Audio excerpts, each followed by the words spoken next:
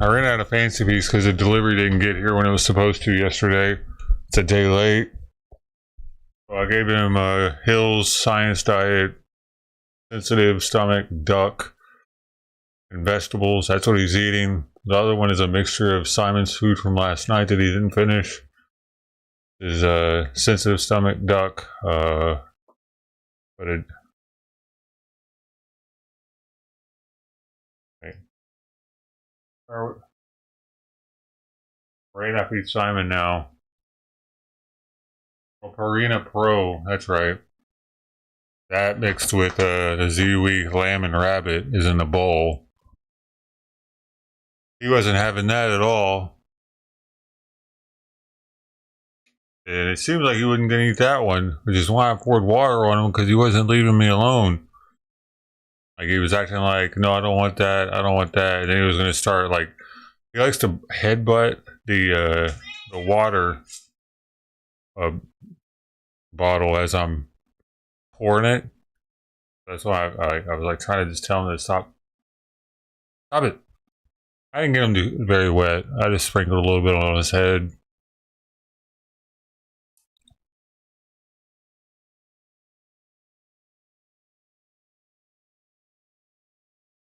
Currently 51 degrees out, so I didn't really want to douse him with water, you know. I didn't want to get him wet at all, but I'm just frustrated this morning because I'm out. I got him wet a little bit.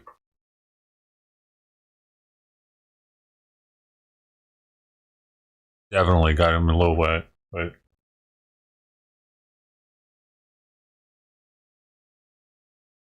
and it's pretty cold out at 51, so not bad.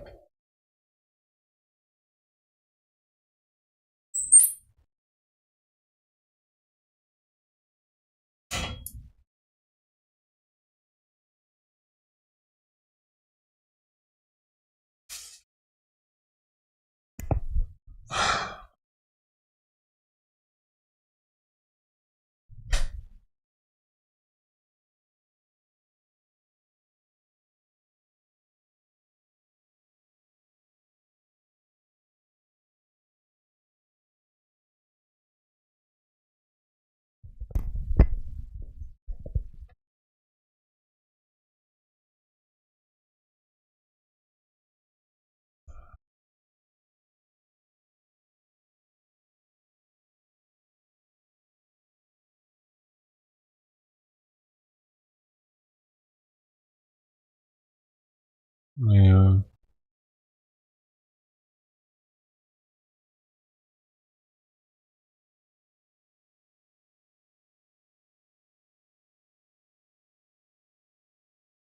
I'm glad he's eating it at least. I didn't know if he'd eat it. Like for a second, he wasn't going to have breakfast. Hopefully, it doesn't give him an upset stomach because it's the food he doesn't get.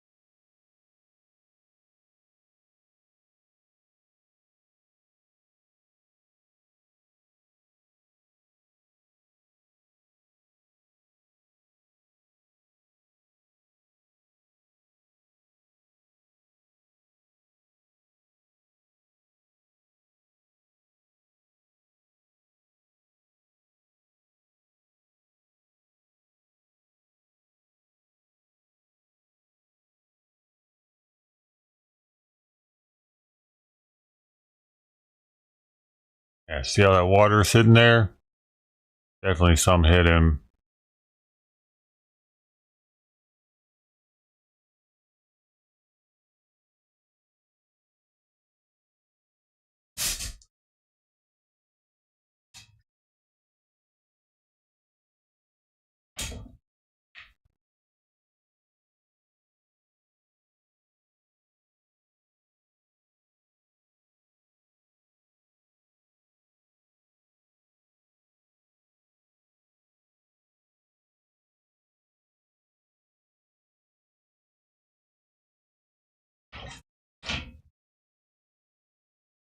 Hey, fuck.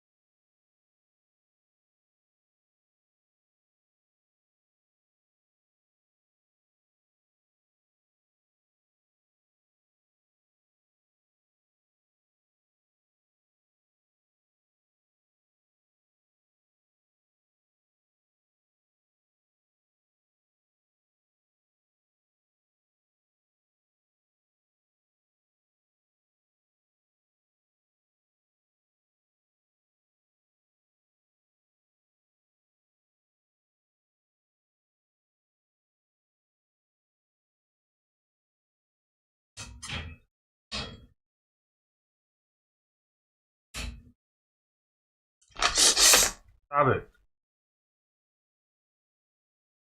He's just laying in the backyard. He wants to play, and he kept rolling over in front of the gate, so I couldn't close it. I had to pick him up and move him, and he just wanted to play and nibbled my finger. And poor guy.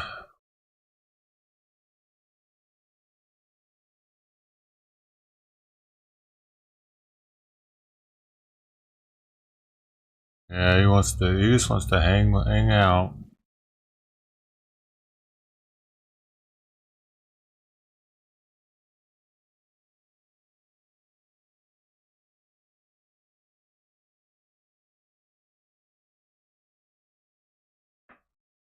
Meanwhile, Simon needs to get up there and eat some more. Come on, bud.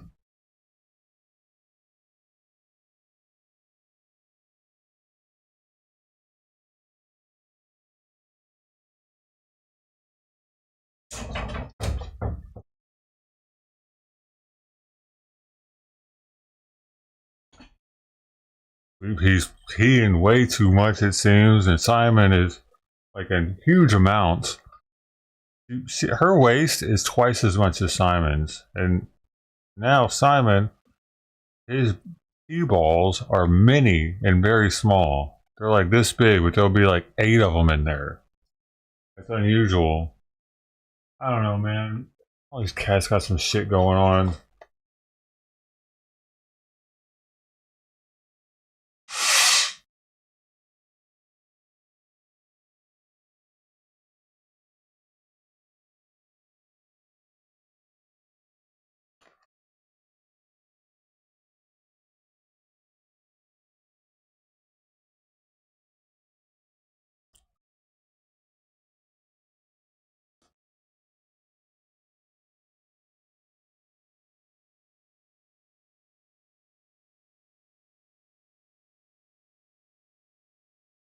I might stop doing this at the first of the year. A lot might change then. I mean, I might still feed them, but this whole like it's not growing. I got one person on D Live. You're the only one on YouTube. Me and you. Just what what the fuck am I doing? I really am wasting my life away. I can see it.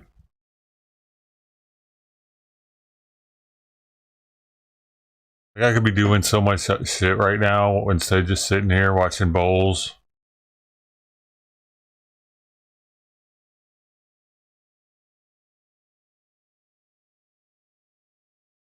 I won't be surprised if these end the first of the year, along with a lot of other shit.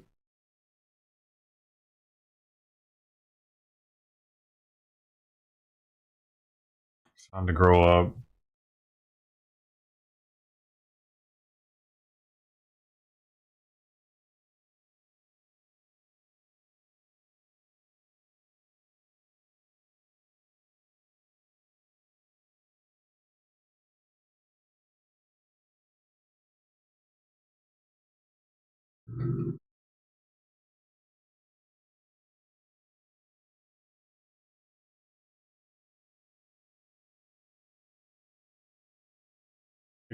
It's what's the point in me doing this if it's not going to grow? I'm not like I did this to try to grow something, not to sit here with the same people every day. I mean,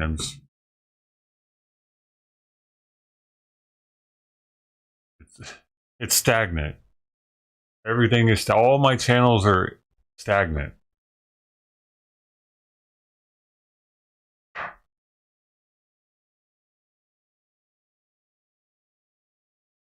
I pay money to do this.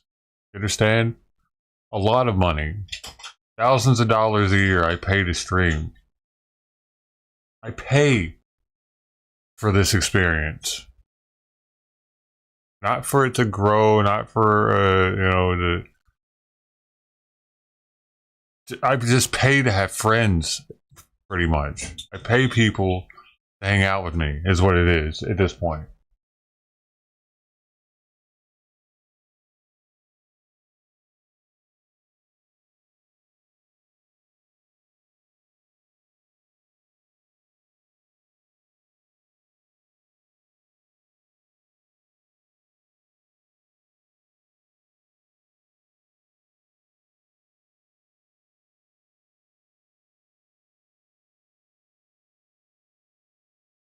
Right.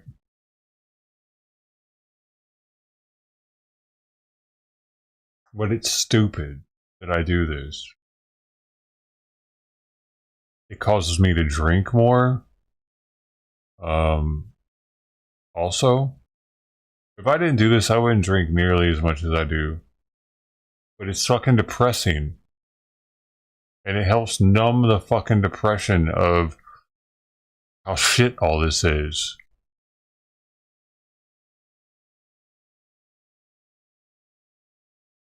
How fucking pathetic it is to pay for friendships.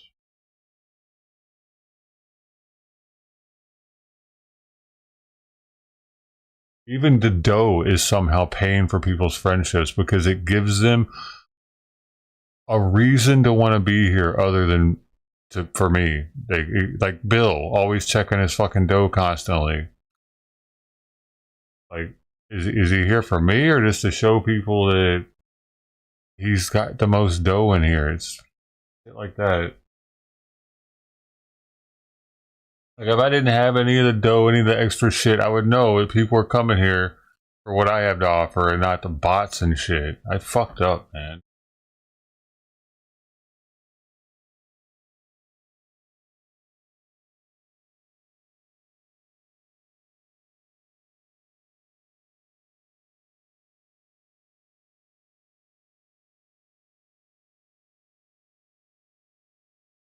Like, half the people that are here aren't even here. They're just with the tab open so they can get dough. So they'll keep the tab open and mute the shit. People do that. Like, they don't do that as often with channels that don't have shit like dough. I incentivize people to come here and just mute the stream.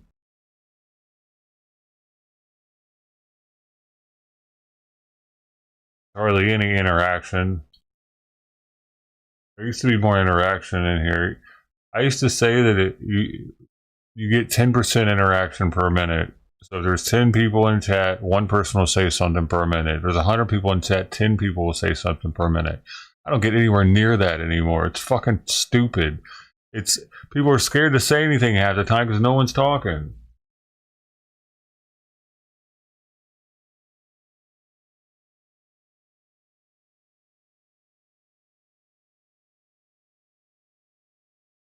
We used to talk more in live streams, man.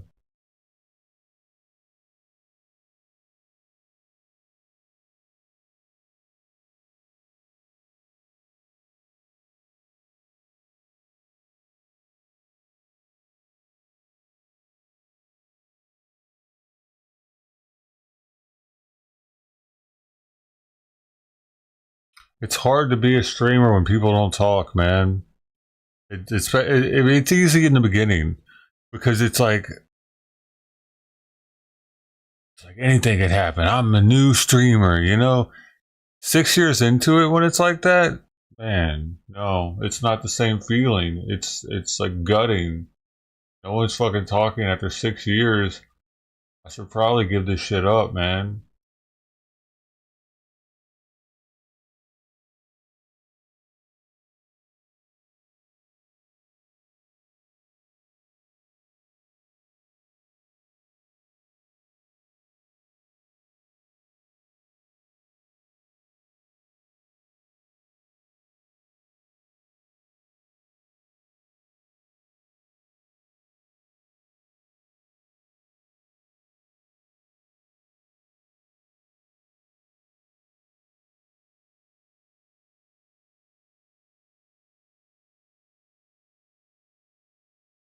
It brings me happiness was when I'm high and drunk. That's about it. That's why I'm always smoking and drinking on stream. Without that, I hate this.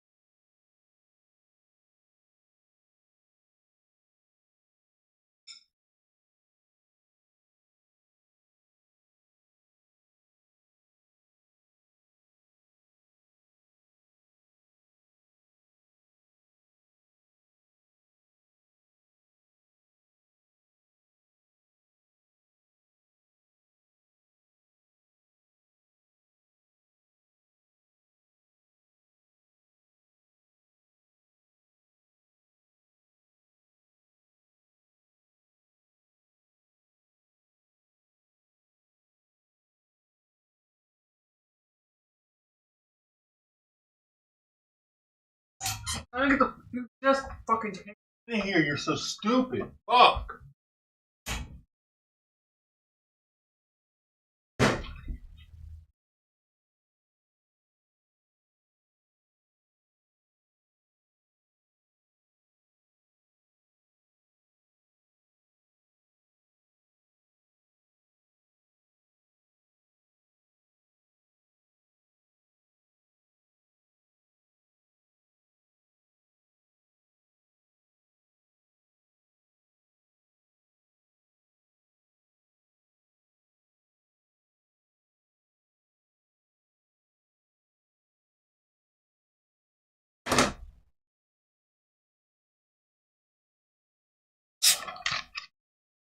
God damn it, man.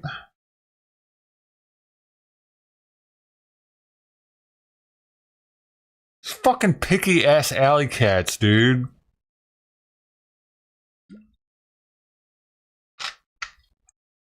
Got fucking way too much goddamn money in that food for them not to eat it.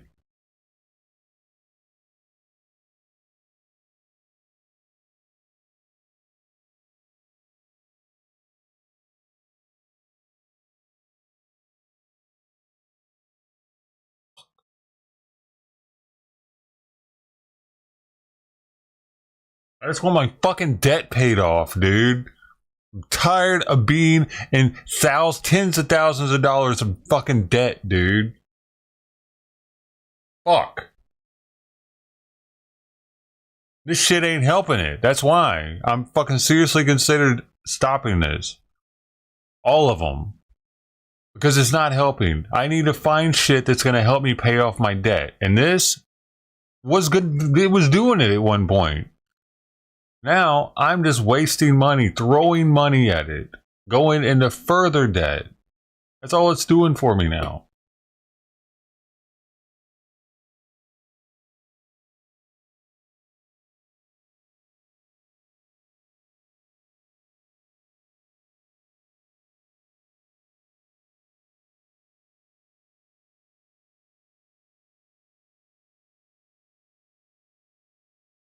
I buy alcohol to numb the fucking pain of this experience of doing this every day for nothing.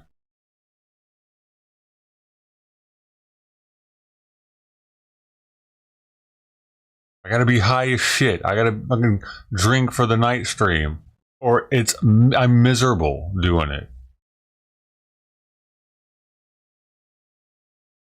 It allows me to think about how fucking pathetic I am.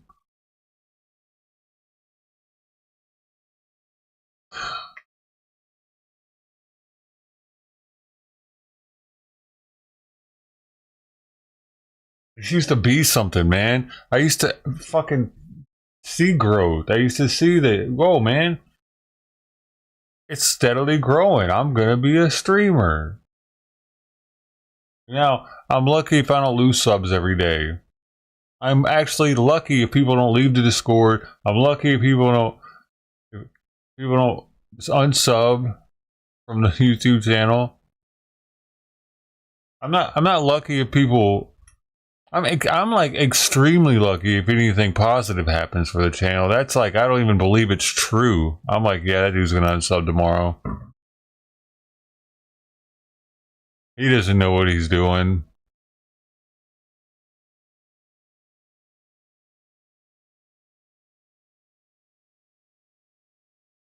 Like the fellow Twitcher that I found that I subbed to his channel with my Prime, and he came and followed and subbed to my channel that same day. He hasn't been in chat one time.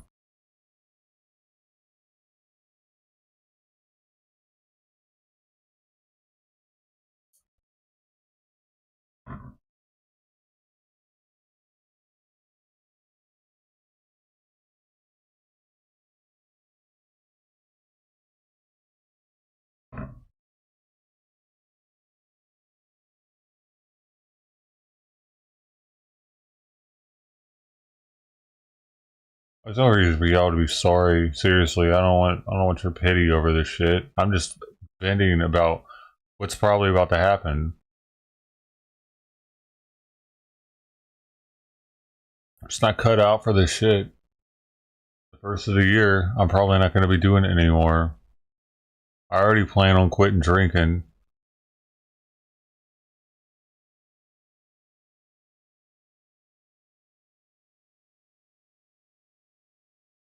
And I know that's going to dramatically affect how much I want to do this, especially at night.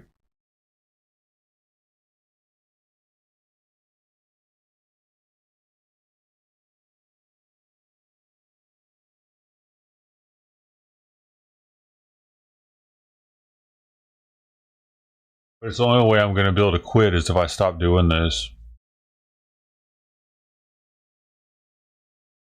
But it's pretty much the only reason why I drink now.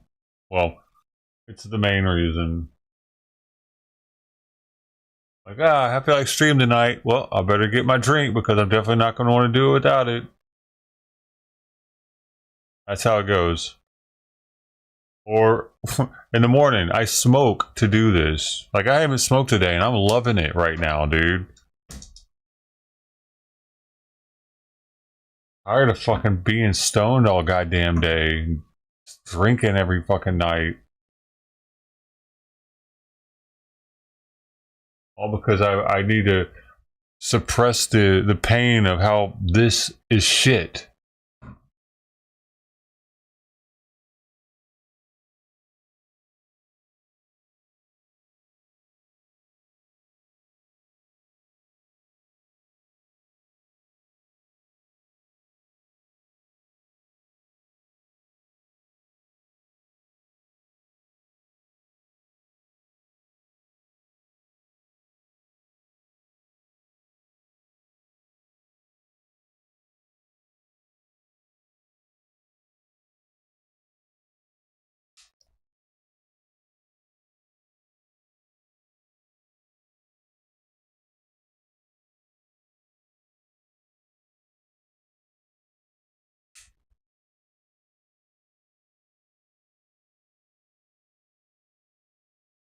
Every night I promote this channel on the Rain YouTube channel. I try promoting it in Discord by posting a link.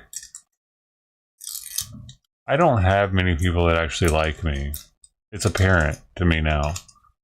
Because if I did, a lot of the people that are subbed to the other channels would come over here. They don't. Of those 4,000 something people, most of them don't like me. That's eye-opening. I'm streaming for people that don't even fucking like me, dude.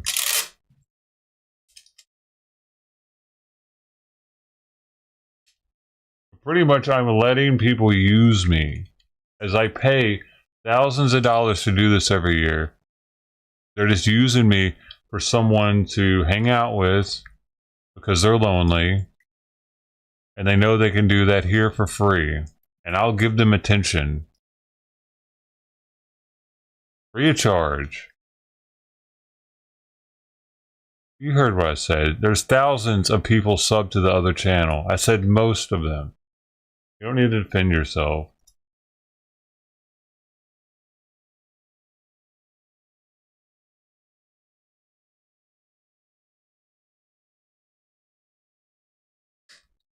Sorry, but 1 or 2 people, 10 people out of thousands doesn't make me much. It doesn't make me much happier about the situation.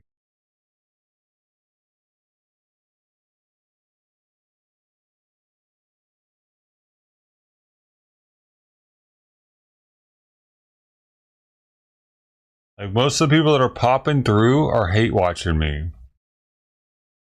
Like Corinne's watchers.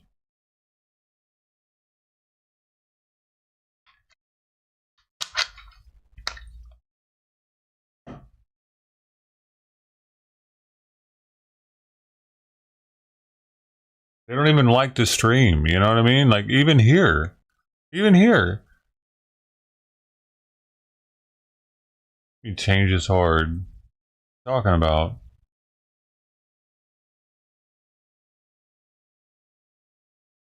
What, it's hard for them to sub to this channel?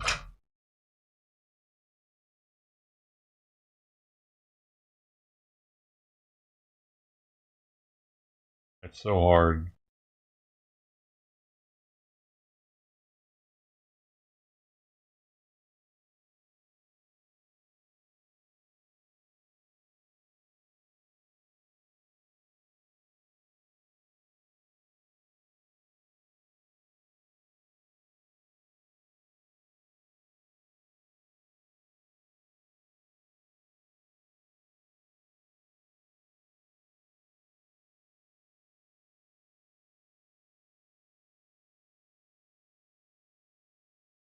Cat, go on. Fuck, you're too curious. Holy shit.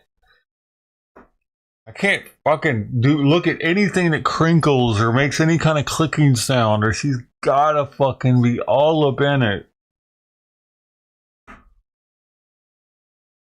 It's just having an elderly cat, man. Bug me all the time.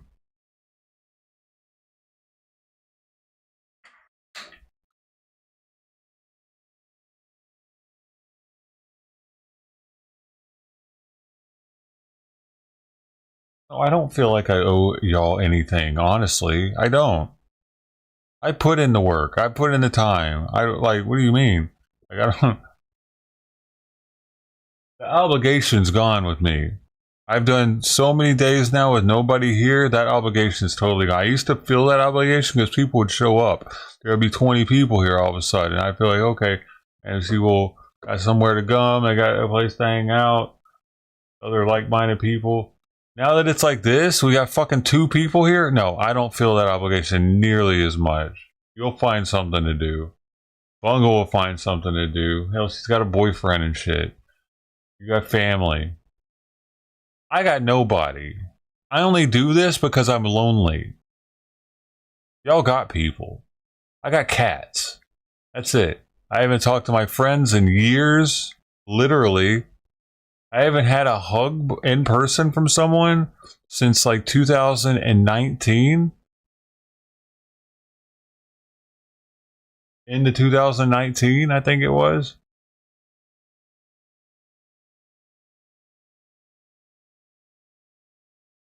Five years since I've had a hug from someone, or even shaking a friend's hand. 5 years. I haven't seen my parents since 2014. 10 years. I haven't seen my brother probably 15 years. The one that lives closer to me, not out in Tennessee.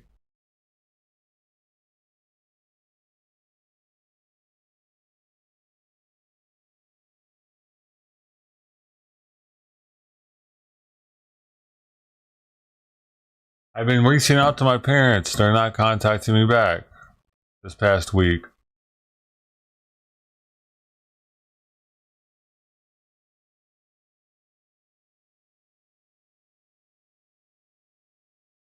I don't do this for other people anymore. I do it for me because I'm lonely and sad. But it's only compounding my sadness now because no one's showing up. 2 people are showing up. I mean, that's fucking ridiculous for a live streamer that's done this for 6 years, man. That's so bad. That's so fucking bad, dude.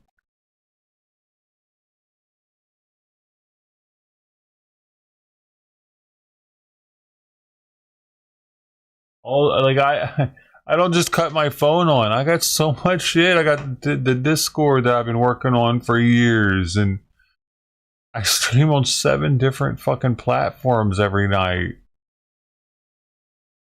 I've tried making shorts. I've tried doing like little clips and tried uploading to Reddit, different Reddit pages.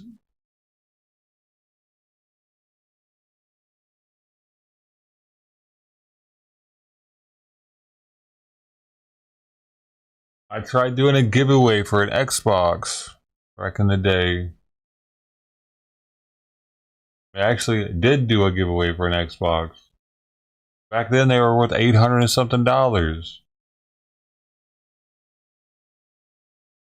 And very hard to get.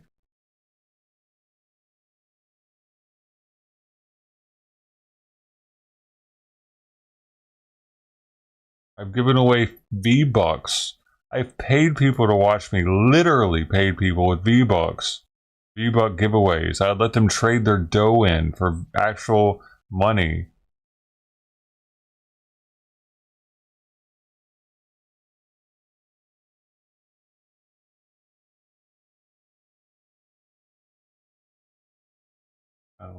That they'd miss me. Yeah, they miss me. I'll go live for Like say I didn't go live for a month. I'd go live for a day. Yeah, it'd be a busy stream. And then shortly after that, it would fall right back off to where it was. And people would show up and be like, "Hey man, how you been? Well, I haven't seen you forever." But if I started streaming every day again, it would go right back to this.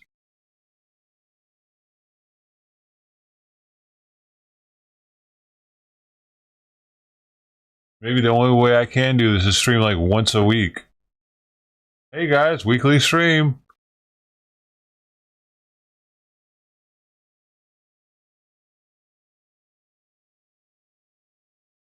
Because people just expect me to fucking be here all the time, so they're like, "Ah, whatever, it's not a big deal, he's always there."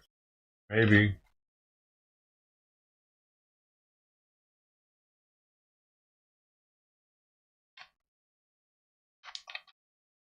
He'll always be there because he's a fucking loser.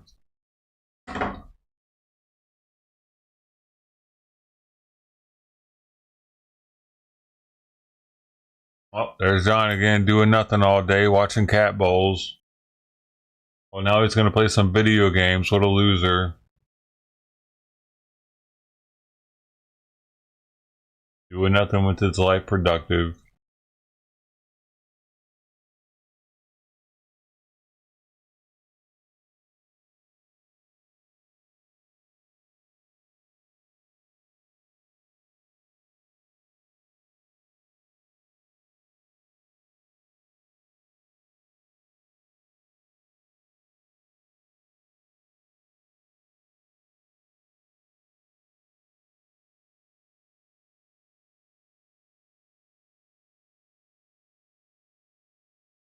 I've turned into a fucking shit streamer.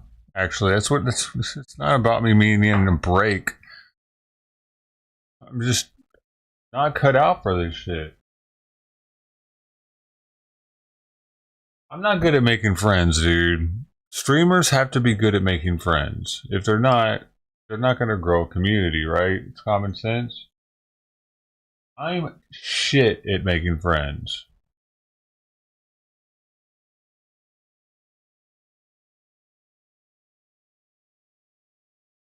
I've been here for a while, so Steve didn't notice.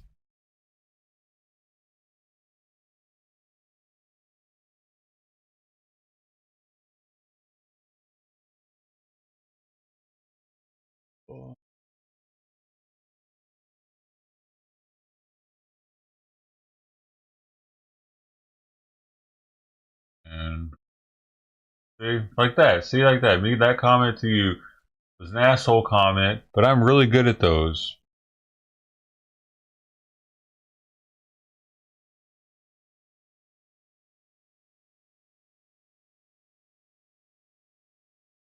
Fucking fed up, dude.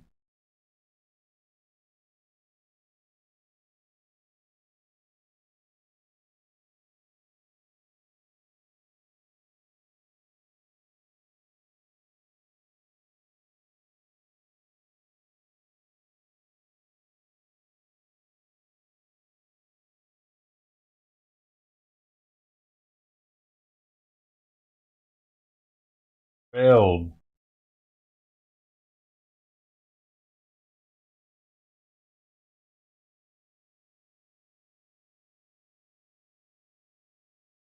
If I would have just been a pro-Trumper during all the Rittenhouse shit, during like 2020 and 2021, if I would have been a pro-Trumper then, this wouldn't have happened. I would probably be doing very well right now. But I turned against drone tech politics and all the other right-wing people that were like super right-wing at the time because I was still kind of in the middle. I was independent. I thought both sides were kind of fucked like at the time. In doing that, I pushed away both sides, Dems and Republicans.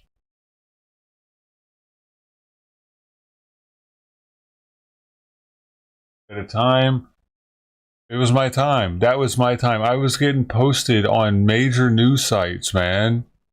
Is John Doe 1980 OG 2020? They were like I was getting recognition like I couldn't believe.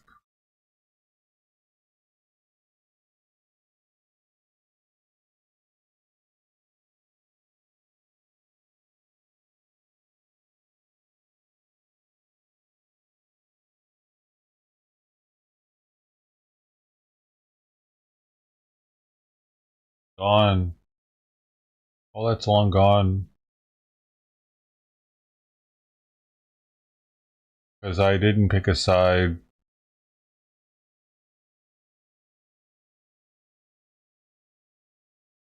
I leaned Republican, but I didn't full pick the side. This is the repercussions of it. And I didn't pick the Democrats during People's Convoy, and this is the repercussions of that. They wanted me to be a Democrat. They wanted me to have full Democrat. They didn't want me to like anything that the People's Convoy had to say. And once I did, they saw me as like a whatever the fucking Democratic version of a rhino is.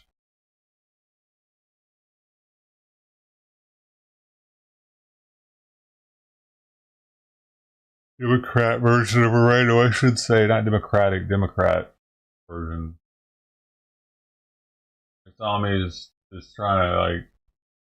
They saw me as a grifter at that point because I wasn't fully aligned with the counter protesters' beliefs. And then once the counter protesters showed up, most of the people that I had started watching them instead, and the numbers started dwindling off. And then once I didn't do the fucking Daryl Brooks court case,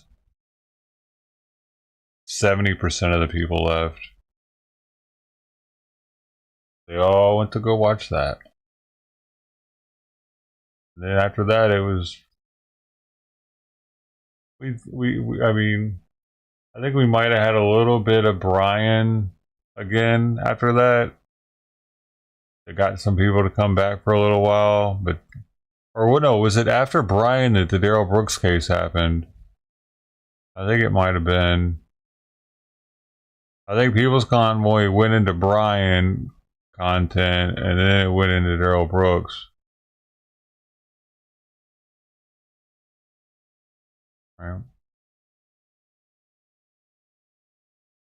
And then it came back around to Brian for a little while. He stopped streaming. I was always depending on other shit to happen.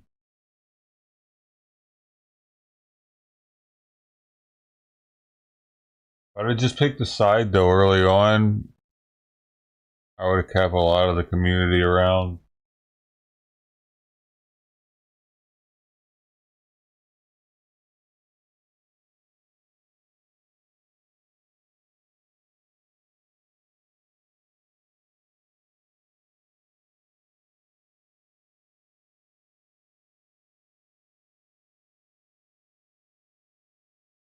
Alex just ran back there.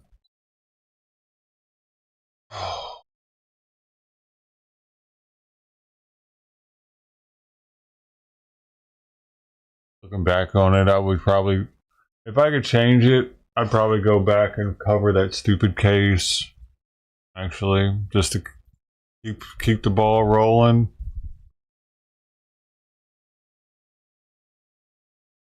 Because remember, I would get pissed off at people for talking about it. I was starting to ban people for talking about it, but everybody wanted to talk about it. I should have just went with the flow. With the flow. Hindsight.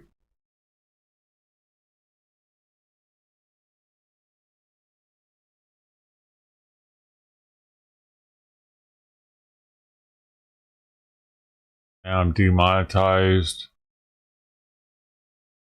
YouTube doesn't recommend the channel anymore. Blacklist.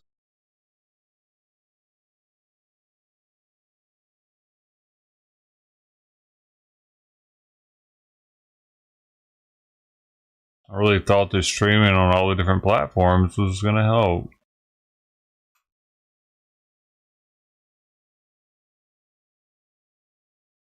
Or how could I not grow up from streaming on 8 different platforms at once? Because that's what it was at first. 8. Africa TV was in the mix. Out in Korea. Now it's 7 every night.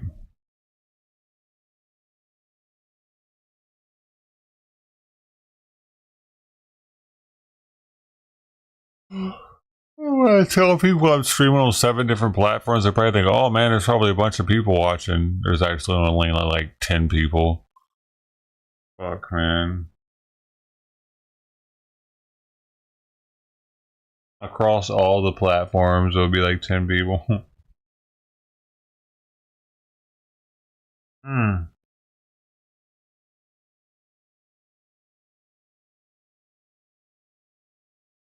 I take full responsibility for my actions. Made a bunch of stupid moves along the way.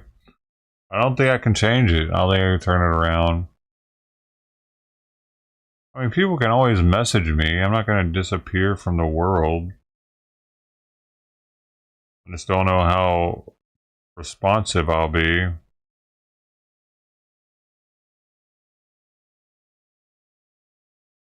Like, I'm going to respond instantly to people. Probably not.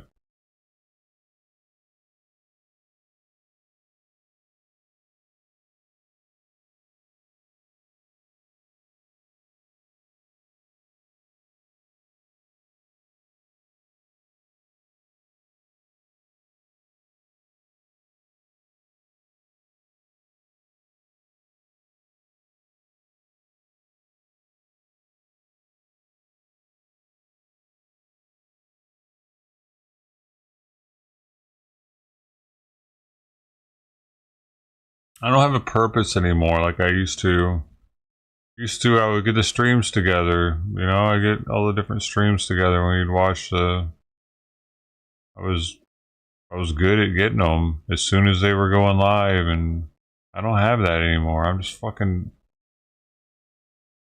I'm not needed, man.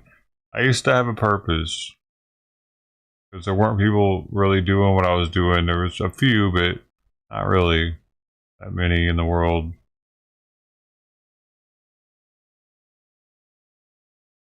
Now the market's much more flooded. Streaming got easier for people. Hardware got more capable of streaming higher quality. Internet connection speeds got cheaper. Cell phone capabilities got broader for 5G and whatnot. It used to be harder to be a streamer.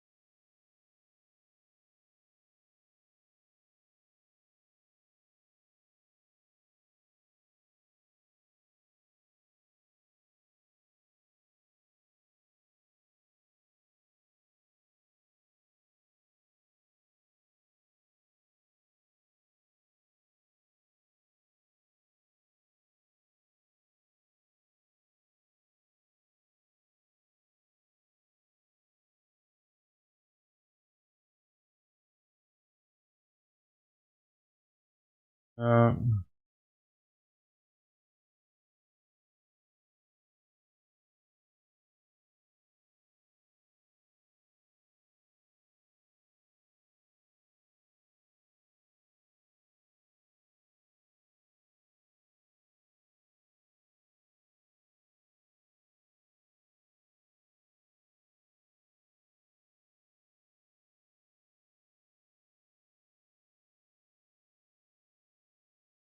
see, I've been through, you already know, I've been through multiple drug and alcohol programs. I know how to quit drinking. I don't really need help with any of that. I quit smoking. I mean, when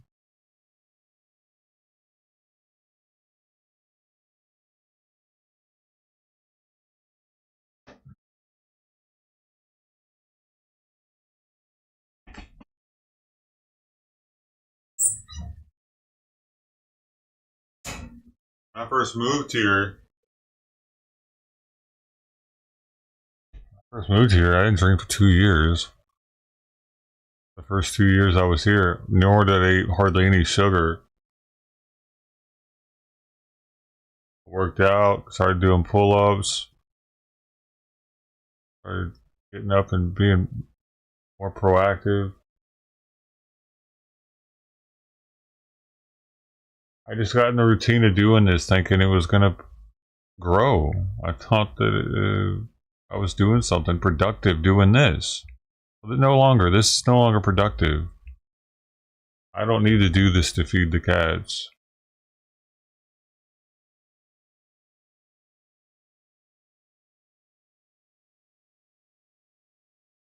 I don't need to do this to play PUBG. It's not going to grow.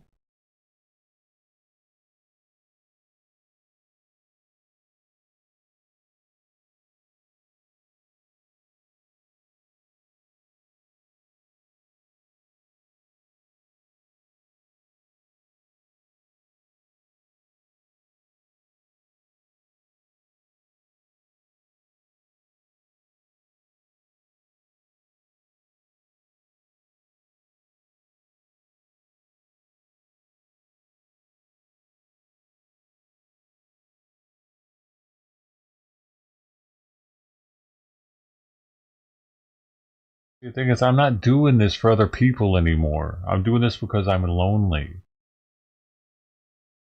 This isn't for y'all anymore. If it's not growing, I'm literally only doing this because I want somebody to talk to during the day.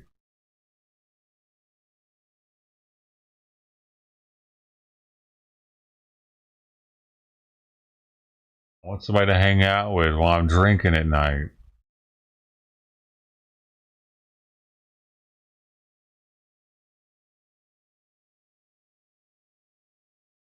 Not because, oh, people are expecting me to get on because like they have nothing else to do, you know, and I gotta go live for them. That doesn't happen anymore. That used to happen because I had way more people here. Now I feel like people are showing up because they feel sorry for me.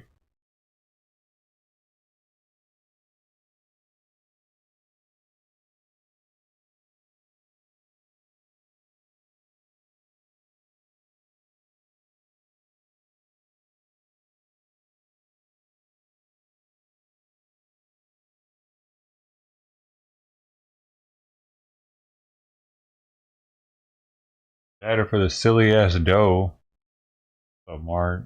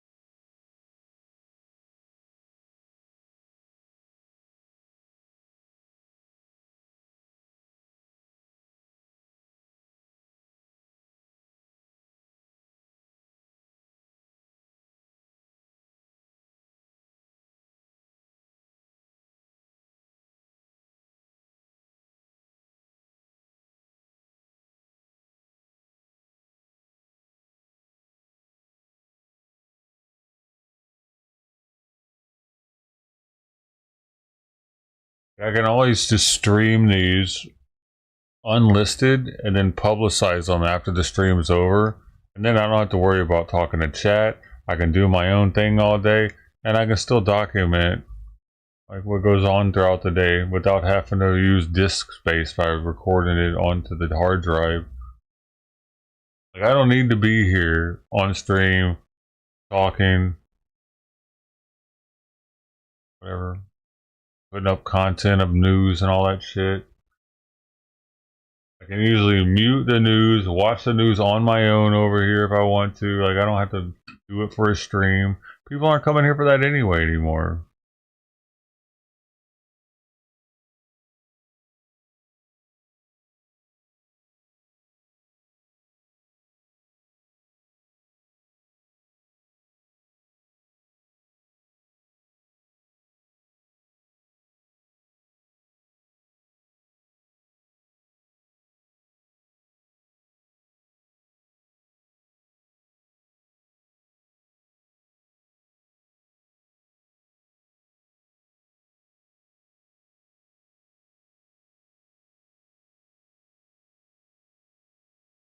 Zero? Oh man, I'm sorry, Mark. That sucks. I'm sitting here right next to a freaking space heater. And I'm still cold.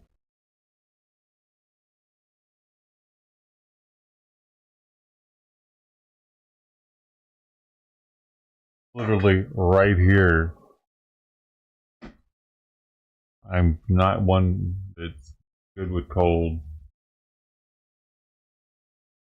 And I got a cat on my lap. Keep me a little warmer.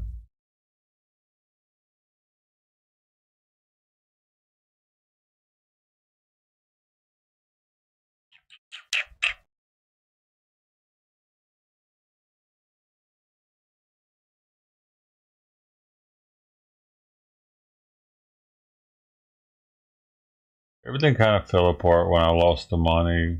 When I lost all my crypto, I haven't been the same since. I haven't been as friendly to the viewers. I fucking hate the world probably, a little bit because it happened.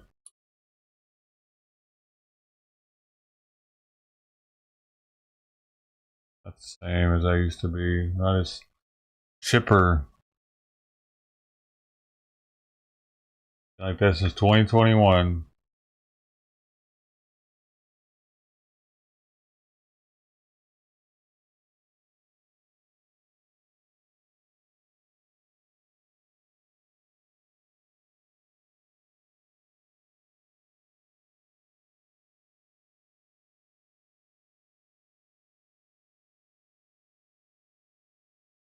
I'm still paying for it. I'm in debt because of it still. Because I racked my credit cards up because I was having to pay so much per month to pay off the loan that I took out over it.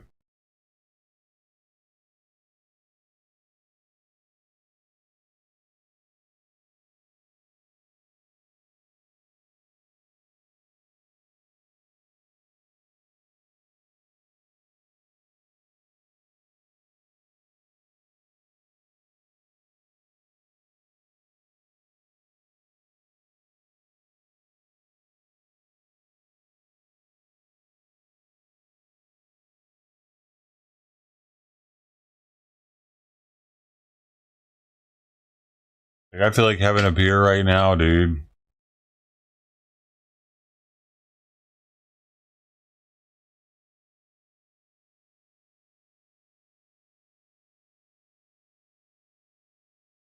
Just knock it off.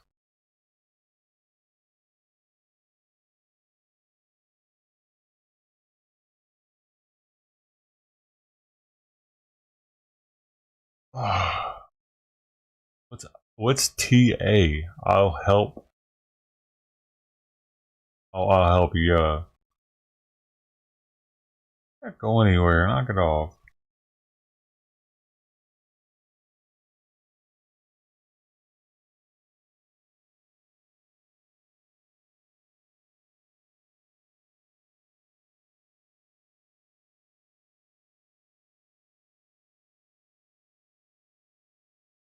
Life insurance policies are so odd, man.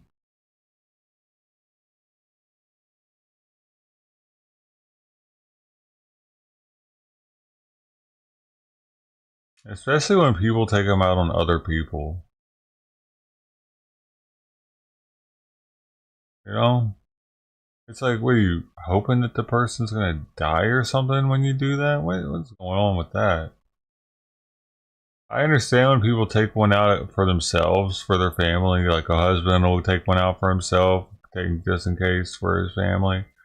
But to take one out on someone else, why is that even a thing?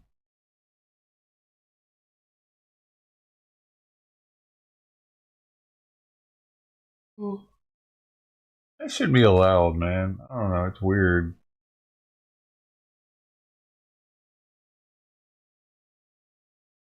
I feel like it's gotta affect the other person.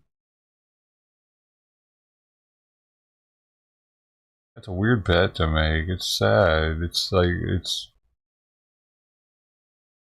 inhumane to want to capitalize off of someone's death. Evil, almost, right?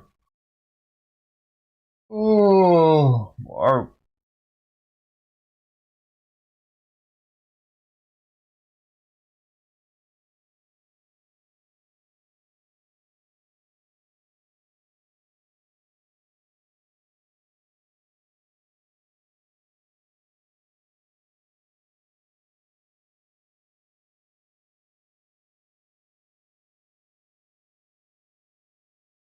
yeah, it's nice, Mark. Sweet looking 80s ride. Reminds me of Hot Tub Time Machine for some reason.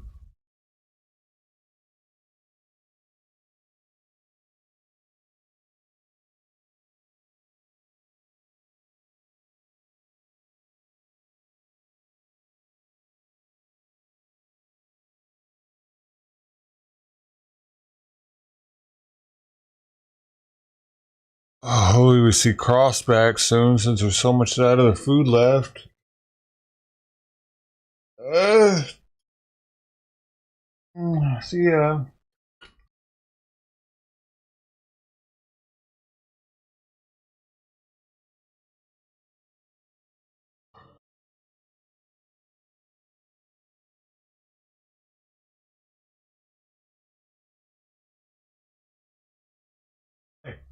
Hey, hey, knock it off. Stop like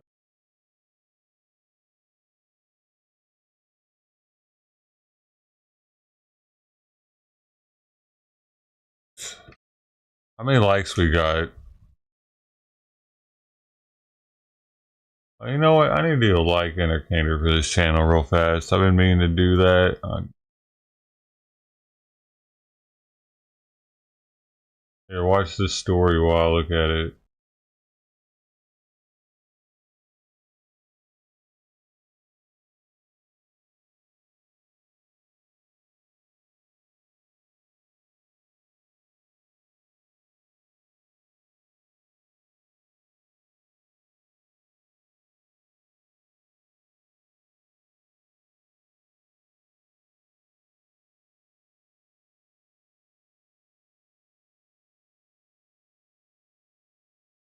It was in this area near Lewis and Clark Middle School just a few weeks ago where flyers were posted on street signs like this one directly calling out a transgender Billings resident.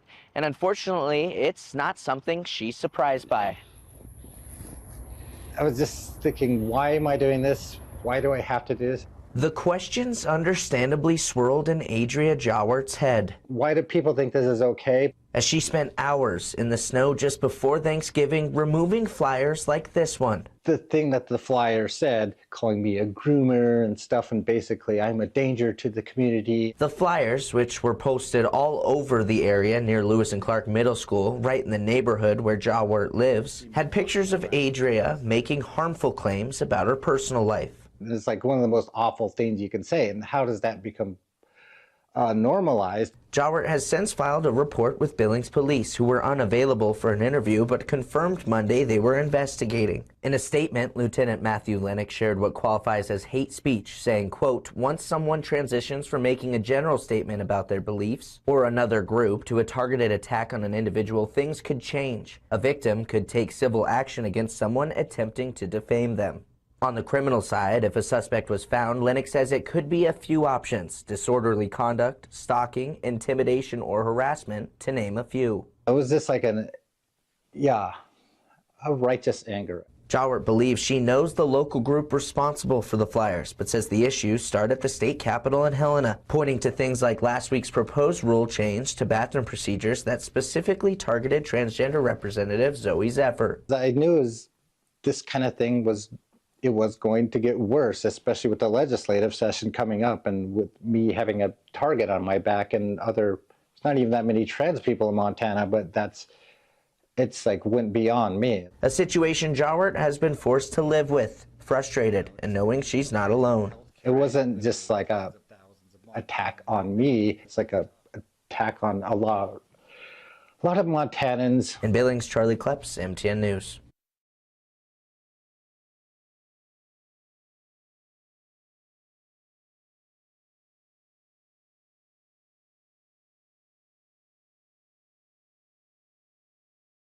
Bruh. Hey, stop licking so much, bro. What?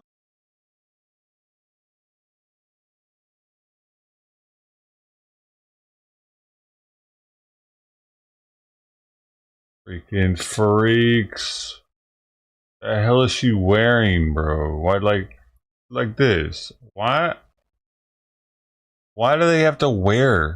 Do you see what the hell that dude's wearing? Why do they have to wear? Why do they have to look like so fucking weird? Is the thing for me. Like with the black makeup, with the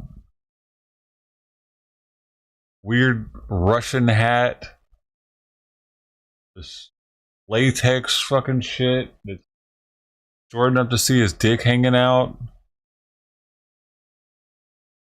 Is there a reason they have to look like? Can't they just look like a regular fucking woman? Maybe the community member wouldn't be so freaked out about his kid seeing that walk down the street if she could just look like an actual woman instead of a freak show woman.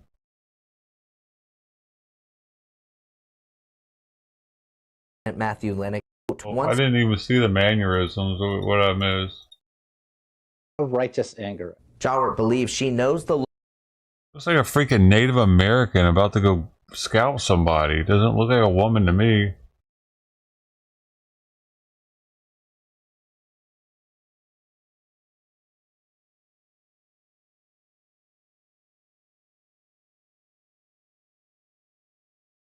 Alright, I'm gonna have to.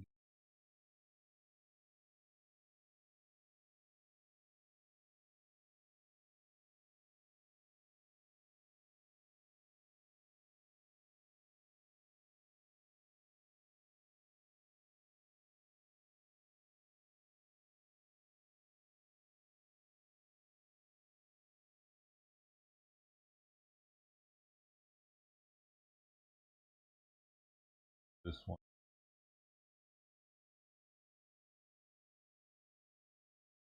Alright.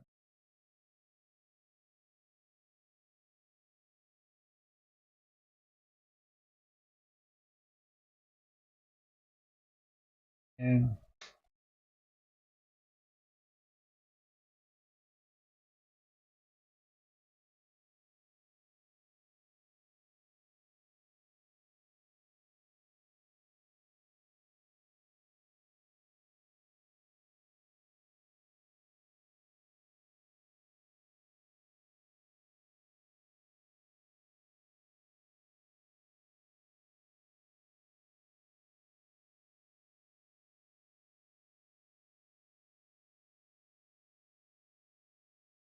oh.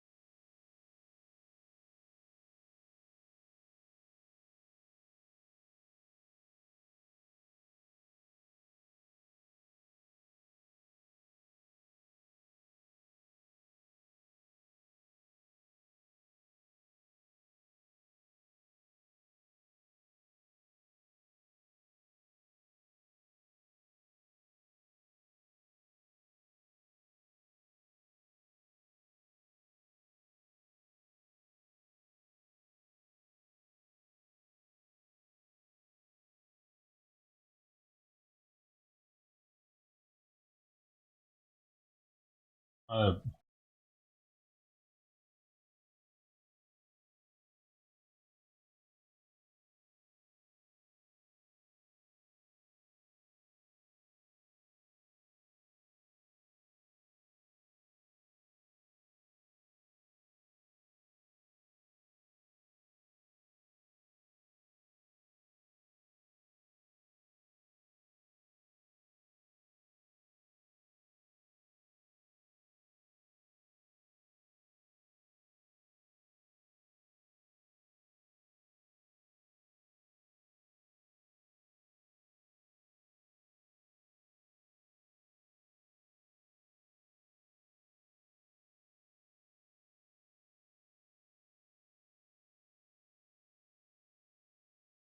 I don't know, I might not be able to do it.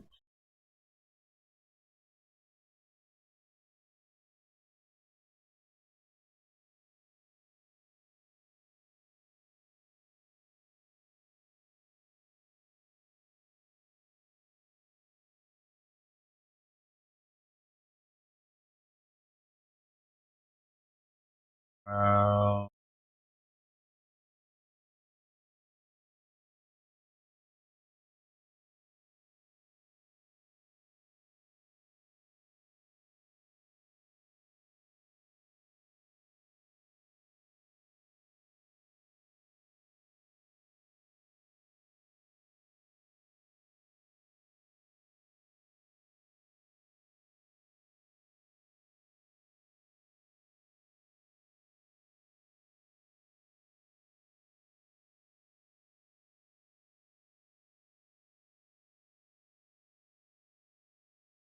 yeah.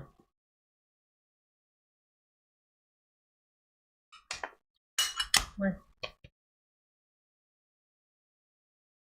Yeah. Yeah.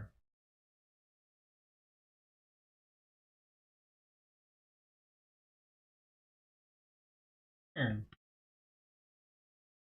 I'm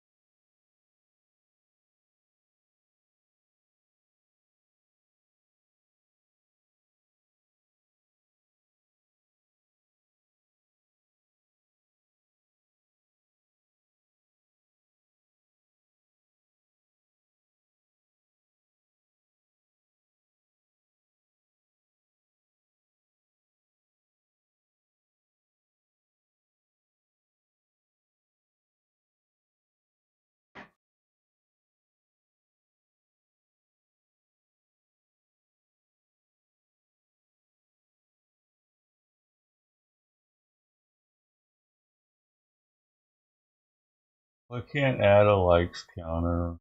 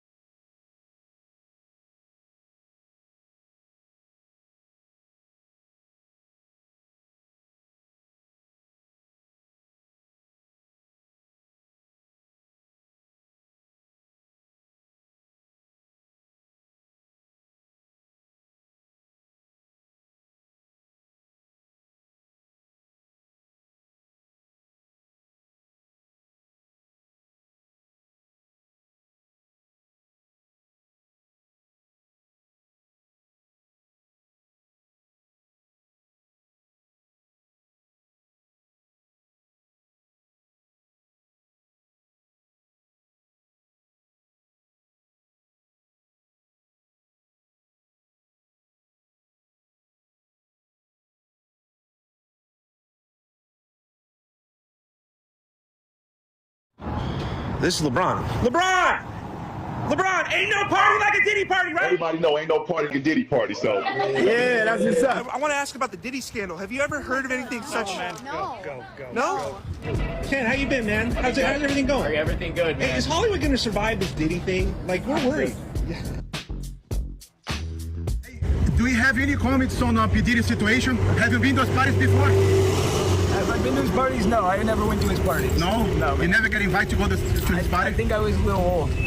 No, you're not old, man. You look young. I think I was a little old to be invited, is my point. Oh, okay. Yeah.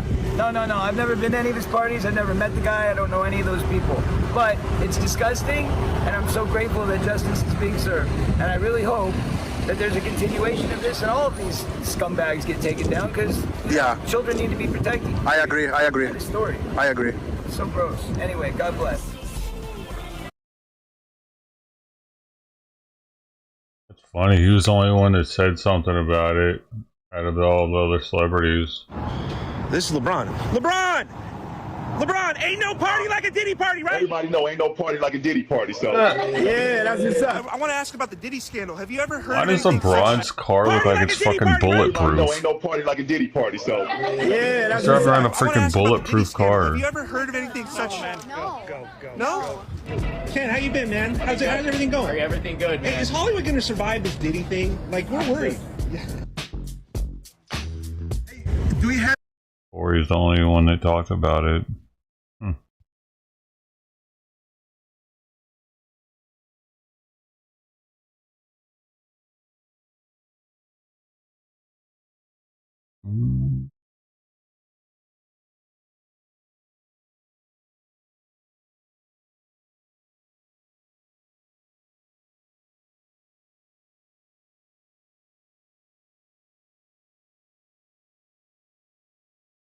Will Smith is a twat. Oh, I liked him. Will Smith has been hiding the fact of who he really is, and it was exposed that night. That he's really an asshole. But I wasn't allowed to say anything at that time because we were part of the committee that was supposed to punish him. And how do you punish him? Wow, wait. Just back up a second. Hang on. I want to know Will what the punishment Smith is like, for me, when I met him, right? I always say. Like the nicest, most wonderful. He's a liar. Complete, utter fraud. Will is a douchebag, and that's something that you can't. The thing is, that's how politically correct the Academy is. Right. That they were so cowardly. Because if I would have done that, they would have been hauled out to prison. But because they were so worried about being, racist, violence is what it is, and what the color of your skin or your religion doesn't matter. Sure. If you commit a crime in front of other people, you get hauled out of there. Yeah, but didn't you also sort of think, he's standing up for his missus? You didn't like that? It doesn't matter. You can't hit another dude. Yeah. Will Smith is a twat. Oh, I liked him. Will Smith has been high. Yeah, fuck you, Smither. Smitherine.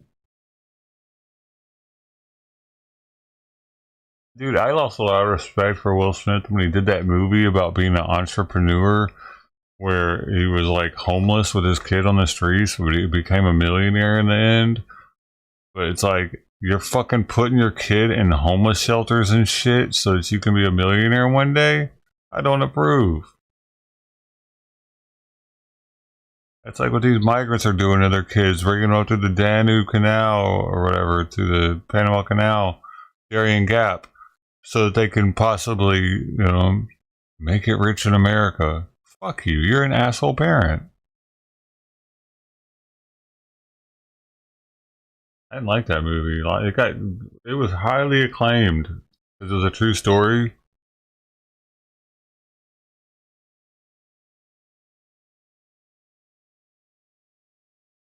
Yeah, Pursuit of Happiness. He cared more about the pursuit of being rich than he did about his family, his wife, his kid.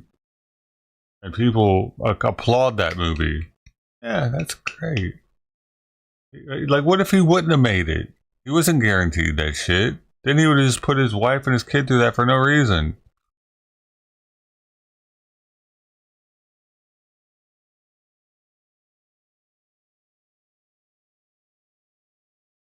He got lucky.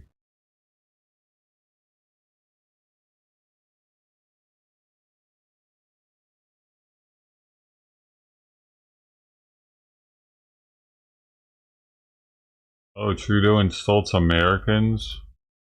Canadian Prime Minister Justin Trudeau tried to hit back at President-elect Trump, but instead he managed to insult you, all of you Americans out there. You may remember at a recent meeting, Trump reportedly suggested to Trudeau that Canada become the 51st state if the country couldn't handle his border tariffs. Trump then doubled down on the jab, labeling the prime minister the, quote, governor of Canada. Here's Trudeau's attempt at a counterpunch. We were supposed to be on a steady, if difficult sometimes, march towards progress. And yet, just a few weeks ago, the United States voted for a second time to not elect its first woman president.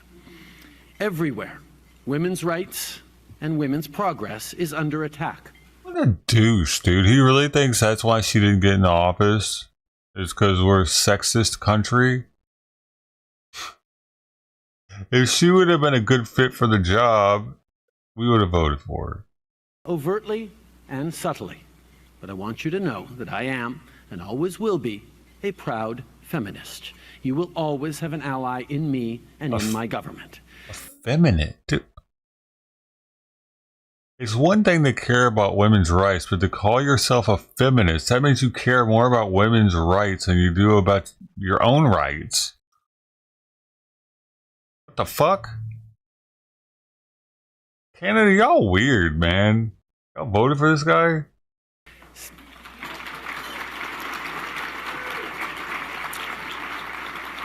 Well, I love how outnumbered's about to rip into him because it's 4 women.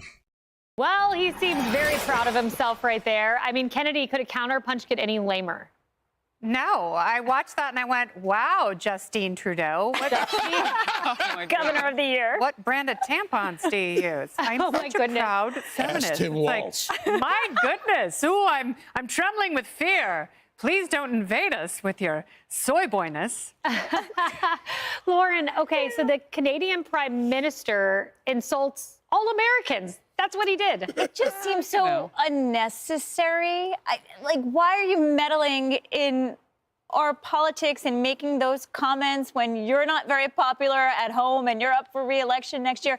And I was so surprised we didn't play Taylor Swift music on the way in, because remember, it was just a few weeks ago. Trudeau went to the Taylor Swift concert while there were attacks on the police and these pro-Palestinian protests that got out of hand. And he did respond and condemn the violence, but it was so late and so not satisfying.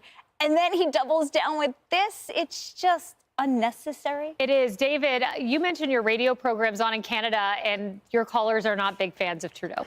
No, look, if even in his home district around Montreal, they don't like him anymore. Trudeau is simply not well liked, mainly because he's failed. Like so many leftists, he's failed. He's up against Pierre Poilievre, and it looks like there is a real chance for certainly not just a conservative governor in the sense of a new prime minister, someone who will govern that way, but chance that the people in Toronto and even in Quebec and others will come together under what they need. They don't want to be treated like the convoy was treated when they had their freedom convoys, when they shut down their bank accounts. They don't want to be treated as second class to the illegal aliens that Trudeau welcomes. And Trudeau will always be a failure. He'll never even be what his father was, and his father was a bad enough leftist. Yeah. Do you mind if I double down with you a little bit, David? Because you're talking with people from Canada. You know, it's not it's not a dictatorship. They voted for him. You said they don't like him anymore. I have never seen They saw the results house. of his soy boyness. I'm sorry, I have to steal that. They call him that all the time when they call in from Canada. But the fact is, they saw what happened. He had a legacy name, Trudeau.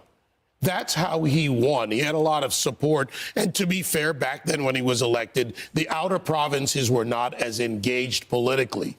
But once they saw what happened, just like we saw people come over to the non-leftist side in America, away from the Democrats, away from Kamala, towards Trump, Canada's now doing the same thing. And for the record, there are a lot of proud Canadians. They play a lot of pond hockey. That's what's going on now. But a lot of them don't mind our relationship. They love our relationship. And I welcome you. 51st state, come on in.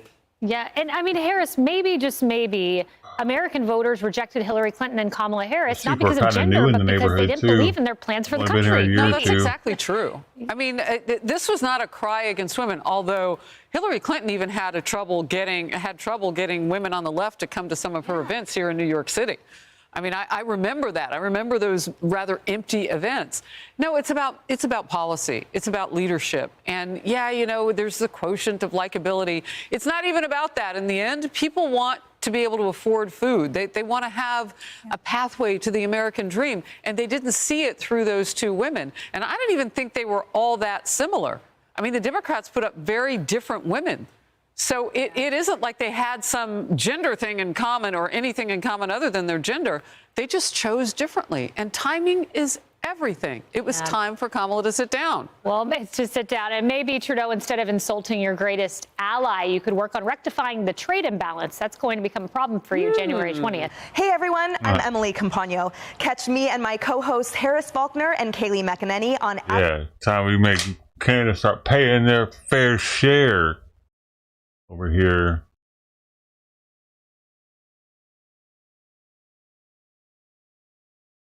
They should pay us just to live next to us. Yeah.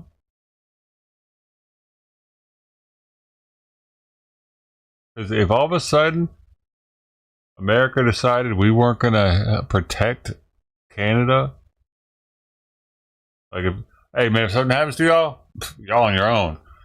I think that would hurt them way more than it would hurt us, because their military is shit. Have you seen, dude, there was a video, let's see if I can find it.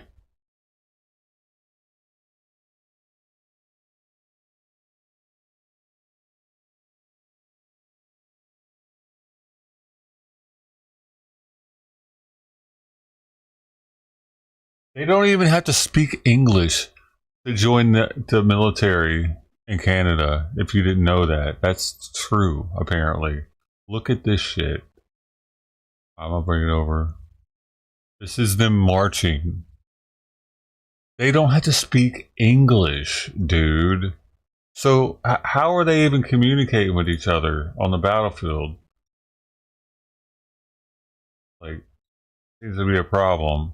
This is them marching. Look how out of step they are. Canadian Army is still struggling a bit with the marching drills. What in the actual fuck? They look like they're worse than high school band people, dude.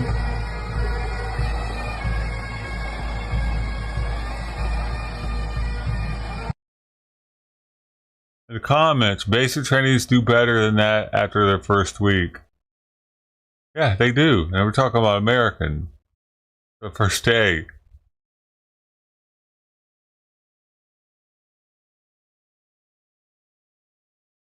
Oh, okay, so they are in training. Yeah, if they, no, they're trained. No.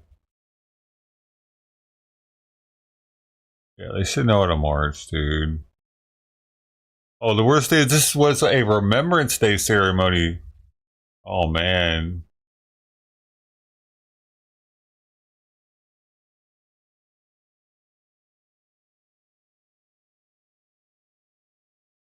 Yeah, but one of the comments on here was about the English, which is how I found it. So if I put English, you'll be able to find it.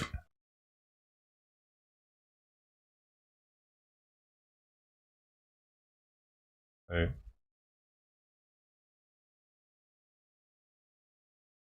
Oh. Oh, but speak. Unless it was an incorrect.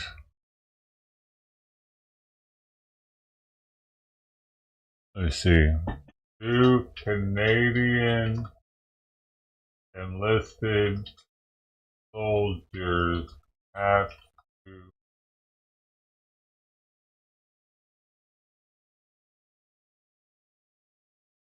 Okay, never mind. It was probably a lie. They took it off. So okay, they do. It seems they do have to speak English.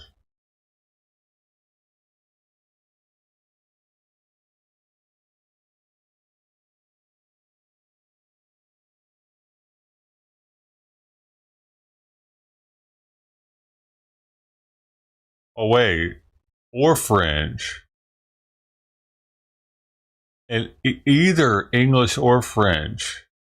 Yeah, so you don't need one. You don't need English, apparently. According to the bot. The requirement for bilingualism can vary depending on specific role location. So yeah, you might not have to speak English, according to this. But and bilingualism in both languages may be required also, depending on the position.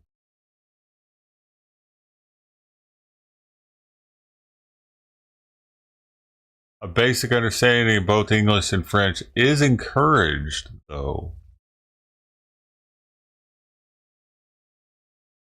No, it helps, though. In order to get promoted higher than major, you need adequate language profile. Speak French or English.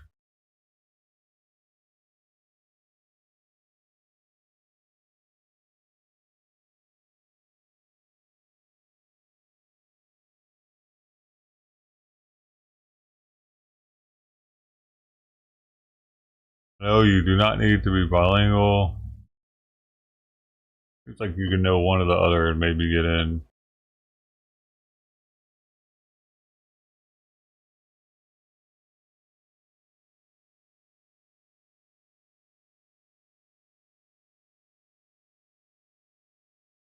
Simon, why do you lick yourself and bite yourself the most when you don't get your way? When you want out and you can't get out, you just start biting the shit out of your leg? Why is that? Because you do it out of a mental thing? I'm talking to you. Why aren't you still doing it? Because I'm giving you attention?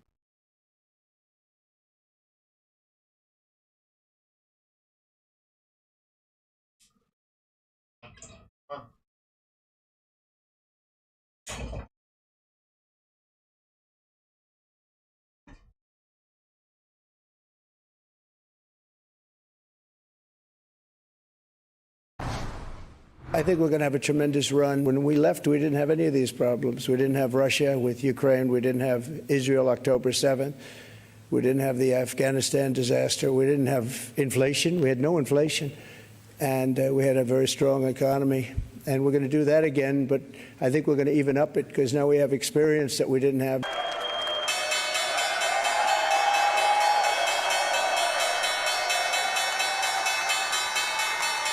President-elect Trump rang the bell at the New York Stock Exchange this morning, his first time ever doing that. He has been named one other time to Time Magazine's Person of the Year. So that's this year, too. And, of course, now half the day is gone. So 39 and a half days until Trump is back. Here's how I see this. Dumb shit. I talked about it last night when Bill came in bragging about it. Who gives a shit?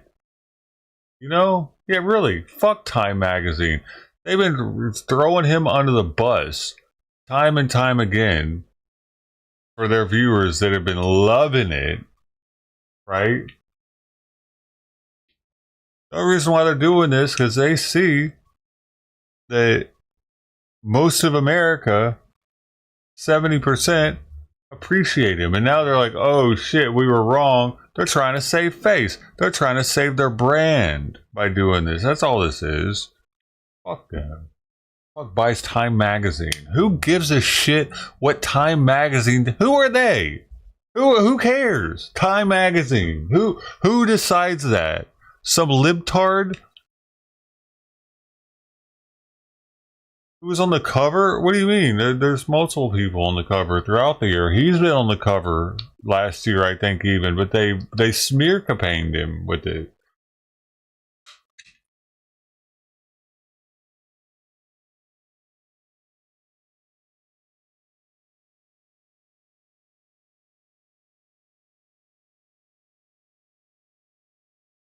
Now they're going to try to stay relevant is what they're doing.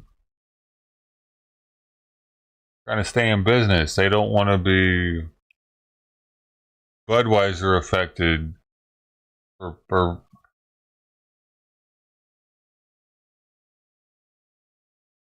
betting on the wrong show pony.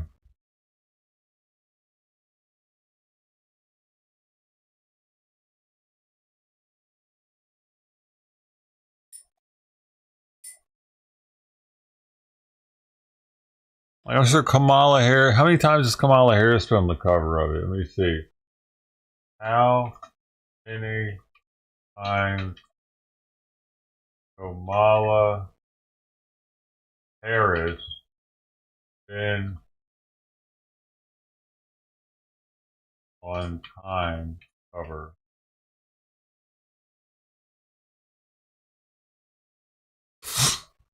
Like, look at this one.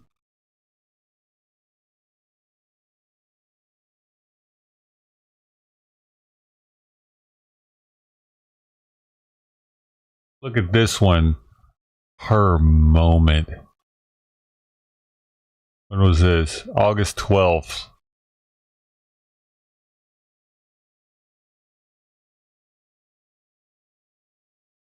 These fuckers put whatever they can on their cover to try to sell their magazine. That's all it is. They think doing this is going to sell mag because people are going to be like, I want that. I'm going to keep that forever. That's going to be worth something one day. Idiots are thinking that. Keep that forever. Give it to my kids. I can sell it when they're older. Going to have those stories in there. Yeah. But really, they should be doing the opposite. Boycott fucking Time magazine for how they treated Trump over the past few years. And of course, now half the day is gone. So that's 4 years. 39 and a half days until Trump is back in the Oval Office, and new polling shows people are feeling optimistic. A Fox survey finds 54% of voters say they are hopeful post-election. Because they're a little retarded. National poll shows 55% of Americans approve of the way that Trump is handling the presidential transition. A new op-ed sums it up this way. National mood shift since Trump's win is reviving America's lost vigor. Trump's incoming press secretary, Caroline Leavitt, with this. There's a real palpable spirit out there. People feel more optimistic because they know we're going to have a real leader again who's going to make this country safe and strong and wealthy. A recent New York Times piece focused on 14 people who voted for Trump despite having some misgivings in the lead up to the election. Here's a quote. The idea of America moving on from politics and actually being more united than it seems to be was a core idea for many in the group. They said they were tired of being criticized for holding conservative or contrary opinions and thought a lot of other Americans were too. Alexa Henning, former Trump advisor and former communications director for Arkansas Governor Sarah Huckabee Sanders. Morgan Harper, former Ohio Democratic Senate candidate. Great to have you first, or both. Thank you. Morgan, I'm going to come to you first. Welcome to the program. What do you make of this optimism? I mean, yours was the party of joy, and now people have it. Well, I think it's pretty normal after a presidential election that went a positive way for a certain candidate for people to be enthusiastic towards that candidate. I think what remains to be seen is just how much the president-elect intends to follow through on some of the promises he made on the campaign trail around issues that people care a lot about. And as we know, the economy was front and center. And even in this Time magazine piece that came out today, we see him previewing a little bit that he might not be able to address things like high prices, the cost of living. And if that's so, he might find a situation where governing is a lot different than being a candidate. Alexa, do you have a rebuttal to that?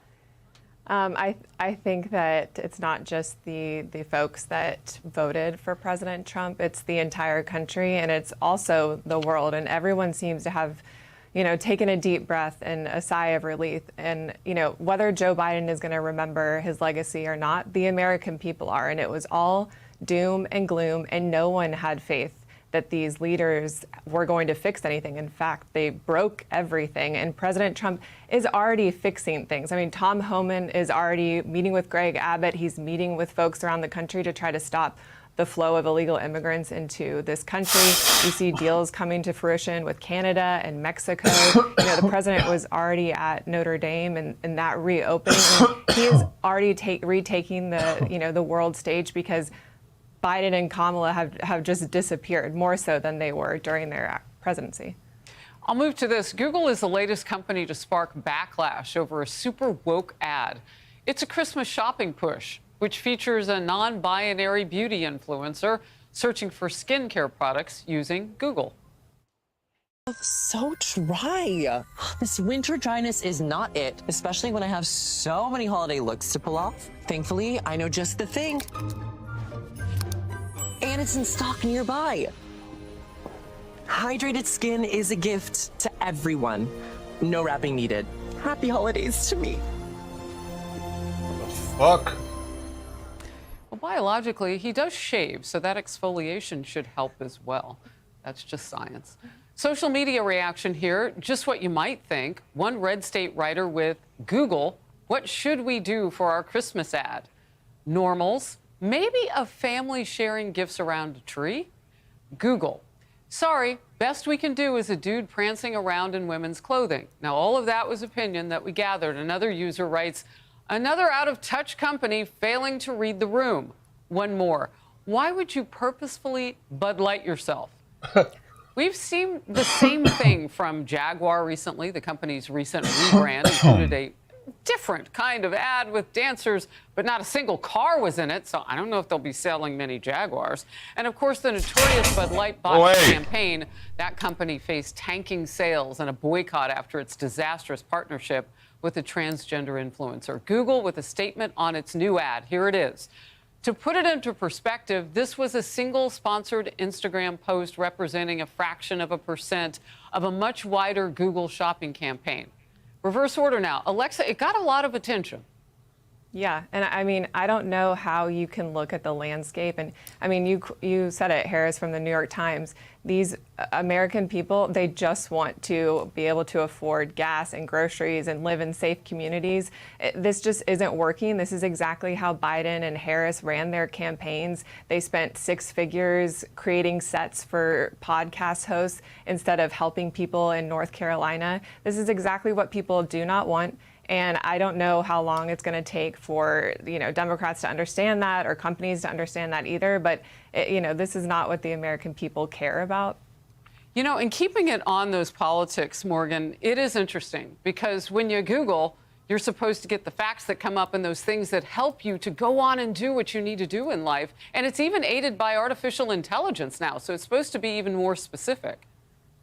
Yeah, I mean, I don't even claim to be an expert in corporate advertising. Clearly, Google made a call here that this was in their best interest. But look, I think the more important point is Google has too much power. If all of us want to care a lot less about what Google's doing and what they're spending money on, then we should expect and hope that President-elect Trump's Department of Justice will continue the legacy from his first term and this Biden administration and breaking them up and forcing them to divest some of their current assets so none of us have to worry about what Google's doing. Interesting. Morgan and Alexa, thank you very much for being with me. I'm Steve Doocy. Fuck you, Steve. I'm sick of hearing your name, but they do all these videos. Steve Doocy. Fucking dumb name.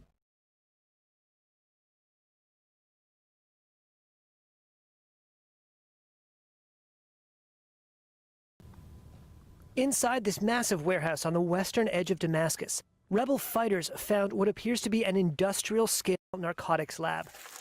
The rebels who ousted President Bashar al-Assad say they found thousands of pills of an addictive amphetamine-like stimulant commonly known as Captagon.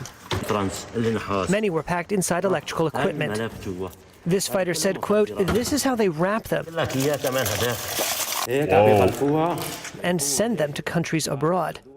He said they were meant to be wrapped in copper to hide them. Some pills were secreted inside fruit. What the hell? Assad's government long denied its ties to the international narcotics real trade, fruit? but he was accused by Washington and others of profiting from the production and sale of Captagon. The fall of his regime has allowed journalists to start searching Syria for evidence of the Captagon empire for the first time. Experts say the annual trade in Captagon is worth billions of dollars a year, and Western governments have linked the illicit trade in Syria to Assad's brother, Maher al-Assad. His whereabouts are not known, and Reuters could not reach him for comment on the allegations. Inside the warehouse was a pill press and dozens of barrels, boxes, and bottles of different chemicals. Captagon was the brand name of a stimulant first produced in Germany in the 1960s to help treat attention conditions. It was discontinued, but an illicit version of the drug known as poor man's cocaine continued to be produced. The stimulant has become entrenched across the Middle East, from the front lines of wars to high-end parties. It has been banned in many countries, including the U.S., and can have harmful side effects. The Damascus site is one of Worse than several meth? fighters say they have found across the country where the drug was produced and prepared for export. And according to the director of a New York-based institute that tracks the Captagon trade, it appears to be one of the largest Captagon labs ever found. That was very interesting. A drug I've never heard of, which is pretty rare. I mean, I know there's a lot that I haven't heard of, but one that's popular somewhere that I haven't heard of, that's pretty rare. Captagon drug. Let's find out about it. What is Captagon? Let's go into it a little bit here, boy. Whoa, look at that. That's a whole lot of Captagon right there, boy. 80% of the global supply comes from Syria. Here's what I'm looking at. I'll just go ahead and put it on there.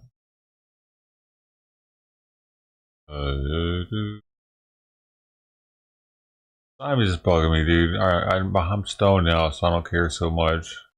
You need to wait a second, though. Hey, come here. Here. Here.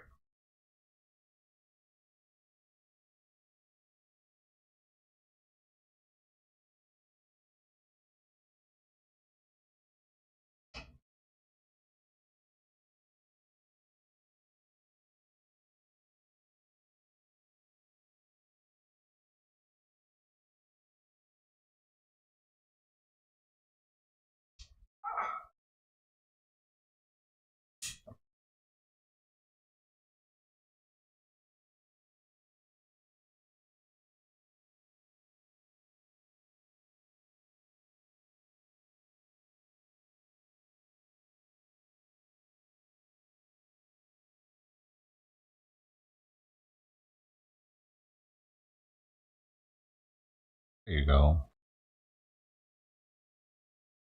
So 80% comes from Syria.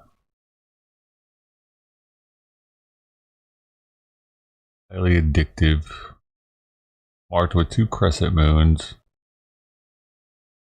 Oh, it's fully synthetic, so it's cheaper and faster to produce, I guess, than meth.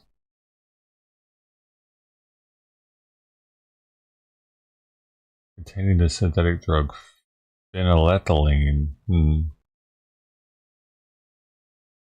Serious side effects.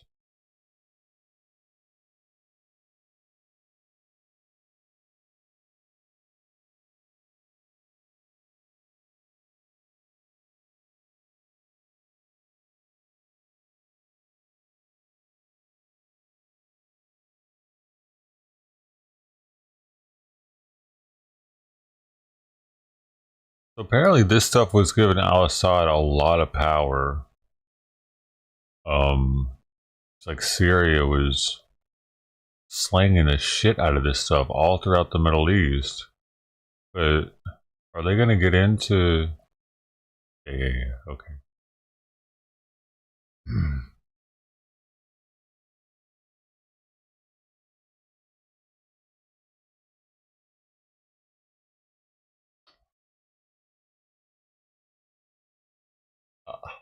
Oh, I can get this thing to read it for me, actually, because I don't really reading it. I'm still flared up. What is Captagon, and where was it invented? An addictive, amphetamine-type stimulant, Captagon has been primarily produced in Syria in recent years and smuggled to the Gulf states. That turned the narcotic substance into a bargaining chip for al-Assad in talks that led to the Arab League reinstating Syria's membership last year, as nations looked to curb the illicit drug trade.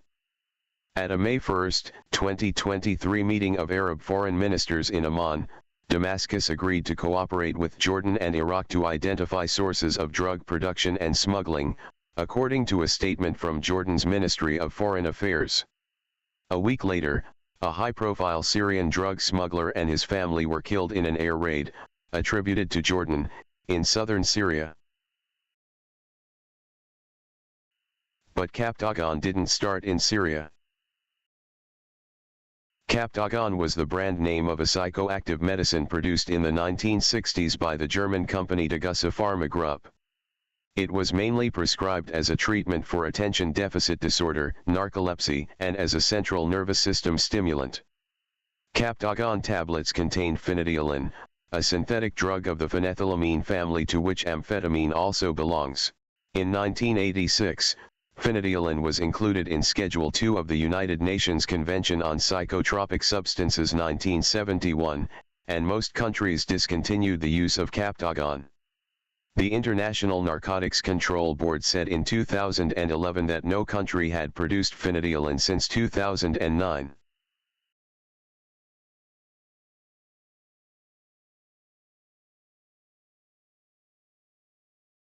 They brought in billions for Assad. Well, they went to Europe even. They made it all the way. Dude, I wonder if I can, hold up. I want to see if any of these have showed up in the database. Drugs.org.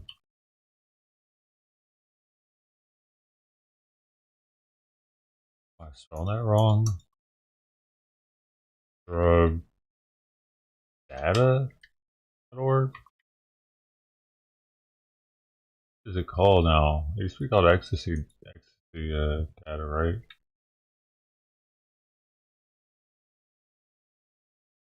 Drugsdata.org. What did I type? Alright.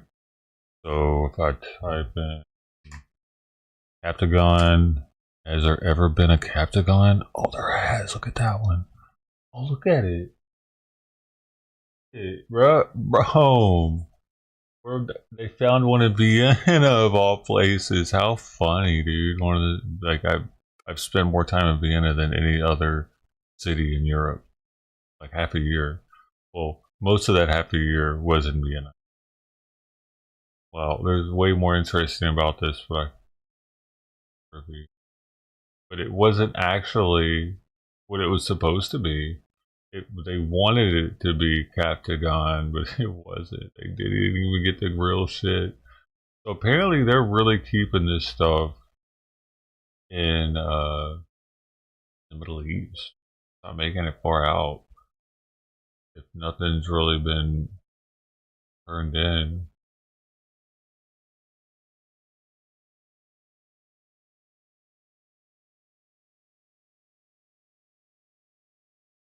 They get bugs. That's really interesting because this goes back for like if I take out the thing and I just put date here, it's gonna go back to the like early 2000s. Oh wait, the 90s. I didn't realize they were doing it that long ago. I wasn't using it in the 90s. So like, see, people were sending them stuff back then. You could see Nashville, Tennessee. But it's went international now.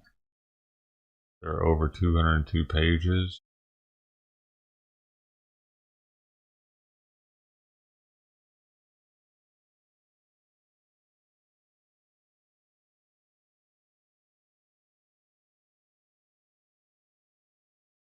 Interesting. Very interesting that there aren't any of those that have been sent into here that were actually the what they were supposed to be. But I want to look this one up too, though. The active ingredient for it. That's got to be in here. Really? Very interesting. Wow. Because these are lab reports that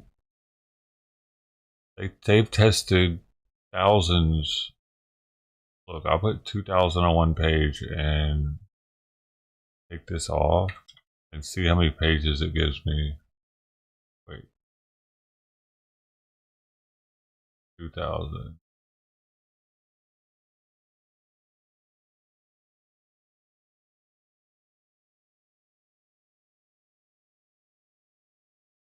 That's not 2,000. I don't know how to make it.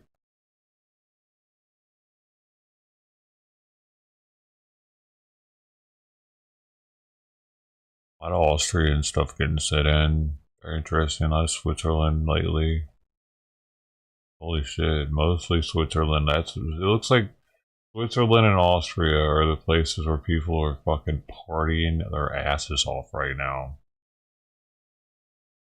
Look at all this. These are all, well, it's 2CB, but it was sold as 2CB, so that's okay. But they're MDMA. Whoop, that's a bad one. Don't want any byproducts. Like, is pretty MDMA-ish. That's very interesting too that they're actually selling stuff as 2CB in tablet form and people are wanting it.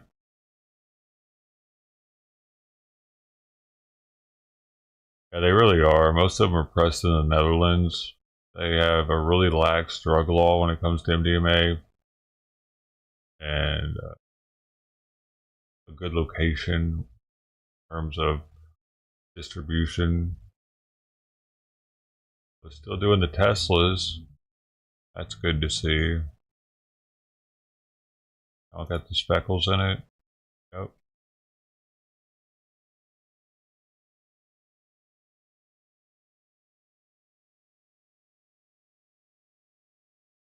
Speckles.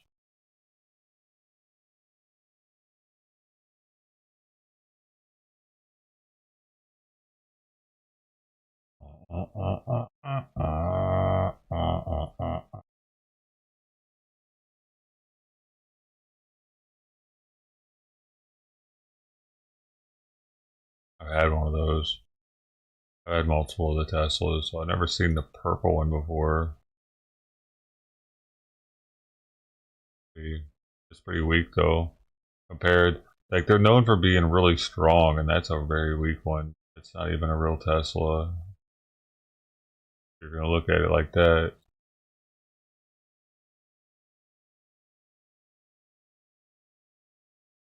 A lot of 2CB rockets, man. These NASA 2CB rockets are everywhere, dude. Switzerland, Bern, Switzerland, Zurich, Switzerland, and Lucani. So the Swiss are getting down with the 2CB. What did 2CE? Sold as DOC. What the heck are they doing over there? Those are pretty though. British pound, that's cool. Nice score, dude. Like, I've never gotten a black market pill that had a score in it like that. That's sweet. Like, those are really high quality. For this to be so, you know what I mean? So intricate, while at the same time it stayed in its form. All pretty. It could have been the dude that made them though that sent it in before putting them in a tub of other ones, but it could also be the ingredients of the pill. Less powdery, more crunchy. Could be water soluble even. If that's the case, it would definitely be more crunchy. Bro. Time is medicine.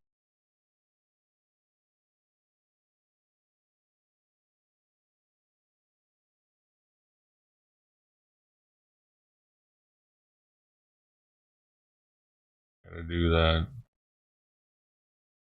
Lots of 2CB rockets. I've never even heard of these NASA pills. LSD blotter that had amphetamine on it, and what the hell is this? Lix desamethamphetamine. I mean, what is that? Hard treated for control symptoms of attention deficit. So it's actually a drug. It's like, how do they? Would there be enough on a blotter to really do something?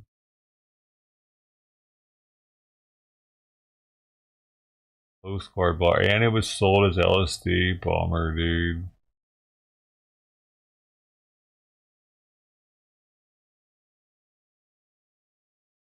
Yuck.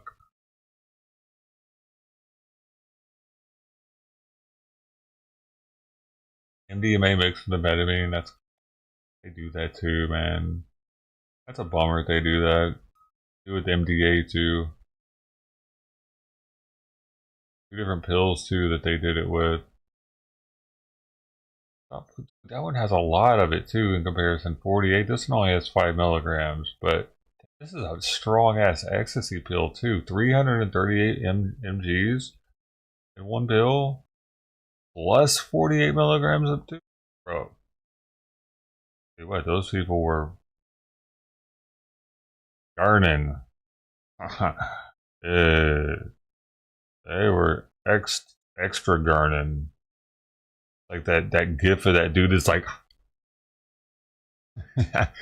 that's what he was on, probably one of those bad boys.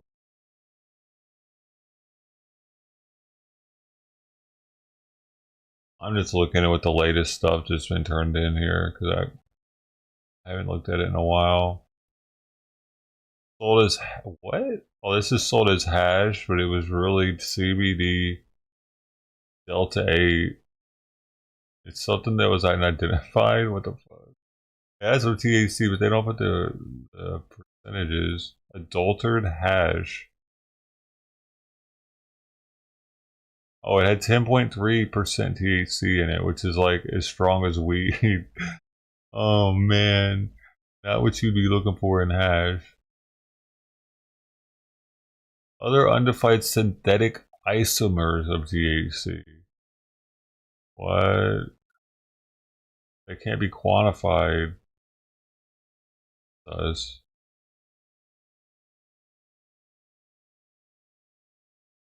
They can't confirm what the other substance is either. Wow, it's in Switzerland?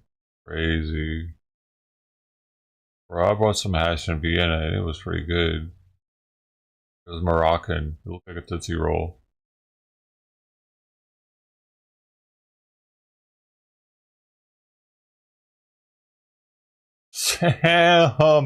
Imagine this person's dismiss.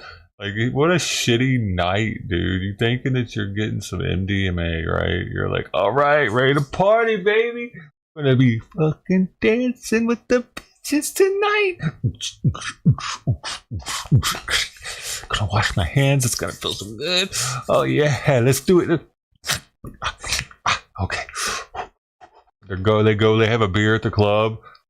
No, say they do it at the club because this shit hits pretty fast. If it's ketamine, they'd be like,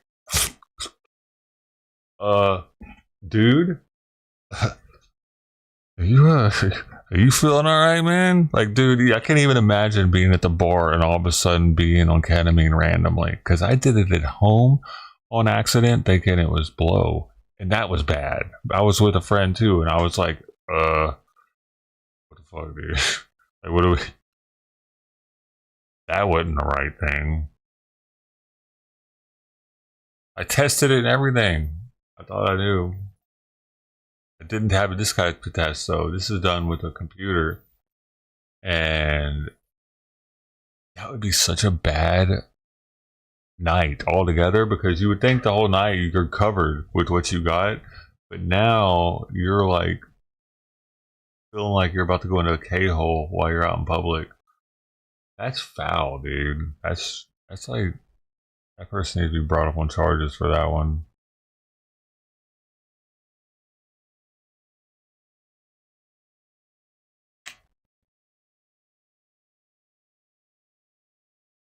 Methyl. What the heck? How do you say that? Methyl methcathinone. Methyl methcathinone. That's easy.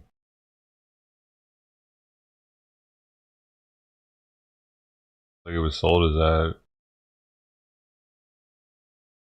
What else? What is 3-MMC?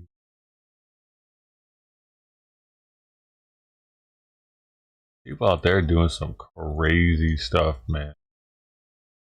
Metaphedrone, dopamine, norepinephrine, serotonin. Inhibits 3-octocodopamine and norepinephrine, and also releases serotonin to a moderate degree. Interesting. Okay, so it kind of feels like blow and ecstasy a little bit, maybe.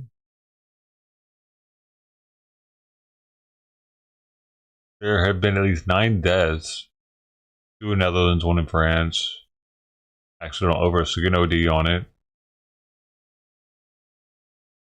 A lot of non-fatal intoxications in Poland and Sweden.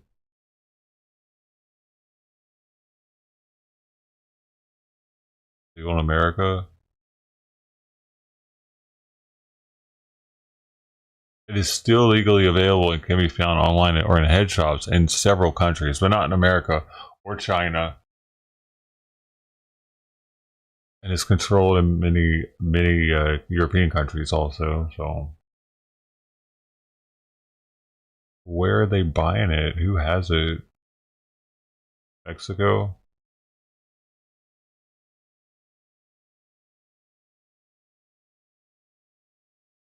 But that is the same one. Yeah, it's the one.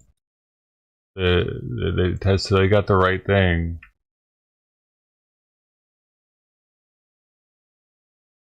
Where legal? New York have passed legislation specifically lists methamphetamine as illegal. Oh, wait, when did that happen? But in most areas, it remained legal so long as it's not sold for human consumption. Oh shit! So retailers described it as bath salts. Oh, so this is bath salts. This is one form of a bath salt, I think. Interesting.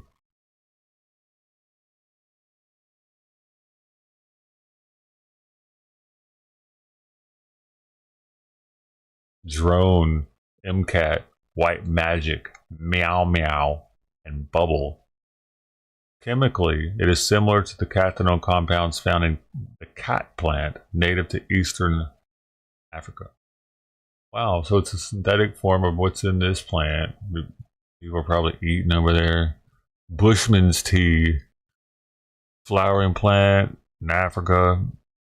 History, cultivation originated in Haro area, present-day Eastern Ethiopia.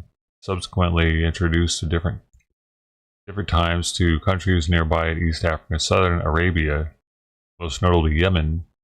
Cultivated by farmers, its leaves are sold by the market to be chewed as recreational stimulant. The world's largest consumers are Eastern Africans, Somalians, nearby Yemen, with the largest producers, exporters being Ethiopia and Kenya.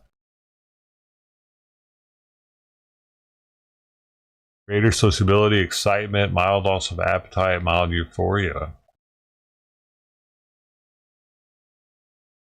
Social custom to chew it, so it's like drinking in Europe, especially among men, dating back thousands of years.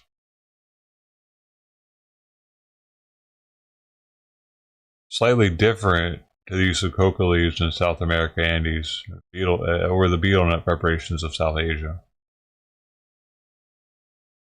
The World Health Organization classifies kite as a drug of abuse, although the WHO does not consider kite addiction to be a serious global problem. Fuck you, WHO. After COVID, can you trust the WHO? I don't think so. Maybe I should be chewing on this stuff every day. They've been doing it for thousands of years. I don't know, man. Ethiopia's not doing so good. Are you allowed to grow this here, though? What would happen if you had one of these in your backyard? Nobody would even know, dude. Tell me. Did I grow one and try it?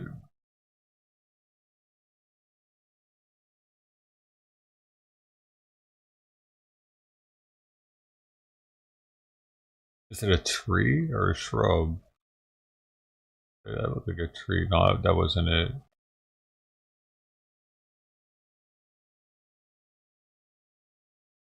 In the United States and Turkey, the botanical specimen is not prohibited, but the consumption and distribution of the harvesting leaves or possession for recreational use is illegal.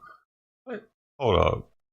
So you're telling me it's not illegal to grow in your backyard, but if you eat it, you can get in trouble?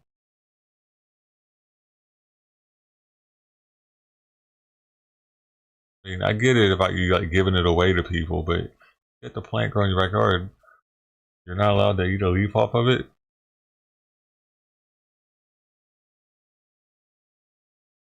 Don't tell anyone, but that would be the point. I'd want to like do it on stream. Like, yo, we're gonna eat some cotton today.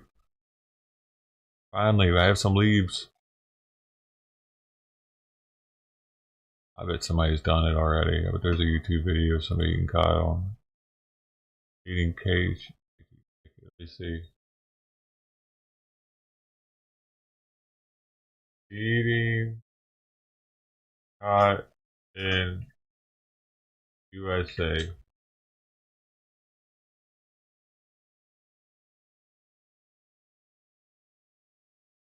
Look. So today we're going to be talking about cat, and no, not the This is from Nickelodeon 7 star years or ago. the furry pet you have in your house, but this is spelled K-H-A-T, and this is a cat hithidine. I can't pronounce it. And basically what it does is it gives you like an out-of-body experience. Like if I was on this drug, I would be like standing over there looking at me and be like, whoa, who are you? So if you're wanting to get your hands on this, you know, out-of-body experience stimulation stuff, it's probably illegal in your country. It's illegal in the United States, it's legal in France, Switzerland. It used to be like a medical, like something they discovered and they made, but now it's basically something that people make illegally, and then they chew it and then they look at themselves and think, who is that dude? The people often have car accidents after chewing cat. After chewing it, that's the only really way you take it that the internet knows about. Of course, there's stupid people doing stupid things. People have had car accidents, you kind of walk around, people are prone to screaming, all sorts of crazy behavior. So cat is grown in Africa, of course, and it looks like this, and it looks pretty nasty. It's got that, you can see the green and the reds, and they wrap it up and it just looks disgusting. But, I mean, don't you just want to take a big old chew off of that? So, here's some interesting street terms for cat. Cat, K-A-T, gat, chat, African salad. Here's some other information about the long-term effects of cat. Anorexia, gastric disorders, depression, heart disease, and cancer in your mouth. This guy's got 43 subs, and this video's got 9.7k views. At 204 dislikes for some reason, and only 39 likes. I gave him a like. Let's see. Cats. So people are doing that synthetically. Oh, what is this? See, this is one of the ones people gotta watch out for. I think this is a longer acting benzo, probably. The fake Xanax sold in Vienna. And look at that thing. It looks like a name brand Xanax. It's been a while since I've seen one, but that looks pretty right. So it ended up being this, which a ton of fake Xanax is sold with this in it, and we've had some even in Boston and Maryland, Portland, Georgia. Oh, that's Massachusetts. Massachusetts. I'm surprised China sent one in. That's funny. Arizona, Illinois.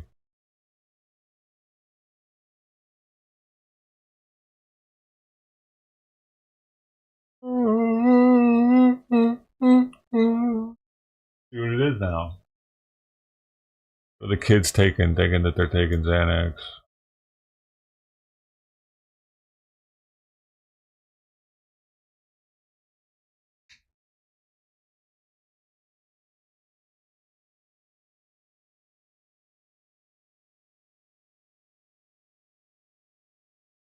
Yeah, see, there you go. So it's going to last for 6 to 14 hours, opposed to Xanax, which is more like, what, like 8 hours or something.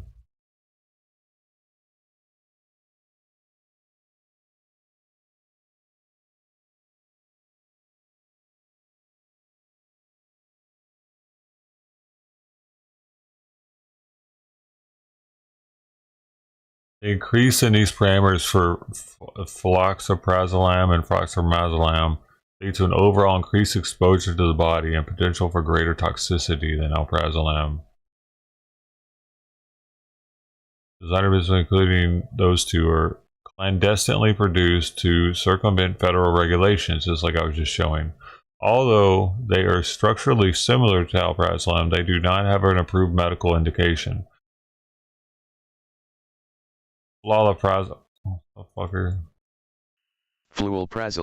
Fluoprazolam differs from alprazolam by the addition of a single fluorine atom, whereas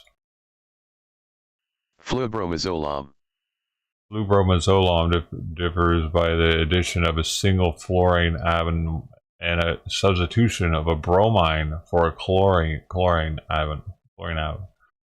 The pharmacokinetics of these designer compounds have not been extensively evaluated. In the present study, we evaluated cloprazzolam and fluorobrazolam in a rat model and compared the pharmacokinetics of both compounds to alprazolam. 12 male Sprague-Dawley rats were given 2 milligrams per kilogram subcutaneously dose of alprazolam, cloprazzolam, and fluorobrazolam, and plasma pharmacokinetic parameters were evaluated. Both compounds displayed significant twofold increases in volume of distribution and clearance. Additionally, the flu displayed a significant increase in half-life, leading to a nearly double half-life when compared to alprazolam. Findings of the study demonstrate that the flu of the alprazolam pharmacosphere increases pharmacokinetic parameters, including half-life and volume of distribution. Increase these parameters of them leads to overall increased exposure to the body and potential greater toxicity. Yeah, there you go.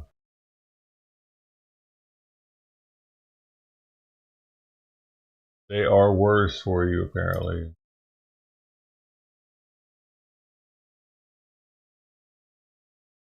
Clandestine.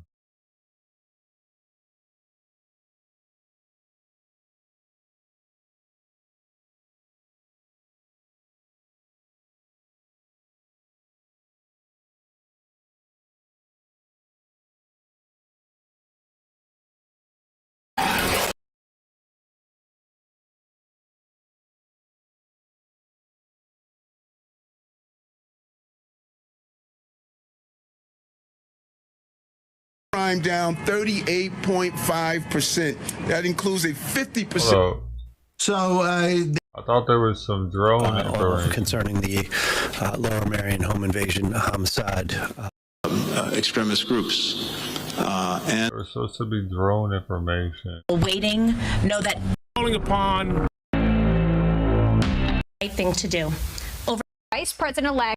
It's tip-top down. Cousins, right? Or be marked down as hyperbole. I hope the things treated. There isn't proper look or recreational. So something's not right here, and we need our government to give us a lot of Baker Acts. Wanted to harm himself.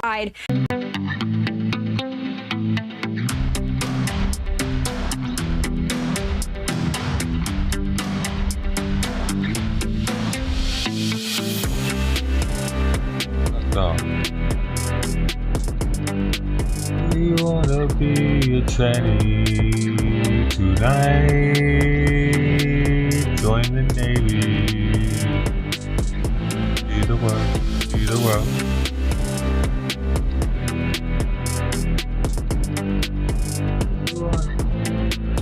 You wanna be a tranny.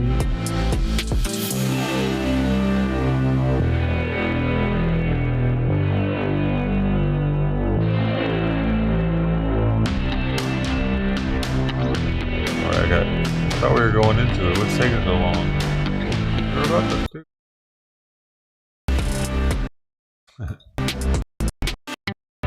It's the next story. Head back to back over. Please, your What name.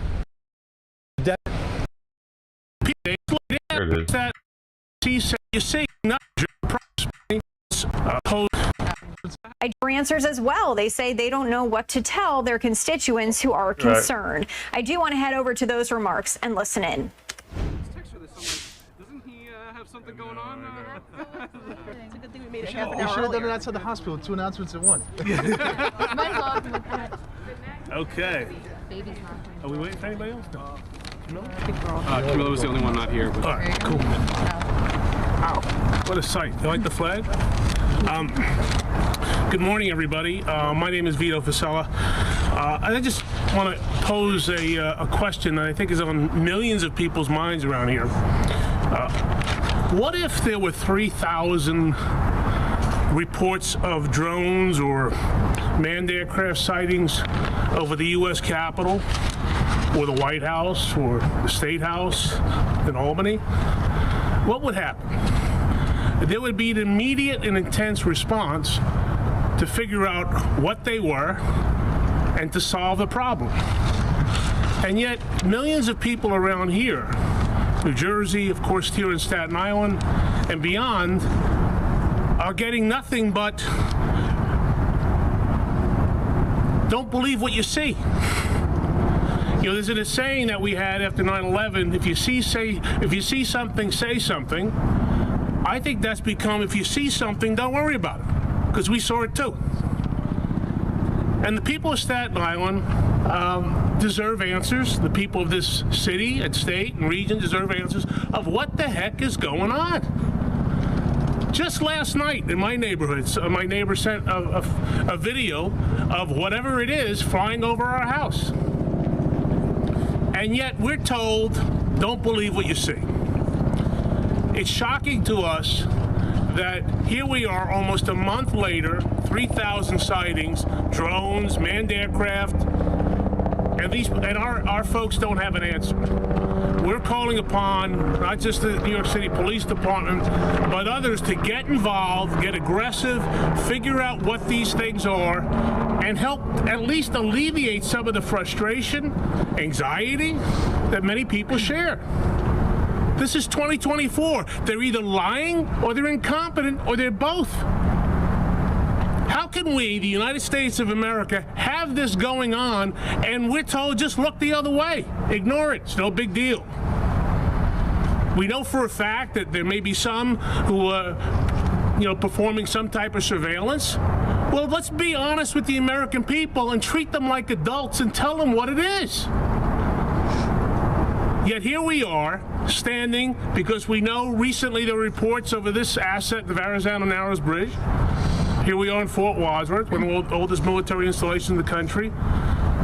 There was, we believe, a drone flying above the bridge. We also know on the other side of the island there was a drone flying over New York Container Port and the Goethals Bridge. And we're supposed to just let it be? Come on, folks, step up to the plate and be honest and truthful with the American people, the people of Staten Island, and solve this problem once and for all. We're in this together. I know we have many folks around this region who are weighing in now, and it's about time. We started a couple of weeks ago asking that, along with the Congresswoman, to include at least Staten Island in any investigation that's going on at the FAA and the FBI. And this is not to take away from them. They didn't start this problem, but they have an obligation to let us know what the heck is going on. As I said, we're all in this together, and representing us in D.C. and Congress is our Congresswoman Nicole Maliotakis. Thank you, Vito. 20 years ago, they filmed War of the Worlds on Staten Island, and now we feel like we're characters in that movie. What is happening is outrageous. Thousands of drones and unmanned aerial systems flying above us, and our government is not telling us who's operating them and for what purpose. I don't believe that the United States of America, with its military capabilities, does not know what these objects are. And what I'm asking, and what we're all asking, is for you to be straight with us and just tell us what is going on. As Vito says, this is creating havoc. People are confused, they're concerned, they have anxiety, they don't know what's going on. There's all sorts of theories that are out there. And the best way to address this is to just be honest and tell the American people what is going on. These are not recreational drones. These are not, I don't believe, commercial drones, because if they are violating existing rules and regulations, which say that they need to be under 400 feet and they can't be operating in the middle of the night between sunset and sunrise. So that leaves two options. It's our government, or there's a foreign nexus.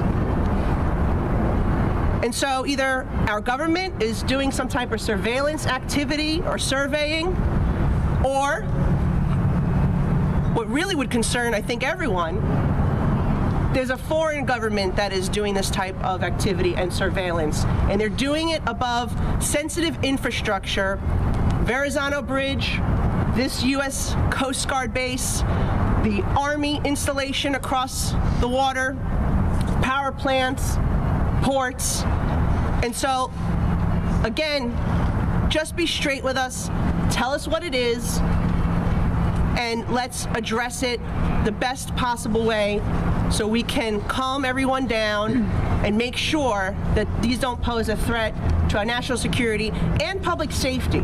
Because even if it is not nefarious, the fact that these things are flying all over is a public safety issue.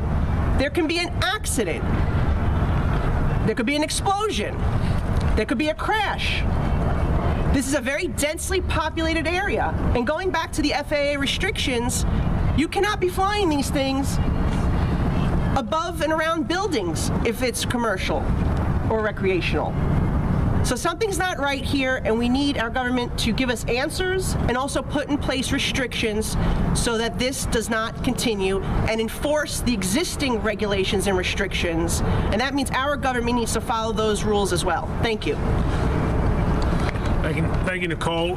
Recently, just a few days ago, we announced that the city, in partnership with the MTA, Port Authority, and others, actually took 70,000 ghost vehicles off the roads. Bikes, e-bikes, mopeds, motorcycles, and cars. And yet here we are helpless with these ghost drones flying above. We also know that, as Nicole said, this is a public safety issue, because there were reports out of New Jersey how somebody who needed to be medevaced to a hospital was prevented from doing so because of the drones. And we're just supposed to take this lightly? With us at the state level is State Senator Jessica Scarcella-Spit. Thank you. Good morning. One of the best sayings is that sunlight is always the best disinfectant. And leaving people and our community up to their own devices to decide what these drones might be, could be, and not giving the people answers from the top, from the government officials who are way higher up than any of us here locally, it's not right to us as we get hundreds upon hundreds of constituent requests and questions asking them what this is about, that we have no answer. So this is us standing today demanding an answer. We need to be able to tell our constituents what is going on. And even if you just could provide a little bit more information, is this something of ours? Is this something that you need to do for security purposes? Even if it's vague, an answer is better than look away. Don't look up. That's unacceptable. And the people of New York, the people of New Jersey, which I have friends who are complaining that there are dozens upon dozens above her house. She lives by a military installation in Jersey every single night, and nobody's doing anything. We need answers, and we need them now. Thank you. Thank you, Jessica. Now, there's also reports of why don't you shoot them down? Perhaps the President of the United States or the Governor of the state of New York or elsewhere should say or issue an executive order to allow people to shoot the things down. There are those who have said in public life, well, don't be concerned. Some of those people actually said they don't know what they are, but don't be concerned. You can't have it both ways. How can you not know what they are and say you shouldn't be concerned? So we're getting to the point of reckless rhetoric, reckless behavior, and basically, as I said before, you're either lying or incompetent to the people. State Senate Assemblyman Michael Tanuso. What's so you know about it? Thank you to the borough president for holding this press conference today. You know, tons and tons of constituents have contacted my office. I know they contacted the offices of my colleagues, and we just don't know what to tell them. We just don't know what to tell them because we're not getting any answers, and it's completely inexcusable. They owe it to the taxpayers. We owe it to the taxpayers. We, as representatives of the taxpayers, need to be able to inform our constituents of what the investigation has yielded, and we have none of that. We have none of that. They're either lying or they're incompetent. It's 2024. You mean to tell me that we don't have the means to find out what these are within our own borders, over New Jersey, over Staten Island, over the tri-state area? Completely inexcusable. And I call not just on the federal government, I call on the New York State Police, I call on the NYPD to get involved, coordinate, investigate, so we could finally get some answers for our constituents. Thank you. Thank you, Michael. Well, point of personal privilege. At 10:02, I just became a grandfather. Aren't you glad we moved the press conference up? First grandchild, Riley Parker. Congratulations. So congratulations to Kirsten and Dylan. I'm sorry about that. Not sorry about the baby. But, Boy or girl? Anyway. Boy or girl? With us, a great fighter locally in the city council, great, not just a great representative, a great person, Councilman David Carr. Thank you. Thank you so much, Borough President. Congratulations, and we appreciate your leadership. Even when, you know, family's duty calls, you're here with us today fighting. And I particularly want to thank also the Congresswoman who's been on top of this since this issue first emerged. She's been absolutely a fighter for us in D.C. and here in New York. And the truth of the matter is that the people just want to know what's going on. Communication breeds confidence. Silence breeds insecurity. And if this is really nothing, right, then just get us the answer and tell us what it is.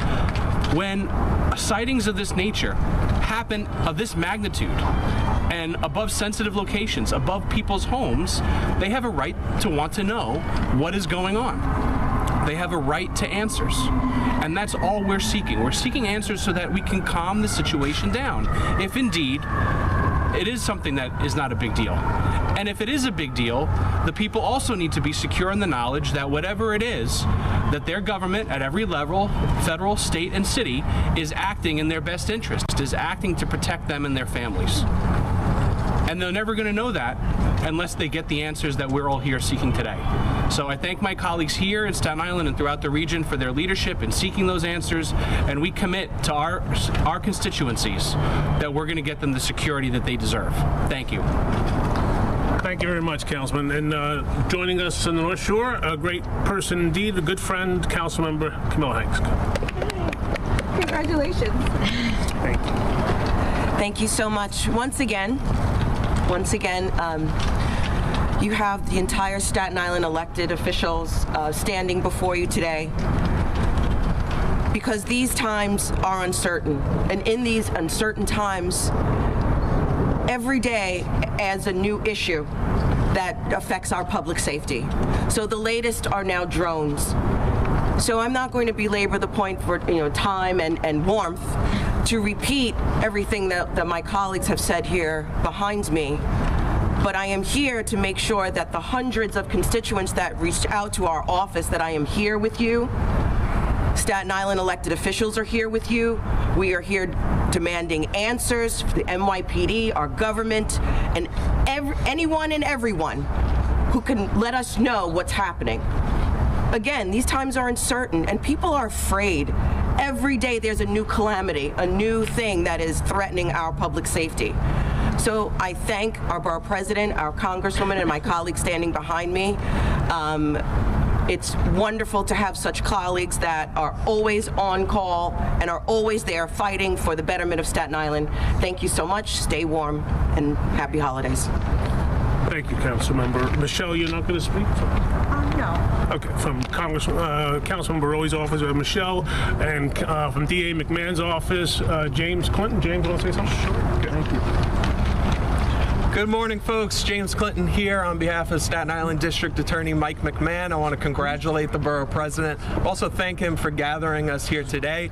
Now, you've heard some of the potential public safety risks associated with these drones. It's very easy to imagine a worst case scenario here, but we deserve to know what's flying in our skies.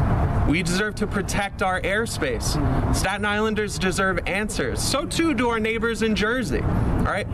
And there's another concern here, which is, we've seen this over the past 4 years, really, is when the federal government is not readily forthcoming, or even local government is not readily forthcoming with critical information that Americans are demanding, it's very easy for misinformation, disinformation, and fear to spread, which is something we all want to prevent, right?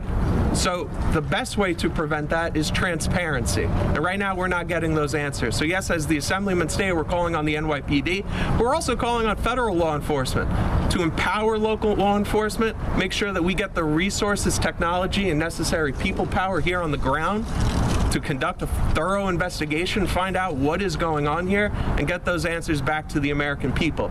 You know, the DA's office is here today because this is a nonpartisan issue. This is about government transparency and public safety. Thank you. All right, James, thank you. From Assemblyman Mike Riley's office, Denise, you have a statement? Good morning. I am Denise Pacheco. I represent Assemblymember Michael Riley. I apologize that the Assemblymember could not be here this morning. Like his colleagues before us, he is deeply concerned about the recent drone activity reported in our community. As you've seen today, we are committed to working with our partners in government and law enforcement to investigate this matter. And we'll continue to monitor the situation as it develops.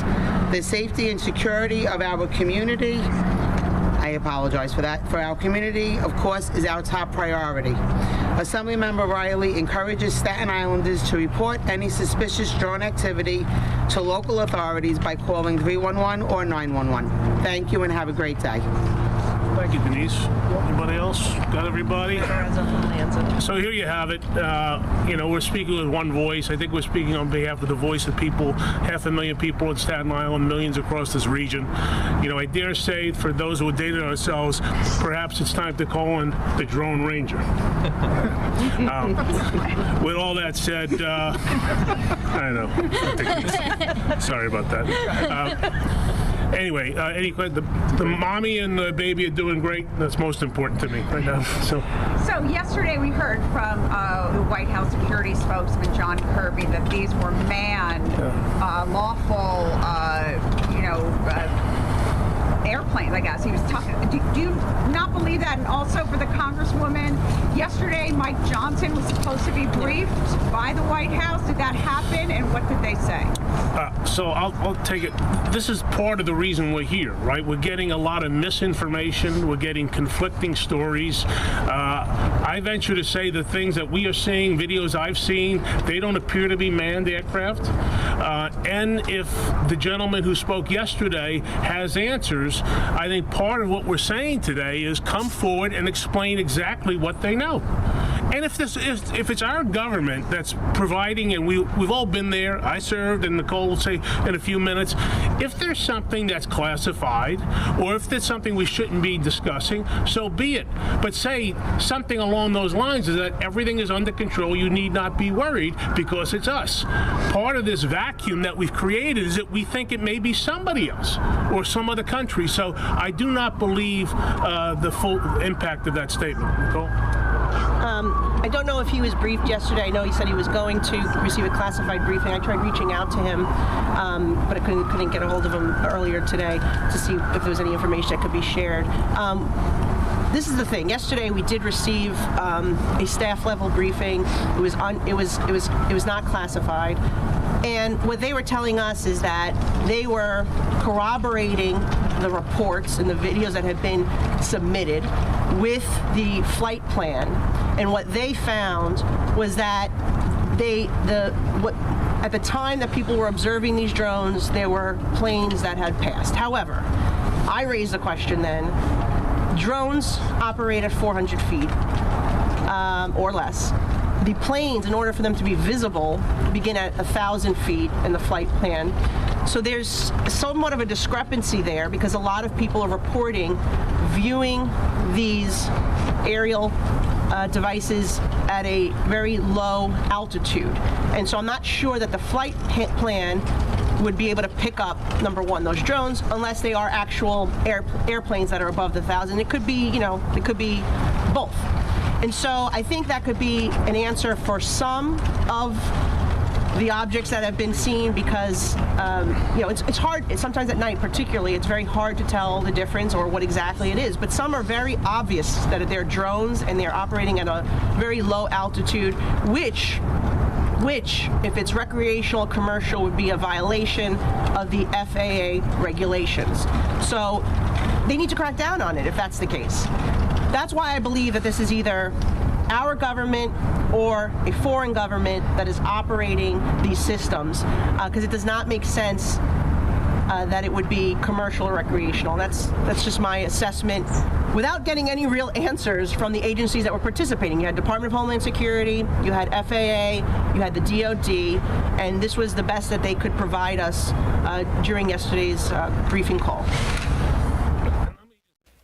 All right, again, listening in a little bit earlier this morning to Staten Island, New York officials as they are calling for more information on these drones. People in the New York region concerned that the drones may be sharing airspace with commercial airlines, and they're demanding now more transparency from the Biden administration. I did also want to show you this other live event that is set to start here momentarily. This is out of New York City. We are supposed to hear in a few moments from Mayor Eric Adams. He's making a public safety related announcement. We are going to go away for a 2-minute break and we'll bring this to you in full.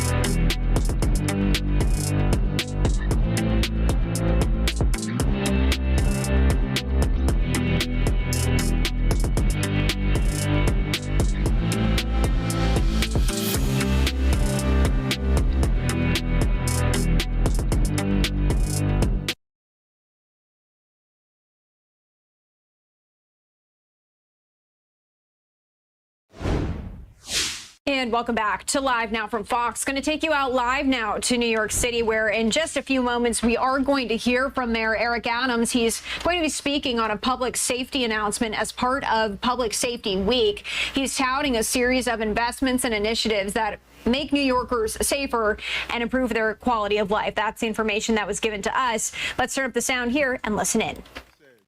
Thank you so much, Deputy Mayor Parker, when you think about being here in a few weeks, we're going to have hundreds of thousands of people that will bring in the new year here in New York. And to those who are tourists, how many of you are tourists out there visiting New York? Okay, number one rule, spend money. Spend a lot of money.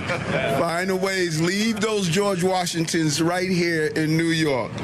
Really proud, and I want to take my hat off to the police commissioner and our law enforcement team that's standing here and our partners throughout the city, but particularly Deputy Mayor Parker, Deputy Mayor of Public Safety, for his real initiative around Public Safety Week and highlighting all of the initiatives that we're putting in place to keep people safe. Not only everyday New Yorkers, but those who are coming here to visit, that rise our subway system, visit our theaters, and enjoy this beautiful place as Times Square, and knowing that you could come here and be safe in the process. And that's what Public Safety Week is all about. In the Times Square Alliance, you guys have been a partner with us. You got somebody there as a good Samaritan, maybe.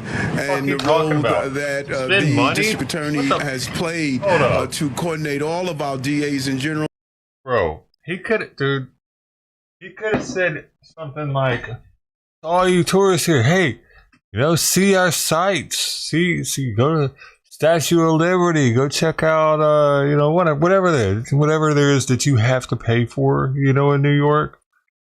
Instead, he just blatantly says, leave your Washingtons here or whatever. Like, what the fuck kind of bullshit is that? What a money-hungry little grubby city. Like, who would want to go to New York, man? Come here. Spend your money, not showcase what there is in New York while he has a chance to do that, because I really don't know what there is besides the Statue of Liberty. What the fuck I want to go to New York for? What can I buy in New York that I can't buy elsewhere? But specifically here in Manhattan, so we really want to thank all that it takes. It's not safe an entire there. Village to keep us safe, and each aspect of that village must play its role. And our commitment is clear. I've stated this over and over again. The prerequisite to our prosperity is public safety. We have to be safe. I know what I'm families talking must about. be safe, Okay. our communities must be safe, and our businesses must be safe. And because the continuous decrease in crime, you are seeing the recovery of this city at a pace that no one thought was possible. More businesses are open in the city history. More small businesses are up and operating in the city history. Our economy is thriving. Our workers are returning back to the office space. Our ridership on the subway system continuing to increase. You're seeing a city that is leading the way on public safety in so many manners. And I'm committed to public safety. As a former police officer, I know how important it is, and we intend to build on the last 3 years of success as we move forward. And we came into office with that clear mission and that clear guideline. But what's interesting here, and I said it in January 2022, and I'm going to say it now, the numbers mean a lot, but how do people feel? The numbers have to reflect the feeling. People must be safe and they must feel safe, and that is exactly what we will continue to do. Overall major crime in the Times Square area is down 22% over the last 11 months. This reduction is robbery at down 6.9%. Grand larceny is down 29%, and a 63% drop in stolen cars. The last 28 days have particularly been successful, with major crime down 38.5%. That includes a 50% drop in felony assault and a 100% drop in stolen cars. We're committed. Cold outside, and Mexicans and South Americans aren't used to that shit. Including staying inside the right now. investigation of last week's brazen killing of United Healthcare CEO Brian Thompson here in Midtown Manhattan. And I know the DA is going to allude to that, but this morning I was briefed by the police commissioner. He has not waived his extradition yet. We're going to continue to move forward, but he should be, and I will continue to say, be prosecuted here in New York City. We also know that this city has done an amazing job to keep everyday business leaders confident that this city will continue to be a safe place to operate your business. And today, with our partners at the Times Square Alliance, the Garment District Alliance, and from the Midtown community, we're here to celebrate the success of our Community Link program and that aggressively enforces our quality of life issue. Quality of life is part of public safety, and we must ensure that we improve on our quality of life. This is a successful multi-agency effort that addresses the everyday problems that are so important to our daily lives, including removing ghost cars. Unbelievable initiative, almost 70,000 removed of illegal vehicles off our streets that were used to terrorize the people of this city, and we're moving forward to that. Did you say but also those pesky vendors 70,000? and the pedicabs that are trying to overcharge our tourists and visitors. We are focusing on these initiatives to improve the quality of life, and Community Link program has been extraordinarily successful in neighborhoods across New York City. In total, issuing nearly 16,000 summonses, conducting 1,000 operations, and resolving nearly 730 complaints since launching May of 2023. The program also helps us connect New Yorkers with support and services they need, including over 200 New Yorkers in need of shelter, to make sure those in crisis get the help that they deserve and the help that they need. There's nothing dignified about living on the street. We were very clear on that. If you take an analysis and a view of this city, you don't see the encampments that are plaguing other cities. We are placing people into housing and making sure they get the services they want. So our goal is to increase the NYPD's presence. That's not it. They're moving to here, where it's warmer. California incentivizes people to come across the country on a Greyhound bus to be homeless here. They do. I was one of them. I knew I had a veterans program. Well, I didn't know I was going to get accepted. It wasn't a guaranteed thing.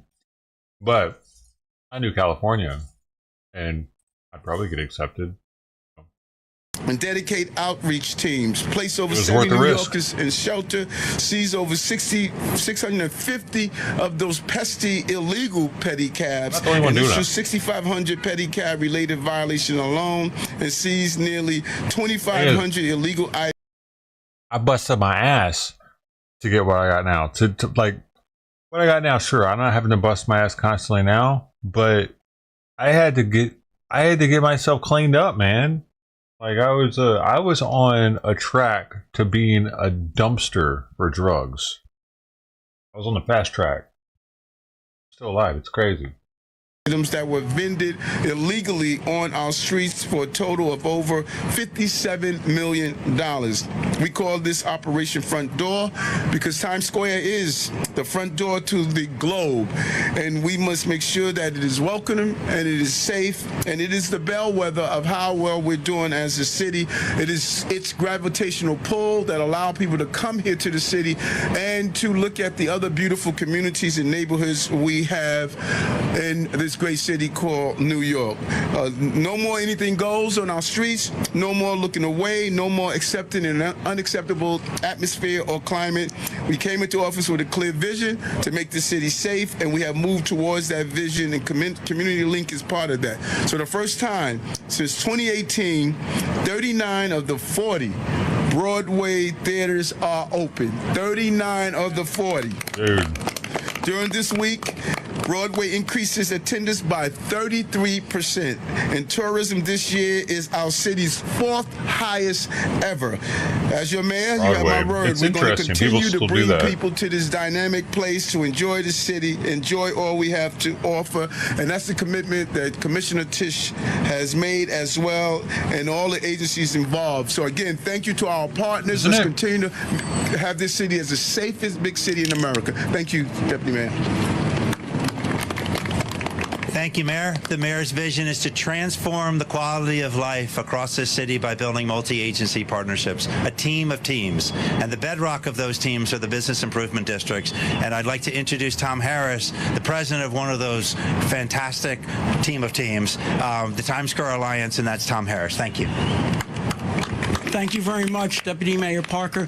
Thank you, Mayor Adams. Thank you, DA Bragg. And a special thanks to all the city agencies. So Public safety is a team sport, and we all need to be on the field fighting. Uncomfortable seats. Fighting to win. And in Midtown, we are doing that. This Midtown Improvement Coalition focuses on smaller issues and looks to bring the resources from all of the city agencies to solve those issues. From providing service and support to our most needy on the streets, to addressing the predatory pedicabs or the rogue peddlers that are on our street. The coalition has had successes throughout these months. Just last week at one of our meetings, we focused on one of the unhoused individuals in the area, and we really wanted to provide all the resources to that person that we could. By Saturday night, he was in supportive housing, and that's a win. That's a win for him. That's a win for the city when we can use the resources that we have to solve those challenges. This one's going to be crazy. A community that works together is a community that works. It's going to be one crazy ass coalition that Midtown is working with all of the city agencies to solve the problems. Thank you again, Mayor Adams. Thank you, DA Bragg, and special thanks to all of the city agencies. We could not do it without you. La migra, la migra, la migra, like they were back in the 90s. We're just listening into that live event as New York City Mayor Eric Adams and other officials are speaking on Public Safety Week and new initiatives. But you're going to head back to that. We just do have to sneak in this 2-minute break. Thanks for watching Live Now from Fox.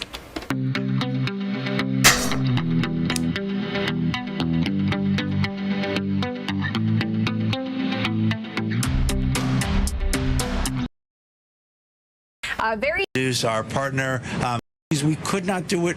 A team of the Link program. See the struggles that so many. Governor Kathy Hochul as she spoke about groceries and grocery prices. We are going to pivot to that. If we do see any of these other live events starting here, we will bring those to you. And I wanted to come here to a store that I've shopped in before, just much like the Tops that was around the corner from where we grew up, where I spent countless hours as a young mom trying to make ends meet at a time when I wasn't working. My husband had a public servant, so the income was not that high. And I know personally what it was like when those bills would come in every month.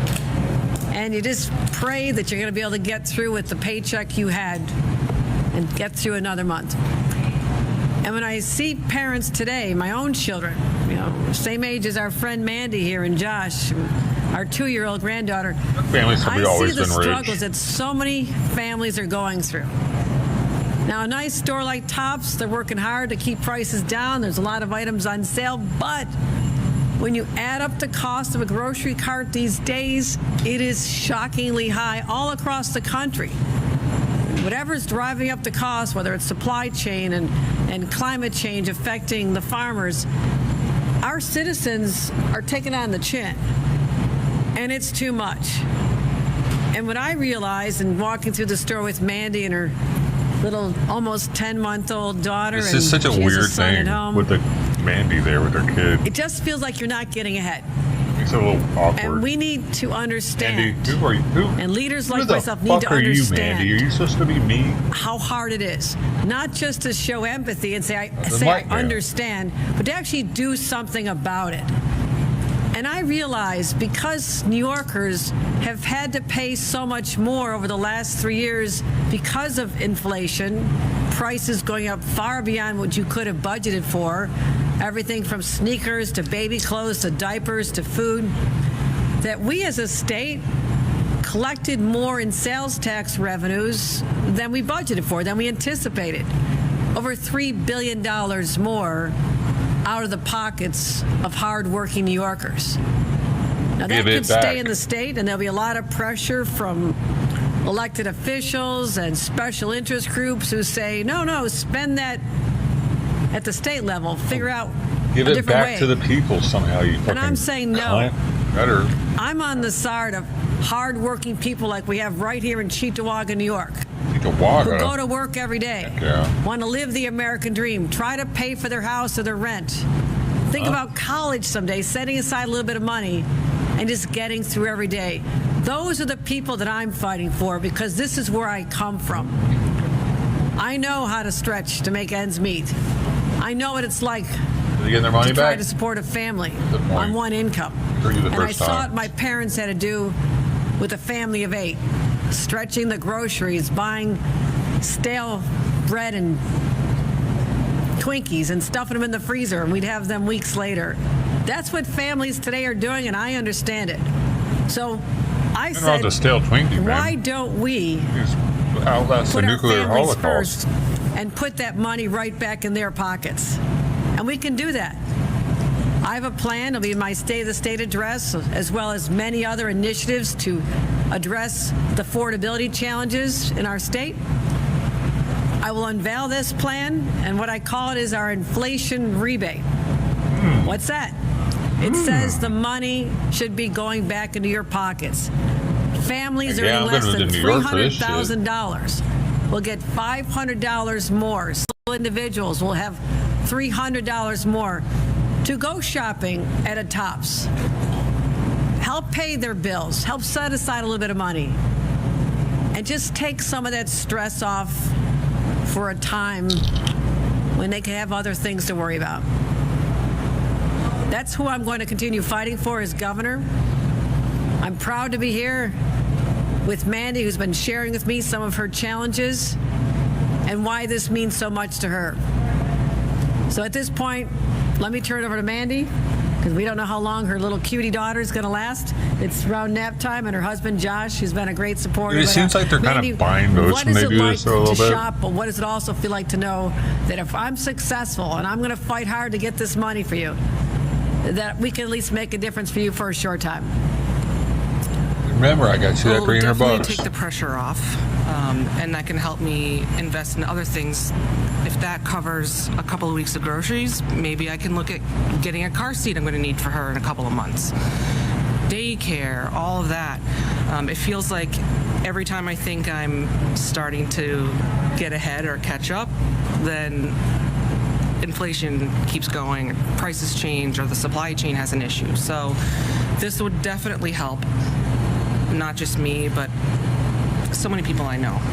Affordability is a problem, and thank you for addressing it. All right. Thank you, Mandy. Appreciate you coming here today, and we'll let you get back to your $300, that's going to solve everything?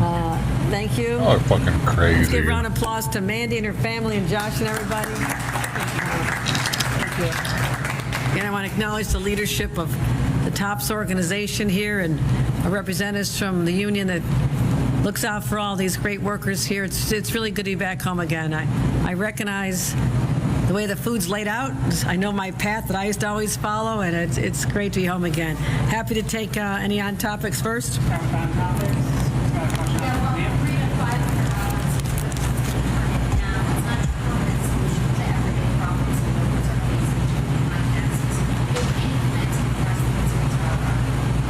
Yes. What we've already done since I've been governor, a middle-class tax cut, expedited that. We had a property tax cut. We also, when you think about education costs, we made tuition assistance available to more people and to people who are part-time students. We are helping families with childcare, which is a huge driver of their expenses when you have little ones.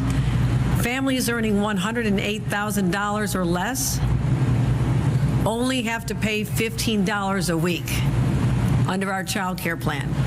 That's a big difference for them, as well as increasing the child tax credit. When I first became governor, there was a tax credit for children 4 years old and up. But I said, I'm a mom. The most expensive time was when they're babies. They grow out of everything, the formula, the diapers. So newborns on up get this tax credit. We announced our summer of affordability. We put money back in people's pockets for everything from food to their telling them that we'd have money for their heating costs. So I understand that this isn't going to solve all problems, but it's acknowledgement that money back in your pocket, the people of New York, is where it belongs, not in the state coffers. I want them to have it. I want to relieve the stress for at least a short time, but also all the other policies that I've done already, but will continue to do. And the inflation, I ensured that we were the first time ever, that our minimum wage, as it went up, also went up with the rate of inflation. We did that even before inflation was an issue. So your wages, if you're a minimum wage earner, go up higher if inflation goes up higher. So those are some of the things that we've done to address the affordability crisis. And then inflation just keeps going up. And then All right, again, wages some keep comments going up. there And from New York inflation just Governor keeps going Kathy up. And Hochul wages as she is speaking on What do you inflation mean, as well as lady? grocery prices. And we are going to pivot She back said, to that. We just have to go away federal for a government, 2-minute you break want to here cause on Live inflation? Now from Fox. Thanks We'll for just watching. pay a bunch more here. Now rent's going to be more everywhere too, because landlords will be like, well, you can afford it. You know you're getting paid more. Everybody gets paid more now. We want to get paid more too.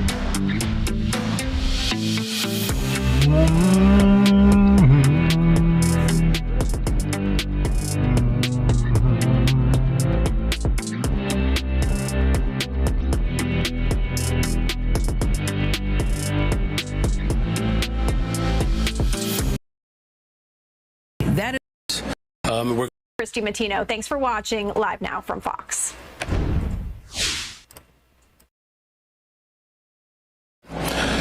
The reality is we're very close, but we're still not there yet, and that's why we recessed for today, ready to begin again on Monday. We're going to keep working, and we're going to keep collaborating with alders to pass a balanced budget before the end of the year. We have been in very fruitful conversations and making some good progress. We're not going to stop doing that. I am still very optimistic that we will pass a balanced budget before the end of the year that keeps our city up and running and does not cut vital city services. And of course, we continue to invest in people. And with that, I'm open to questions. There'll be one question, one follow-up. Good afternoon, Mayor. Good afternoon. The alders tell me that they need to see more efficiencies for this to pass, and they need to see bridge building and relationship repair for it to pass. Are you going to be working on talking to those whose relationships you need to repair over the weekend, and where might you be willing to make more cuts? Well, there are many ideas that are still coming in. We're reviewing all of them. This process from the very beginning has purpose to collaborate and bring people together. I'm very grateful that our alders have leaned in a very fantastic way to build a budget that is balanced, that speaks to the values of the people of the city of Chicago.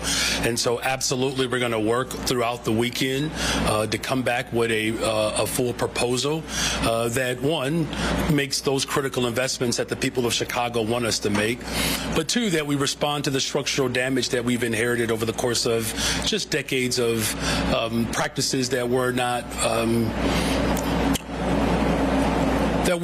useful, quite frankly, for the people of Chicago. And then, of course, I'm open to ideas where efficiencies can be drawn so that, again, we make sure that government is showing up in the most pristine ways possible. So we're going to work hard this weekend to do just that. Which areas are you looking? Will you look again? at those We're taking ideas from every direction, and again, as collaborator in chief, I'm very heartened by the engagement from City Council. It's been a very remarkable journey, and I'm very encouraged by it. Good morning. Good afternoon. Good afternoon, you're right. Some aldermen say that they're not going to support any hike on property taxes. Do you think you can have a budget that doesn't have any kind of hike on property taxes? Well, as I said from the very beginning, this is about investing in critical services, and people of Chicago want to see us do that, and this budget certainly reflects that. From the very beginning, I said that, we didn't, want to draw, into a situation where we would raise property taxes. Unfortunately, certain measures that were eliminated from our budget, like the PPRT, for instance, which was conservatively $160 million. The expiration of that particular tax certainly made this dynamic a little harder to achieve. However, as I've said repeatedly, if you're asking me if I'm open to ideas that could draw us down to a point where there's no raise in property taxes, all of those ideas are welcome. Off topic, what is your reaction to Tom Homan comments saying that the massive deportations will start here in Chicago? Well, as I said from the very beginning, my responsibility in this moment is to invest and protect people. And we're going to continue to invest in people and protect people. We're going to protect people who see public education as a human right. We're going to protect people, of course, who are here, who have migrated or immigrated here to this city. We're going to protect people who believe in public housing. That's something else that this incoming administration has threatened. So whether it's education, whether it's immigration, whether it's housing, whether it's environment, all of the things that this current incoming administration has threatened, I'm going to continue to protect people of this city, working people, and we're going to continue to invest in them. Thank you for that question. Good afternoon, Mr. Mayor. Good afternoon. A group of aldermen held a news conference shortly after the council session ended, and when we brought up the phrase collaborator-in-chief, they didn't take it seriously. They don't think you've done enough to reach across the council chamber to accept the changes that they are offering. One of the ideas that came up earlier in the day was to permanently eliminate the vacant police positions. How do you stand on that, and do you think you've done enough to reach out to the council members who say that with your help they could easily come up with a budget? Our team is working hard to work with every single alder as well as other stakeholders, right? It's alders, it's other interest groups, it's labor. We have worked around the clock, essentially, to bring people together. And that process will continue over the weekend. And, what I can say is that I know that Alders Beal and Riley have proposed dialing back on keeping open these police vacancies, services in which people are anticipating if those services if we're paying for services that individuals are not getting, I understand why Alderman Beal and Alderman Riley have brought that forward. It's a solution that we're willing to consider. Would you sign off on a budget that does not include a $68 million property tax increase? Well, again, what I've said from the very beginning, that I'm committed to making sure that our budget reflects the values of the people of Chicago. I know the people of Chicago don't want to see cuts to services, and we're going to continue to work through the weekend and accept more ideas that come in throughout this process to ensure that a balanced budget is achieved that reflects the values of the people of Chicago. Hi, good afternoon, Mayor. Good afternoon. I'm sorry, there's just a bunch of stuff going on up here, y'all. They're okay. They're okay. I'm like, what in the world? All right, go ahead. It's all good. I didn't mean to embarrass you all. All right, go ahead. I'm sorry. No, you're fine. With Monday's meeting being recessed, realistically, with you all working, around the clock throughout the weekend, do you believe that this budget can actually be passed on Monday? I mean, if you're asking me if it's going to be close, yes, it's going to be close, right? If that's what you're asking me, look, I am confident in the alders who have really demonstrated just a remarkable interest and a tenacity, quite frankly, that the people of Chicago should be very proud of. And so that tenacity, along with the full force of my operation to continue to put forth a balanced budget that reflects the values of the people of Chicago, yes, I still remain very much optimistic. Good afternoon. Thank you for taking the questions. You're welcome. My question is about what contingency plans the city of Chicago has if the budget is not passed by December 31st. Is there something like the federal government has, like a continuing resolution or some other plan? So I'm going to turn it over to my budget director. Again, our goal is to ultimately pass a balanced budget that reflects the values of the people of Chicago. We are not Congress, so we don't mint money. If there is no budget by the end of the year, there's no appropriations for services to continue. Good afternoon, Annette Guzman, Budget Director.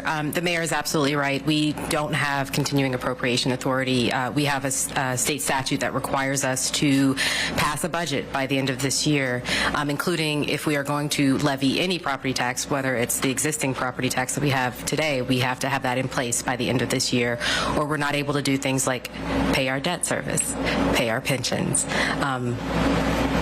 Pensions?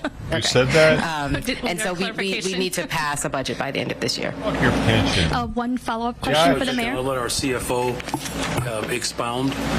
The only item we have a continuing. All right, what you're listening to right there is actually a news conference that has been underway here for just about 30 minutes or so. They have been talking to the mayor of Chicago, all of it about the budget. So we'll make sure to bring you any updates that come in from that area right here on Live Now from Fox. I do want to get to the latest on a story that we have been following very closely here on Live Now. The New York City Police Department saying Luigi Mangione was never a client of the medical insurer and may have targeted it because of its size and influence. During a media interview, NYPD Chief of Detectives Joseph Kenney revealed that investigators had uncovered evidence that Mangione had prior knowledge that United Healthcare was holding its annual investor conference in New York City. Kenney added that Mangione mentioned the insurance company in a note that was found with him during his arrest at a McDonald's over in Altoona, Pennsylvania, about 230 miles from the crime scene.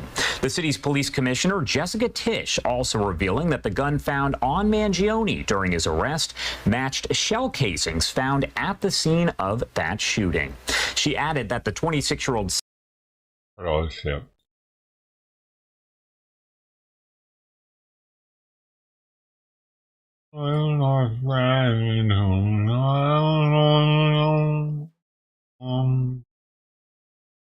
Bans soliciting Eyes from cancer, the family raising money for a funeral. The message is heartbreaking. If only it was true. Arizona's Family Investigates has spotted these signs popping up on street corners around the valley for months. But what we found may have you thinking twice before handing over any cash. Thank you, thank you, thank you. Hey, what'd she die of?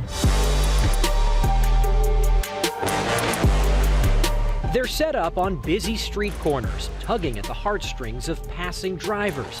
A desperate plea designed to convince drivers to donate money to pay for a child's funeral, a child who recently died from cancer. On the surface, it looks like so many other panhandlers collecting cash in plastic jugs. But it turns out there's something more sinister and widespread going on.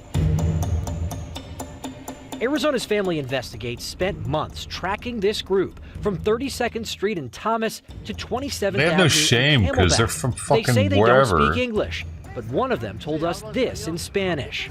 ¿Cuándo murió? 2 días.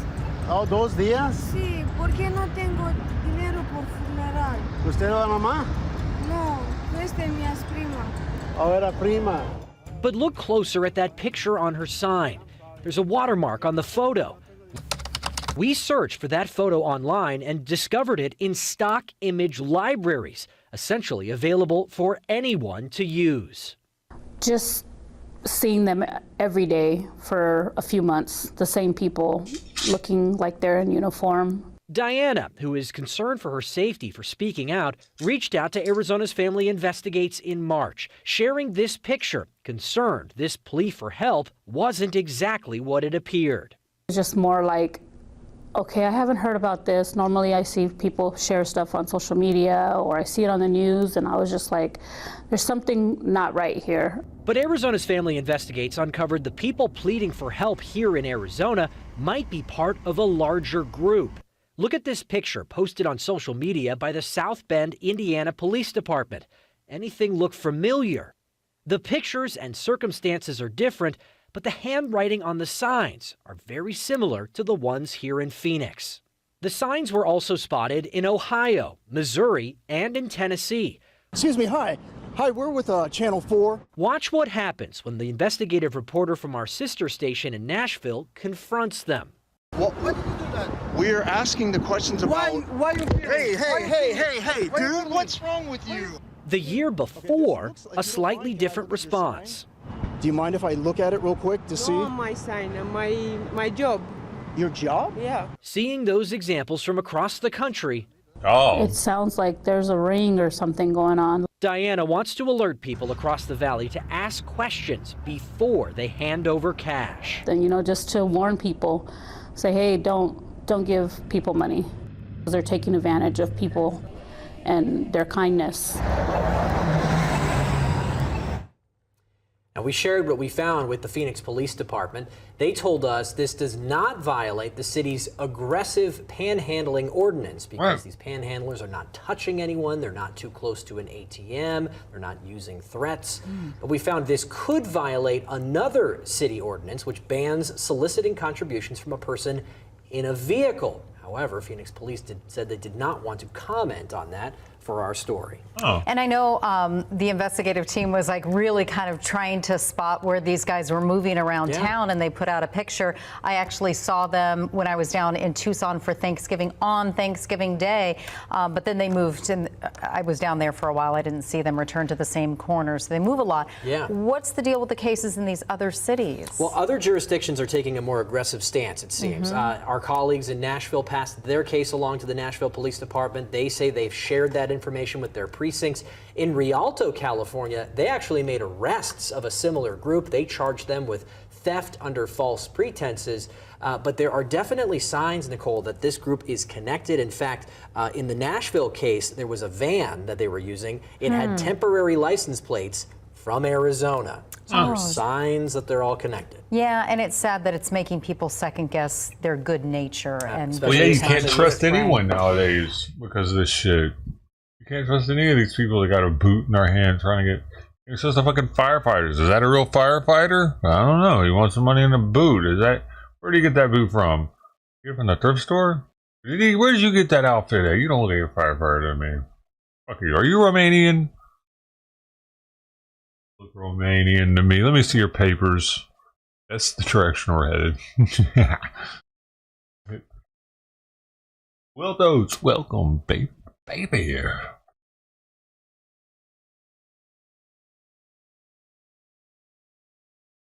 Because then you got the violin scammers too that are supposedly like the Romanian violin scammer. You seen that where they're acting like they're playing music, but it's a recording? Is that it? Am I thinking right? There's something like that. Strange is an understatement when it comes to the Waltzes. Their latest bizarre video meant for their daughter captures Tim and Gwen Waltz decorating their Christmas tree. I think those are the people that got arrested, actually, in California, were the violin people, possibly. And strange commentary. Hey, Hope, Mom and Dad here. Hey, Hoper girl. Finishing decorating the family tree in the living room, or in our family room here, and it's all of the handmade ornaments over the years. So we were thinking of you, and I just wanted to show you a couple. We were cracking up about a couple of these, so I'll try it. Here you go. Take a look at this. Look at those pretty sparklies you 2005. There. Here's Children Are Like Snowflakes. Each one is unique. Right there, you're on a little reindeer at Roxanne's house. All right. And here's Gus, your brother. There, he made us that one from basketball. When he was dunking. So anyway, hey, Hope, we got the final one. You're going to love this. Toilet paper roll angel. You made it. Do you see your little hands here? Little hands on the back. Are the angel wings. So here we go, on the tree. Not on a real tree, but on this family tree. Oh, Dad got it on there. Joy to the world. All right. There you go. I know you're missing your Griswold family. Decorate your house for Christmas. We're thinking of you. Love you, Hope. Bye.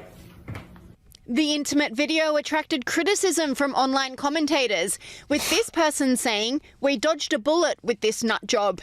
This person agreed, saying the Waltz family is very strange. Something is off. America dodged a bullet. And this is just the latest in a string of strange videos released by the Waltzes, which could have remained private. Hey everybody, Tim here. It's happy December, winter in Minnesota, so I am working in a garage that is somewhat heated, but I have a couple projects I was going to do. I have to show them to you. I got a 22-year-old little E-Series BMW, kind of a neat little car, but replacing the switches here. If you look on this on the middle console, this is the window switches you're looking at right there. And they just didn't work anymore. Didn't pull them up. They're kind of plug and play. And it's not only Tim and Gwen Waltz who are posting questionable videos.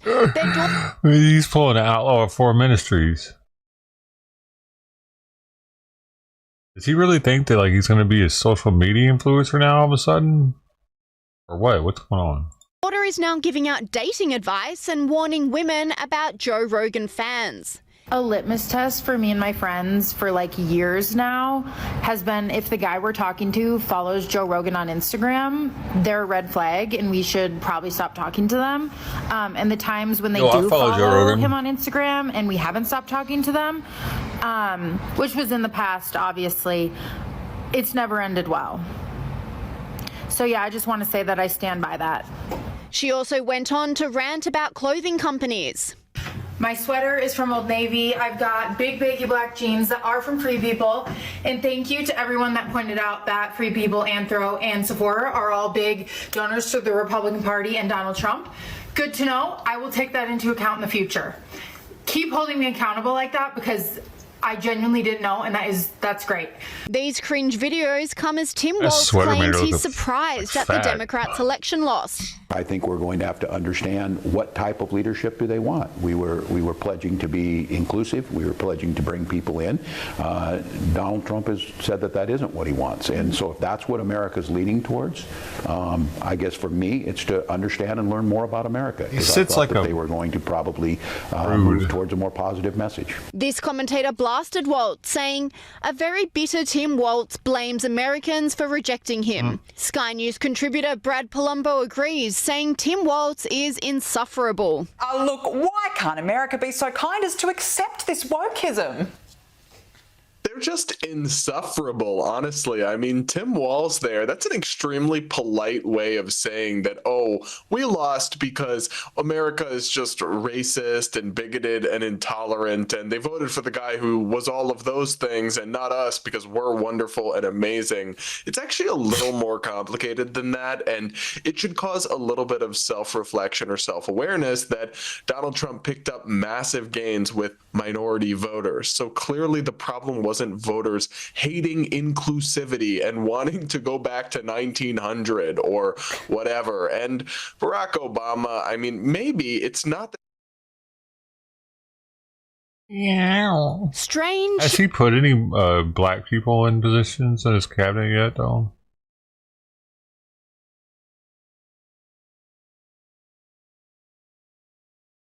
Looks like I'm going to have to throw out that food.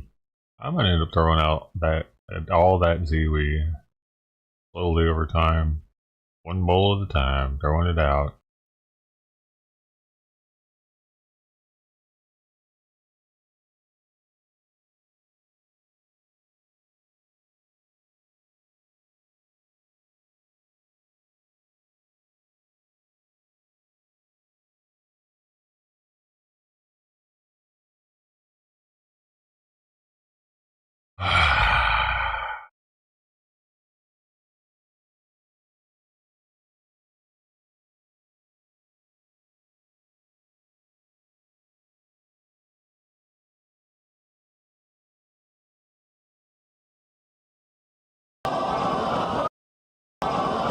Whoa. Syria.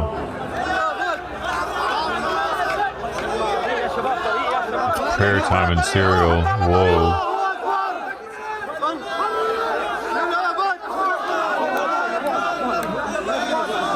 This guy could get assassinated at any time.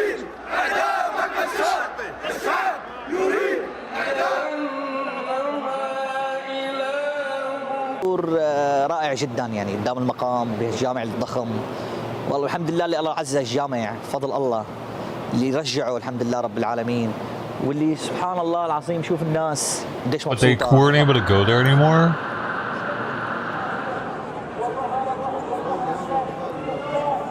لعيونك يا شعب يا ساير لعيونك يا شعب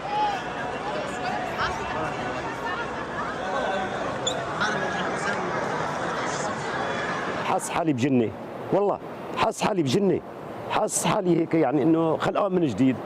هالسنين اللي مضت كليتها كانت عصر هيك يعني ما معصورين هيك مخنوقين وغصب عنا عم نمشي يعني. الأحياء منهم والأموات إن النصر وتحرير الأرض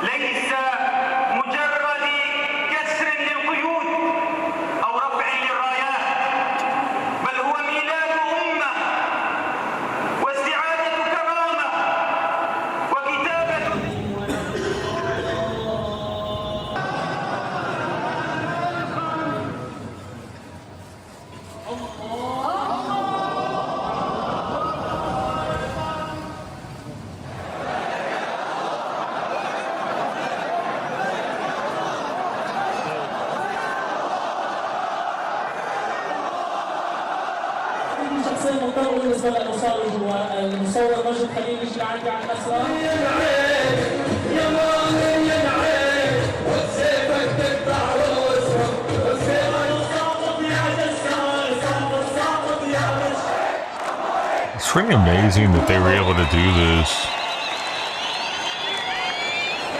They freaking took over their government, man. That's wild. They finally did it. Remember, I had a liquor store across the street from me I'd always go to. He was Syrian, and he would always be listening to Syrian radio, and I'd talk to him because the news, it would always talk about it back in, what was that, like 2010, 2011. Syria was always in the news. And I'd be like, hey, how things back home, you know? He'd be like, yeah, it's bad. I'm still fighting. I wonder if they're super stoked on it. They're probably for their relatives that are still back at home.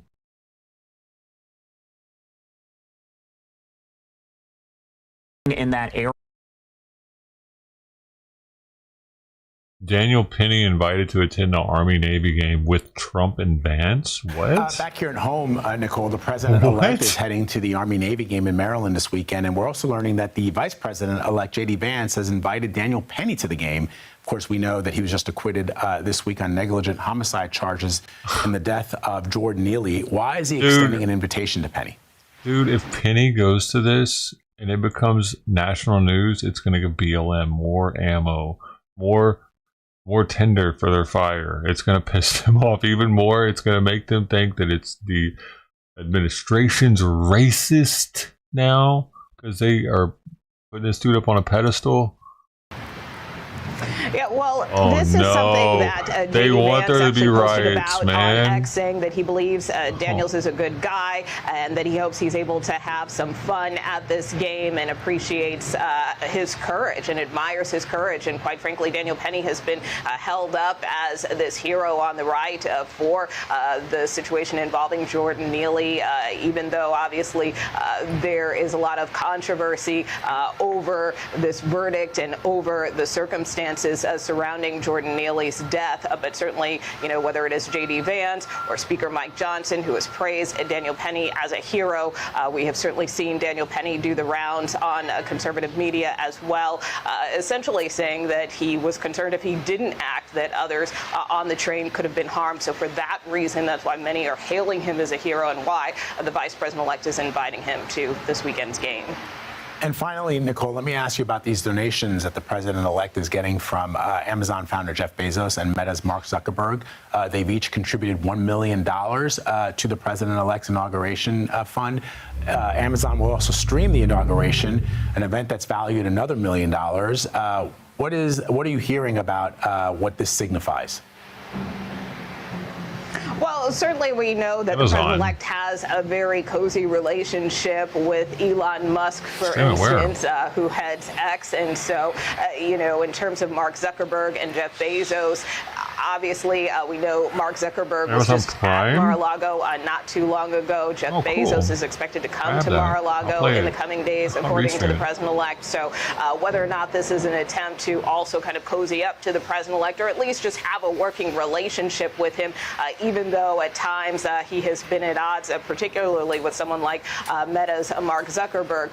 For that reason, that could be a part of why he is getting those donations, although for some of these companies' parts, they argue that this is something that they also offered up during Biden's inauguration. So they're not trying to be partisan in making these types of donations to the upcoming inauguration. All right, Nicole Killian for us this morning. Thank you, Nicole. I wonder if it would be more copyrighted, though, the Amazon Prime version of it. I wonder if they'll get me. Oh, yeah, everybody's kissing his ass now, really, is what it is.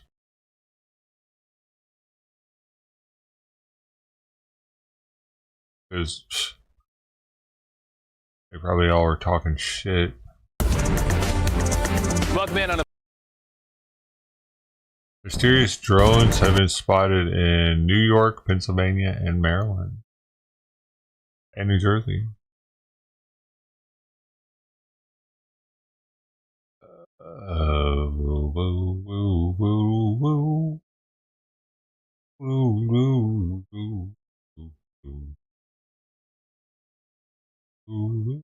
Dude, they need to tell us about these drones soon because what the heck? Fucking, what are they doing? We have to know what that is. America. Oh, wait. There we go. Everyone in the tri-state area that's seeing these drones firsthand or capture. Thing that I also mentioned was this, so let's bring in Scott Robb, the Pohatcong police chief and the president of the Warren County Chief Association, to discuss all of this. Thank you so much for taking the time to be here with us today. No, thank you very much, Josh, for having me. He's not telling us anything. Need to know shit. I need you to know shit, boy. What? Hey, this morning, the California DMV is apologizing after a vehicle was spotted with a license plate that seemed to mock the October 7th terror attack by Hamas in Israel. NBC4's Brittany Hope is live in Culver City where that driver was spotted. And then also, Brittany, what the DMV is now doing. I guess. Yes, Lynette, a lot going on this morning. So first, we'll tell you where we are. We're at the intersection of Jefferson and Sepulveda. This is where a watchdog organization called Stop Anti-Semitism says that plate was spotted. We do want to warn you, we're going to show you a photo of that plate here in a second. Got beautiful eyes, disturbing man. for Blue some. eyes, All brown right, so hair. we're going to pull it up now. This is the photo that was posted by the group on their X account yesterday morning. It now has thousands of reactions and responses. You can see the Cybertruck's plate. It reads LOL Oct 7. LOL is an abbreviation for laugh out loud, and we know on October 7th more than 1,000 people were killed in Israel and hundreds were taken hostage in a surprise attack by Interesting. I wonder if he's Hamas. actually a The Muslim. watchdog group said it was appalled by the personalized plate, saying it, quote, celebrates terrorism against the Jewish people. And now the California DMV is responding to this. Stop Anti-Semitism said thousands of emails to the DMV from their supporters really helped in this. So the department is now calling this plate unacceptable and disturbing, and says the hateful language is a violation of its policies. In fact, the department posted this statement to its Instagram account last night, saying in part the DMV is taking swift action to recall the shocking plates, adding it will immediately strengthen its internal review process to make sure that such an egregious oversight never happens again. The DMV apologizing that these personalized plates were not properly rejected during that review process. Now back out here live, just 0.2 miles if someone from has us like is a LOL temple. 911 It's called out there or Temple something. Akiba, and according to I its bet they website, do. it's been here in the Culver City community since 1952. We do Wow. want to make it clear, though, we're not sure where that Cybertruck was driving to or from. We're live in Culver City. Brittany Hope for Today in LA. Oh, Hump is your last name? Shit.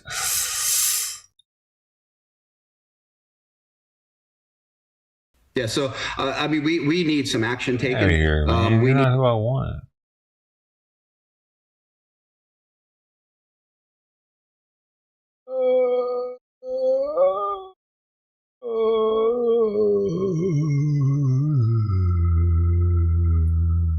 Concerned, others say it's President-elect Donald Trump's pick for border czar visited Chicago this week, saying our city will be ground zero for mass deportations. While the threat has many immigrants concerned, others say it's long overdue. Investigative reporter Ben Bradley digs into the issue with a look at the arguments from both sides and how the state law bans police from working with immigration agents. A police pursuit. Vehicles continuing through a cornfield. It ended in a cornfield an hour south of Chicago and illustrates how Illinois law enforcement is handcuffed when it comes to dealing with people in this country illegally. Get your hands up. Get them up. Get them up. Turn around. Police say the two men arrested had 3 kilos of fentanyl in the car and had fled from both state police and later local sheriff's officers. Arrest reports say the men denied knowing about the drugs and claimed they fled in fear of being deported. A judge ordered one man detained because of his criminal record, but released the other because the 18-year-old's juvenile criminal history out of state wasn't initially known. I'll guarantee you'll never see him again. Kankakee County Sheriff Mike Downey says he's released countless people from his jail because state law prevents him from even asking about their immigration status. I can't call ICE and say These this states are individual is getting stupid. released tomorrow. They're This voting individual for is this getting released shit. in 3 hours. California's the same way, man. So he walks out the door. The Illinois law that prohibits local police from detaining a person because of their immigration status was actually signed by a Republican governor during the first Trump administration. I asked leaders in law enforcement, should I veto this bill or sign this bill? They all said to me, Governor, this is a... Wait. His people from his status. I can't call ICE 3 hours. Prohibits local police from detaining a person because of their immigration status was actually signed by a Republican governor during the first Trump administration. Why? I asked leaders in law enforcement.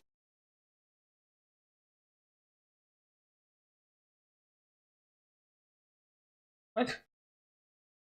Is it? Should I veto this bill or sign this bill? They all said to me, Governor, this is a reasonable compromise. It will help. That's why. Because it was a compromise for what Trump was doing at the border. Possibly, right? Like they were trying to make, like Trump is going all ham at the border, so we're gonna, relieve the pressure a little bit here in Illinois. Help us do our jobs better. Democrat J.B. Pritzker strengthened the law in 2021.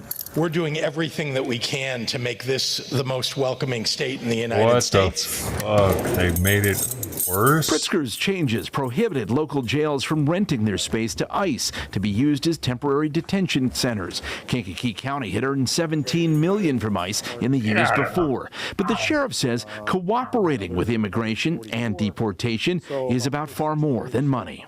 I just don't believe that Illinois will ever be a safe state until our governor decides to affect policy change, and I don't see him doing that. If they don't want to help, fine, don't help. I find it incredible you don't want to help remove public safety threats. But if you don't want to help, always sounds drunk. Do not impede us. And let me be clear up front.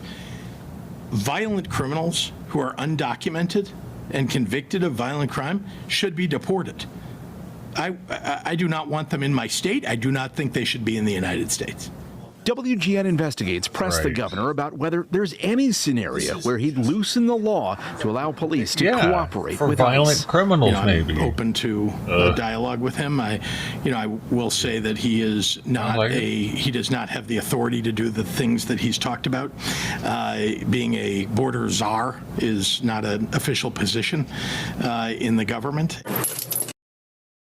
I love how he's acting like he's not going to have connections in federal government that will be able to do the needed steps to put these people in jail. Like it's not an official position, by the way, but he's making the rounds in the country, letting these motherfuckers know it ain't, the jig is up.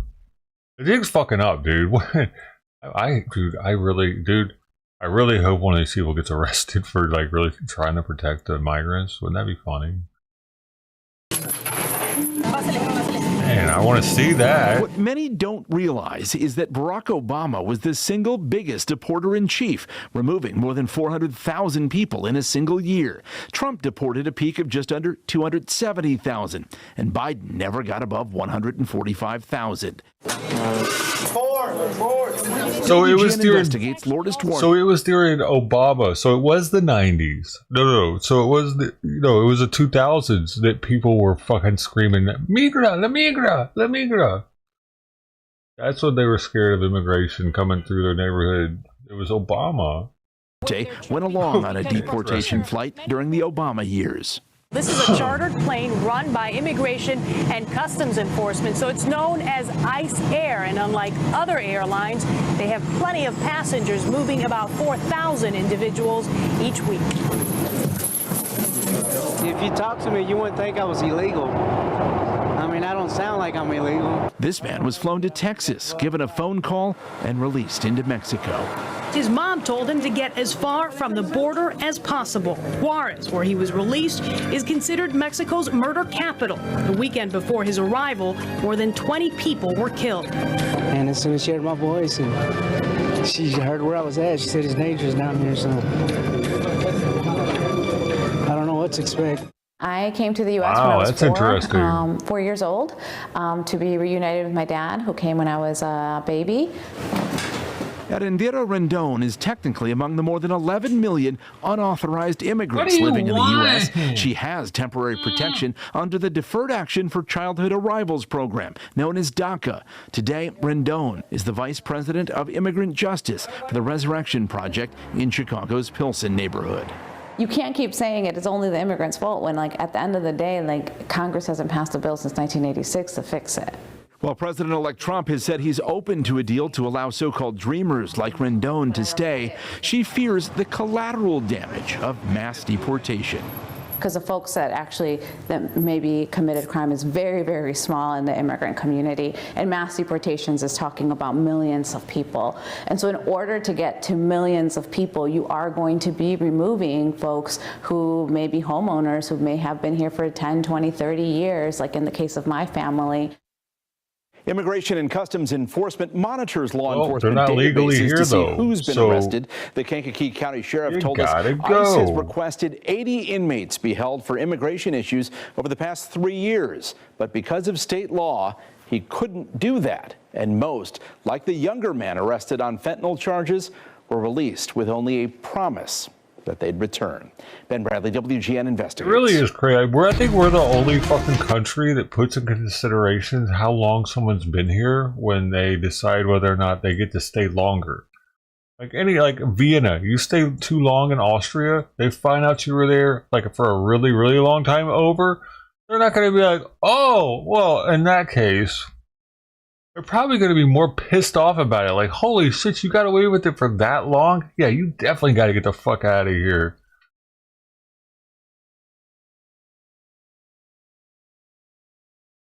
You tricked us for that long? You weren't paying into the tax system for that long? Like, whatever. I don't know how they're able to pay in the tax system if they're not legal. How does that work? How do they have houses if they're not legal? How do they get credit? Hard enough for us to get credit.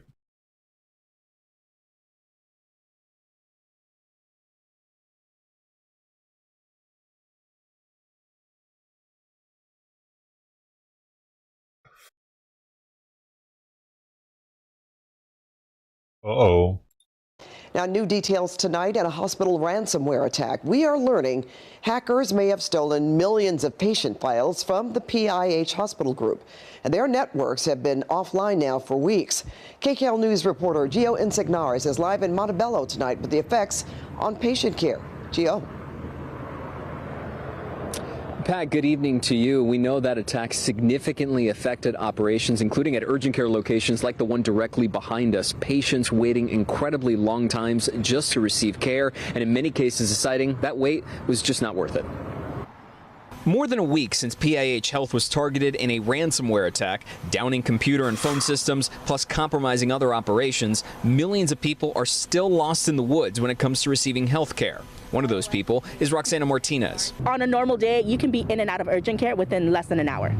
So you could be seen within 15 minutes, in and out, and it's great. But tonight, that wait was more than an hour, with multiple people still ahead of Roxana before she decided to pack up and go back home. She says her mom also has dealt with the system issues, as a recent follow-up appointment turned into a prolonged process to get some required medication. It's been almost 2 weeks now, and it still hasn't been resolved. We still haven't heard anything back. And now, according to the Southern California News Group, the hackers involved in this attack claim to have retrieved 17 million patient records that include personal and medical information.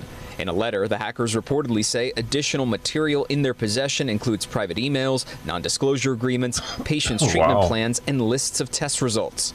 Cybersecurity expert John Horst says typically once hackers get malware onto a computer, they then try to move to other computers on the targeted system's network. If they're able to do that undetected, why the fuck were they showing crypto what they're screens? looking for is they're looking for other machines that have other accounts that they can harvest the credentials from and end up with higher privileges even than your own account. PIH officials say that they were targeted on December 1st by a criminal act that compromised their network. As a result, network services were turned off at their hospitals in Downey, Whittier, and downtown LA.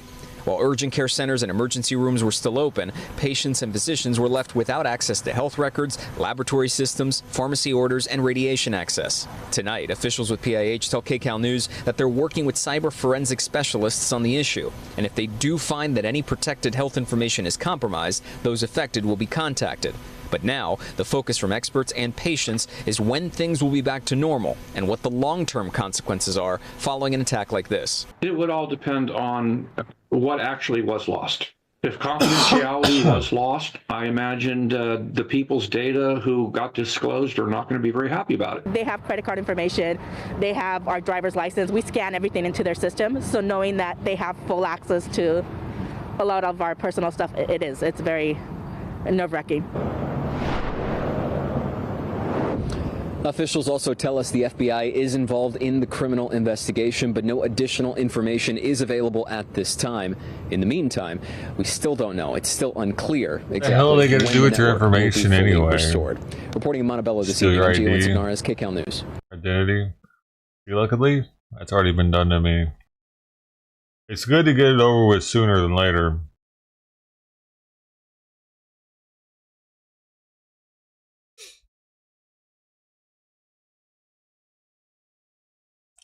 Yep. Because afterwards, after going through the rigmarole,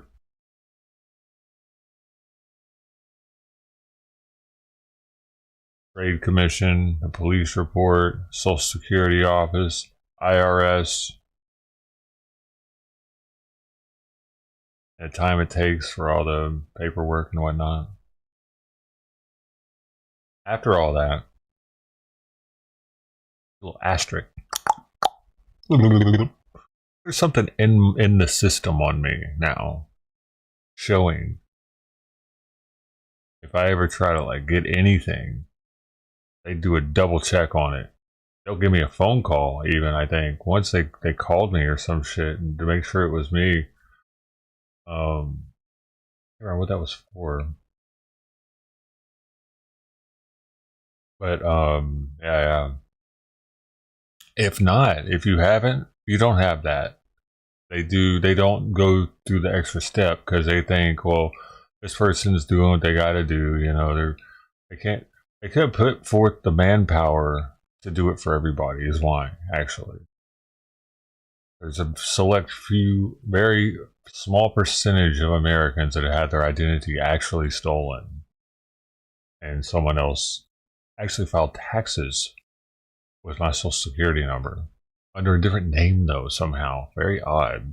They stole my social security number.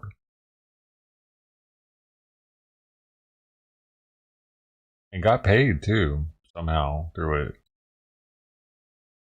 They did it out of Memphis. And since I had lived in Memphis, I guess it was somewhat believable to the system or something. Social Security hadn't, like, they did it right after I had moved away or something from there, like mid-2000s. So I was still in the system. It wasn't like a red flag, I guess, is what I'm saying, that it was coming from Memphis.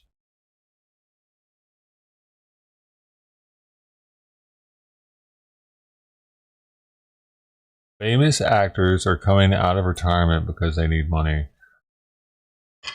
So I'm not as concerned with getting my ID stolen now because it's already happened.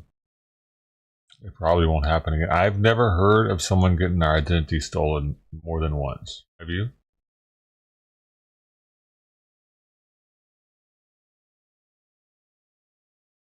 Anybody?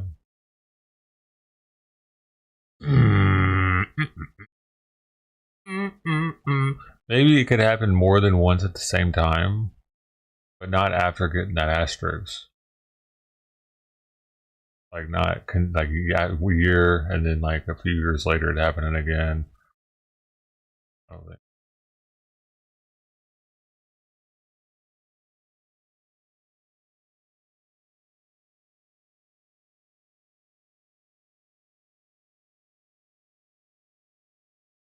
I'm special. I'm on a special list. And they check it twice. Make sure the person applying is not naughty but nice. AKA me. Yeah. I'm the guy. I thought about getting a loan, dude. If I would have gotten a loan right before the inflation started, I could have gotten a, like, I think it was a $40,000 loan with a 6.99% interest rate. And I almost did it because I wanted to pay off everything, all my credit cards and the loan, and have it all in one place. Now, that same loan, they're trying to do like 10.99 or 11.99, depending, like some places even higher. Crazy, man. Percentage rates skyrocketed, and that's such a huge difference in payments. It doubles it pretty much doubles the interest in most of the places I look. Not even trying to get that high of an amount anymore either. I'm just looking at like 20, and there wasn't that still that high. Should be closer to like 8, man. Why isn't it going down yet? When's it gonna go back down?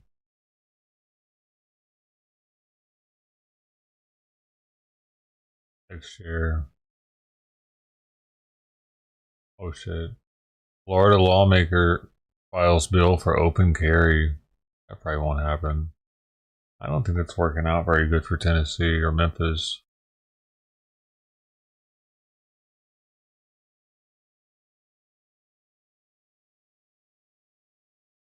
Hey, can you stop licking the same goddamn spot? Holy shit.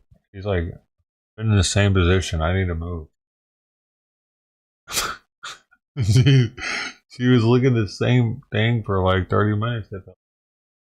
15 minutes. Clean kitty. Perfect. Oh, what's this? The suspect charged with murdering Brian Thompson was never insured by United Healthcare, and as authorities work to secure an indictment, investigators are looking into whether Luigi Mangione targeted the company because of its size. The company telling ABC News Brian Thompson's killer was not a member of United Healthcare. The NYPD tells NBC New York Mangione did, however, mention it's the 5th largest corporation in America. We anticipate that they're giving me the story I want halfway into it. Brought back to New York, where he needs to be facing the consequences of that horrific, audacious attack on the streets of New York City. Police have already searched the Manhattan hostel where he stayed, an alley to start in Pennsylvania. Tentacles of anonymously, but we do an investigation message amid this investigation. Shared briefly on threatening other CEOs. The city blaming a private insurance company. Dude. It's here. A private construction contractor and a Florida woman. So right here, they're giving me 25 seconds. The title of this clip is Florida woman charged for threatening health insurance company. Delay, deny, dispose. 1 minute and 50 is the entire length of this, and 25 seconds of it is what I actually want to see, and it's at the very end. And fuck you, ABC. I never liked you. You know, they were the ones in charge of the Trump, the first Trump-Harris, or is it the Biden-Trump? It was one of the first ones. Debate. A woman charged with threatening her insurance company after it denied her claim. In a phone call, Breonna Boston allegedly saying, delay, deny, depose. You people are next. Repeating the words police say were written on the shooter's bullets. Investigators say she later claimed she doesn't own a firearm and isn't a danger to anyone. And Mangione's lawyer says he intends to plead not guilty. His extradition hearing is scheduled for December 30th. I don't know what's going to happen to her.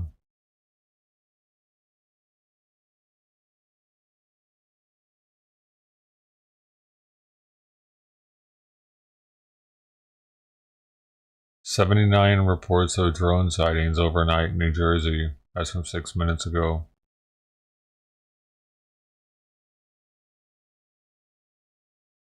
What is this? No evidence at this time that the reported drone sightings pose a national security or a public safety threat, or have a foreign nexus. One New Jersey lawmaker was unconvinced. That guy's an idiot. That I can tell you right now, because the colonel of the state police told the members of the state legislature that one of his helicopters was hovering above a 6-foot wide drone, and he landed that helicopter because he felt unsafe for his pilots. Now, both the FBI and the Department of Homeland Security say they are still looking into these reports to determine whether these are, in fact, drones or perhaps something else. In Washington, Doug Luzader, Fox News. Doug, thank you. And of course, we are going to continue to follow all of the latest developments as they do happen. The time now 3:01 on the East Coast and 12:01 on the West Coast. Another big story that we have been covering over the last week.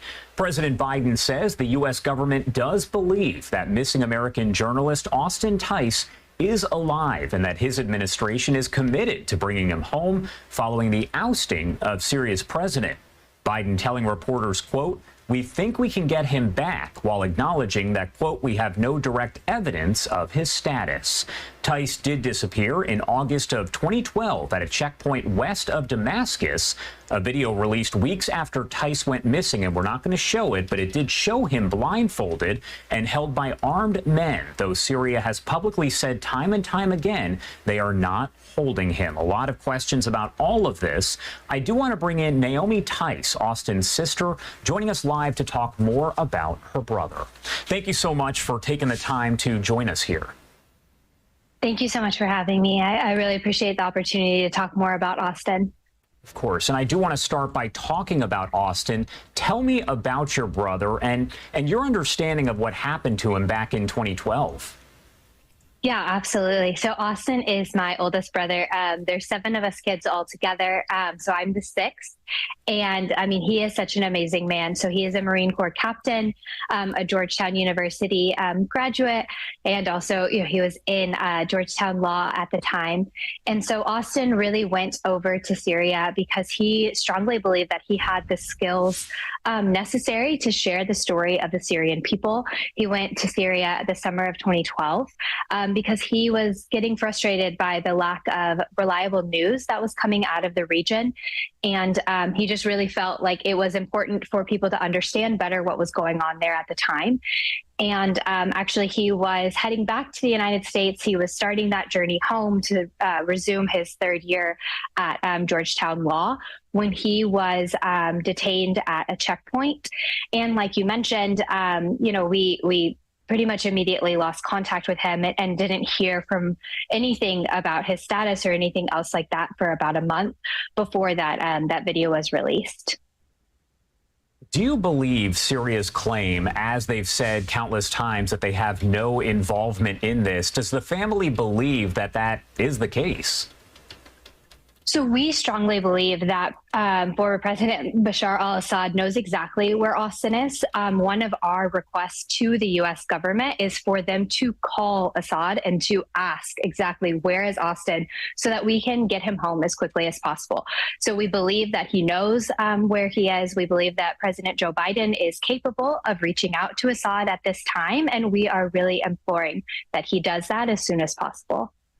And of course, we are popping up these photos here that do show your brother, Austin Tice. Now, earlier this week, an American was actually freed and initially mistaken for Austin. Others also freed there. So I wanted to ask, does that give your family any sort of maybe renewed hope for a safe return? And have you held on to that hope now for these past 12 years?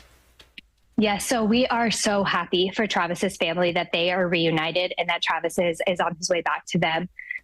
Also, I think it really demonstrates, you know, nobody knew that he was being detained at that time. And so he had simply disappeared into the Syrian prison system, which is similar to Austin, right? So Austin has been gone for 12 years. We are seeing people who have been disappeared for like Travis, a few months or even decades.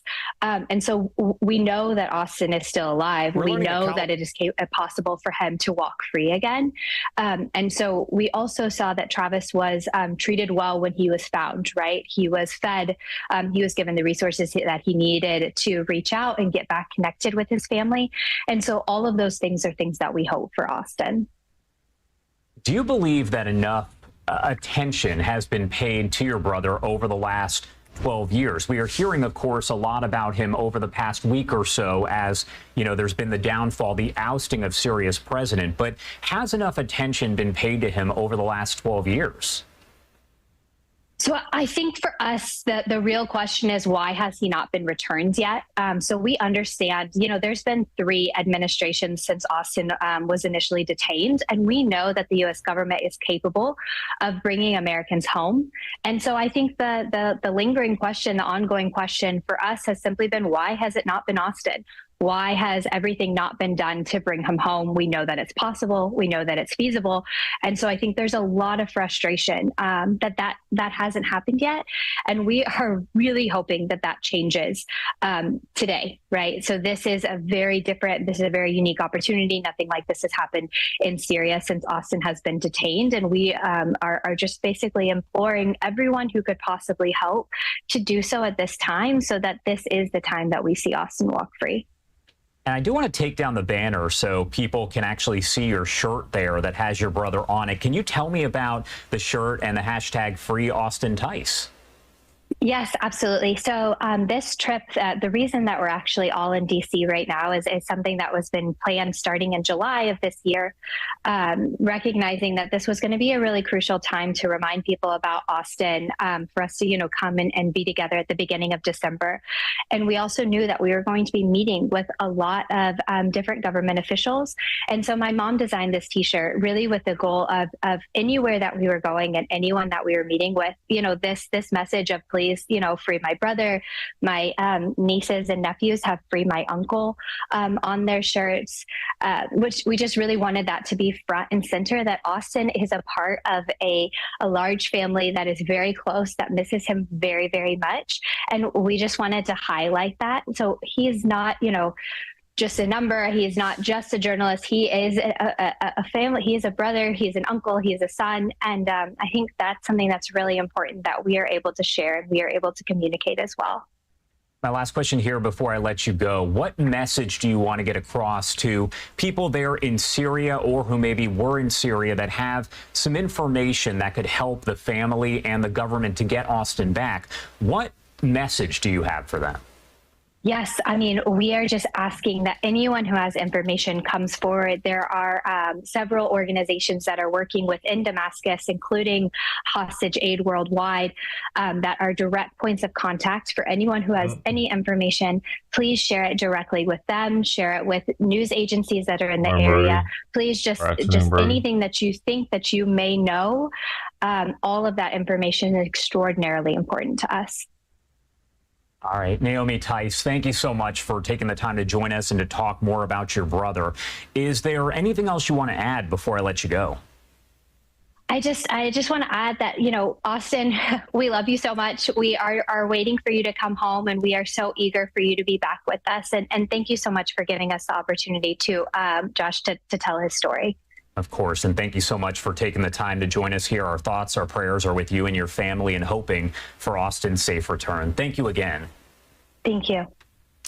And we do know that Trey Yingst has been out there over in Syria gathering all of the latest information following the downfall of the Syrian president. Trey Yingst with this report.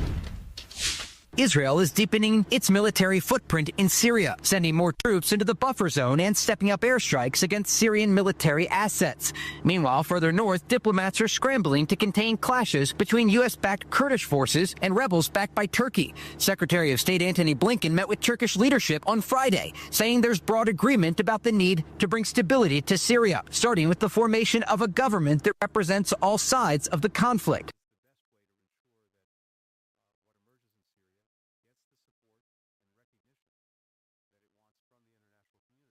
At the White House, the focus is turning to recovering detained Americans. On Thursday, American Travis Timmerman spoke to reporters after spending 7 months in prison for illegally crossing into Syria. Did you hear the voices of torture for Syrians in the prisons? Yes, I could hear the interrogations and the feedings. But there's still no sign of Austin Tice, a Marine veteran who disappeared in Syria in 2012. There have been scattered reports that he's still alive, possibly being held in Iran. But the Biden administration says it can't confirm any of that, and they're still looking for answers. Right now, we're really trying, and we hope that developments in Syria will give us the opportunity to glean more information. Meanwhile, here in Damascus, celebrations continue with thousands gathering after Friday prayers, thanking God for the ouster of former President Bashar al-Assad. In Damascus, Trey Yingst, Fox News. Trey, thank you so much for that report. We will continue to follow all of the latest developments coming in out of Syria and the Middle East in general. And if there is any sort of... Hey guys, why are we hell-bent on making everything about racism? Hey, jingle bells, jingle bells, jingle. Why are we hell-bent on making everything about racism? Hey, jingle bells, jingle all the way. Oh, what fun it is to ride in a one-horse open sleigh, dashing through the snow. In a one-horse open sleigh, over the hills we go, laughing all the way. So they will be laughing as they bring them back. Bells are about to ring, making our spirits shine. Oh, what fun it is to ride and sing a sleighing song tonight. They're going to slay the slaves. Hey guys, my name is Madi and you are welcome to Madi Speaks. So that question I asked at the beginning of this video is really something I find very, very fascinating. Why do we have to make every single thing about race? People sneeze, we establish a relationship that makes sneezing racist. People drink milk and boom, there is a theory that says milk is racist to black people. We talk about things as well-meaning as simple greeting like good morning, and out of nowhere, we have people claiming that good morning is in fact racist. And now we find ourselves in the month of December about to celebrate Christmas, and out of nowhere, we have another unbelievable individual crawling out of the woodwork to claim that celebrating Christmas or even singing jingle bells, a Christmas rhyme, is racist. Another reason for you not to celebrate Christmas. I'm going to hit you with all these pagan holidays constantly. The song says, jingle bells. When they spoke about jingle bells, for your information, they wasn't speaking about jingle bells on a horse. They were talking about the collar that they put around a slave's neck. They had 3 bells. They had a bell here, and a bell on their head. And they would talk about the collar because the slaves were running away and it was cold. So when they would capture them, they'd put a collar on their necks and around their head, and they'll say, jingle bells, jingle all the way. Oh, what fun it is to ride in a one-horse open sleigh. A one-horse open sleigh, if you Google it, was a slave where they captured, was a slave where they captured slaves in and brought them back as victory. And when they would come back, the bells would be just ringing. So it was like a victory lap to the city, letting people know that they conquered and they captured a runaway slave. So, oh, what fun it is to ride in a one-horse open sleigh. Hey, jingle bells, jingle all the way. Oh, what fun it is to ride in a one-horse open sleigh, dashing through the snow. In a one-horse his relative laughing is what makes it. We go, laughing all the way. So they would be laughing as they bring them back. Bells are about to ring, making our spirits shine. Oh, what fun it is to ride and sing a sleighing song tonight. They're going to slay the slaves. I honestly felt my brain melting away, and I am dead serious. My common sense felt robbed and violated in the most horrible way you can ever imagine. Like, I wonder how these people come up with these crazy concepts. How does their befuddled mind cook up these kind of ridiculous stories? It is a surprise that this man isn't touching the ceiling in that room, considering how far he had to stretch to do all that reaching. But really this time, he reached for far too high, okay? It is really so disappointing to see that some people just want to see racism in everything. Imagine how delusional you have to be to come up with something as absurd as this. And unfortunately, a lot of people believe him.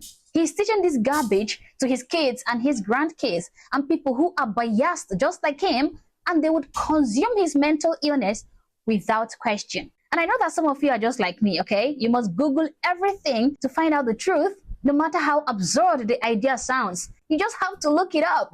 Well, in this case, you don't have to bother yourself. This man messed up with my brain so much that I had to look up this crazy idea, and just like I knew, there wasn't a single atom of evidence to back up his claim. There was no correlation whatsoever between Christmas jingles and slavery. I actually felt so stupid at the end of the day and a little bit crazy for looking up this crazy piece of trashy information. He messed up my brain so much, and I found myself looking up this absurd idea.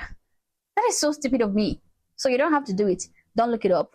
There's nothing there. But sadly, this is what the society upholds though. These are the kind of divisive story that those at the top want us to keep digesting so that they can keep dividing us one way or the other while they keep making more money.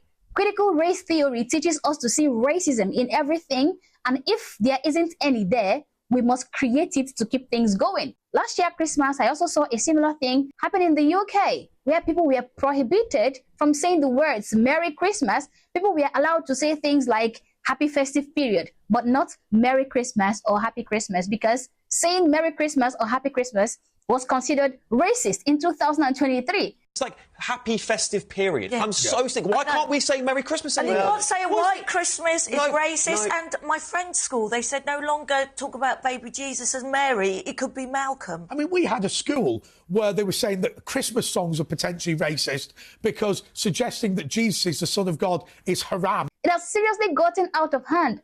How long before we start hearing things like thank you or goodbye or welcome or even eating meals are racist in one way or the other? This is absolute madness. Looking at this man sitting here and crafting this ridiculously absurd story, I keep wondering to myself, but why is he going as far as making these wild claims? How did he even come up with such nonsense? And finally, what is he trying to achieve with this particular misinformation? What is the end goal at the end of the day? And the worst of it all is that this thing is coming from a very mature person, okay? I could be more lenient if this were to be a teenager or a very young and ignorant child making these insane statements, okay? I could even make excuses for them that they don't know better, that they were brainwashed, or they're just looking for attention.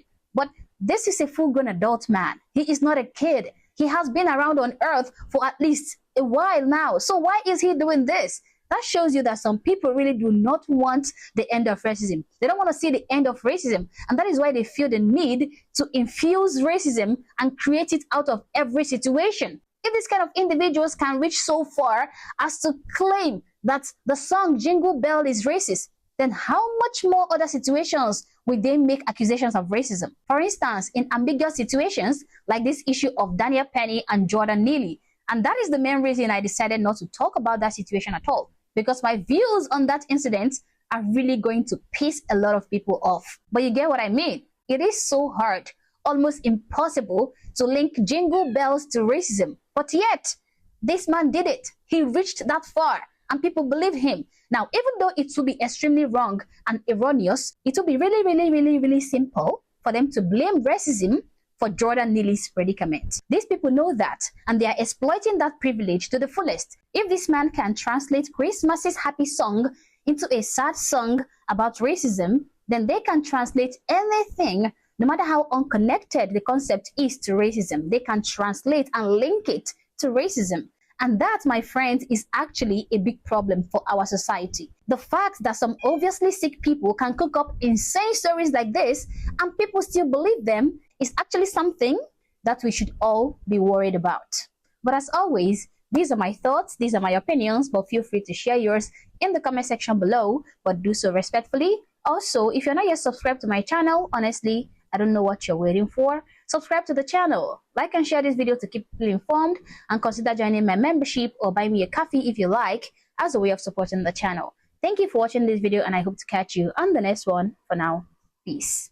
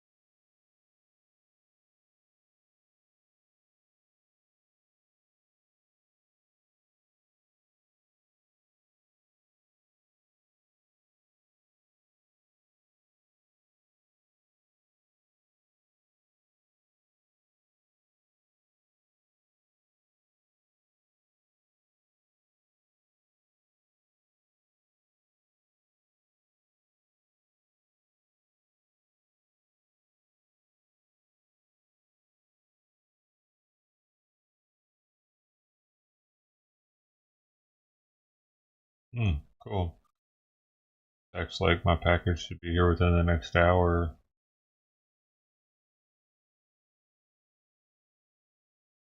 I had the fancy feast on it that I know he'll eat. Sucks to eat much today. I don't know if he ate anything anywhere else, so.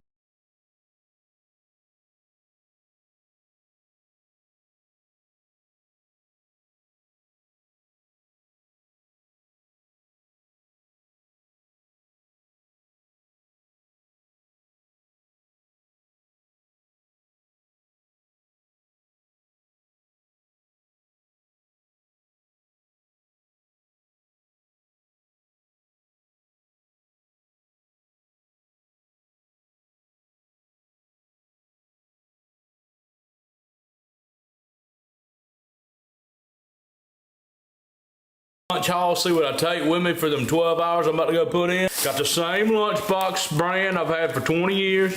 I get a new one every day. Boy, them things hold up. You know what I mean? Right off the bat, we got the 2 to win Monsters. Hell yeah, it's that Monster energy drinks. I have had 2 false alarm heart attacks on these things, but God almighty, they help me work. Next up, we got the Sour Patch Youngins. Y'all see them? I love the watermelon, but they ain't have them, you know. I don't know, my lunch ain't complete unless I got some Viennas in there. But look, got the barbecue. When I saw them on the shelf, I said, God almighty, I ain't had these in forever. Of course, got a pack of the Marlboro Lights. That'll last good 12 hours there. Make you want to take a nap. Thank God there ain't going to be no managers there tonight.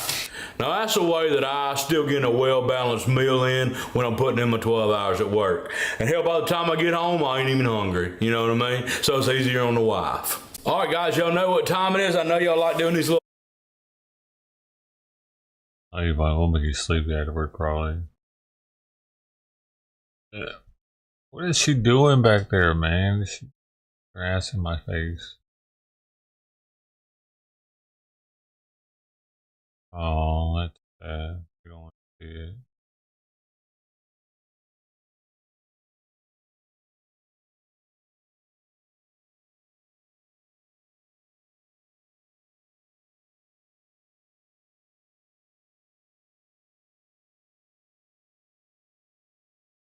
Notice by the state of Texas that we intend to seek the death penalty against Jocelyn's murderers. We are seeking death because we want the message out there that regardless of who you are, but especially if you are illegally in this country, that you will face the same consequences as anyone else for murdering a child during the course of raping and kidnapping her. What a terrible story. You heard it here this morning. Harris County, Texas DA Kim Ogg telling us exclusively that she is now seeking the death penalty in the case against 2 Venezuelan migrants accused of killing that 12-year-old girl, Jocelyn Nungri.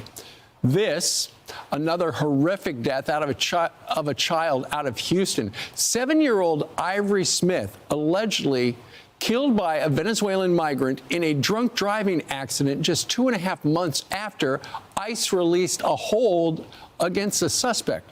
According to the authorities, the suspect, once after the accident, jumped out of the car, took pictures of the crash, and then drove off instead of trying to help the victims. Now Ivory's family is demanding justice, and Ivory's aunt, Sharonda Collins, joins us right now. Sharonda, good morning to you. Good morning. I am so sorry. You know, the month of this happened on December 1st, Christmas month, and now your niece, Christina, has lost her only child. Correct. My niece has lost her only child. Her dad has lost his only daughter. Our family has lost Ivory, which was loved throughout our family. She was one of our youngest ones in the family, and we're just seeking justice. We're trying to get these laws changed because it's unfair. Like you guys say, it's 12 days before Christmas, and we're planning a funeral instead of trying to celebrate Christmas. Sharonda, explain that thing that I just talked about in this introduction. This migrant from Venezuela, after he hit the other car, jumps out, and rather than helps, he takes pictures and then gets in the car and speeds away? Yes, unfortunately, he didn't care. He didn't care that it was a mother and a daughter in that car, scared that he had harmed. He didn't try to assist. He didn't try to call for help. He got out, he took pictures, and he tried to flee the scene. Yeah. Watch, they lay lifeless. And as we look at these images of this beautiful little girl, she, you know, her mother did everything right. She was in the seat. She was belted into the car seat. She was just a few miles from home with her mom, and this happened. You mentioned a moment ago that the laws have got to change. A lot of people are not familiar with the DUI laws in Texas. What in particular is you are finding now is a gigantic problem for your family? The problem is we have to go and we have to fight along with trying to bury bodies. We have to go and fight the laws in court just to try to not have them get released and get a bond. And only to find out that no, he had a bond for $150,000. It didn't matter what our justice was to fight. If ISIS had not put a hold on him, he would have been released from jail right then. When we went to court. So luckily he had an ice hole so he could stay in there and probably not flee again or do anything to harm another family. You want justice for Ivory. What do you want to see done? We want the laws in Texas to be stiffer. When they make the decision to drink and drive, they make a decision to possibly go to jail for a longer sentence. Because they don't give us those choices when we're riding on the street just trying to get home from family house. I should be able to ride.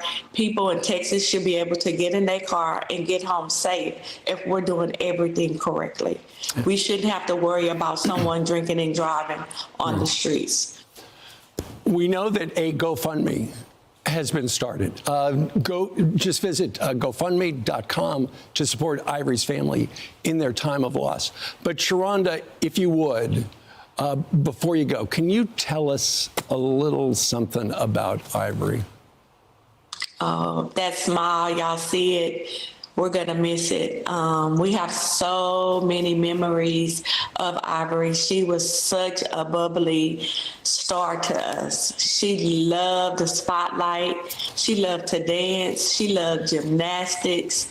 She had a YouTube channel, and we're just gonna miss her. She was always, that smile you see, she was always smiling. And we didn't protect her. Texas laws didn't protect her. She was just 7 years old. God rest her soul. And thank you very much. I know this is a tough interview to do. If people would like to help your family, go to GoFundMe. Also, you can go to our website, foxandfriends.com, and we will have a link as well. Sharonda Collins, thank you very much for joining us live, and we are so sorry about your loss. Thank you. That little girl was 7 years old. God rest her soul.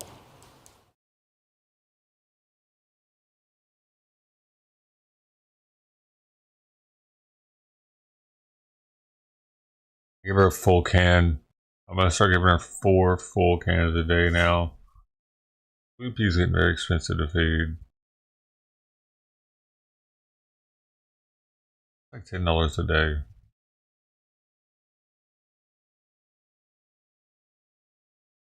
Be happy if she's no longer kitten, like her regular food.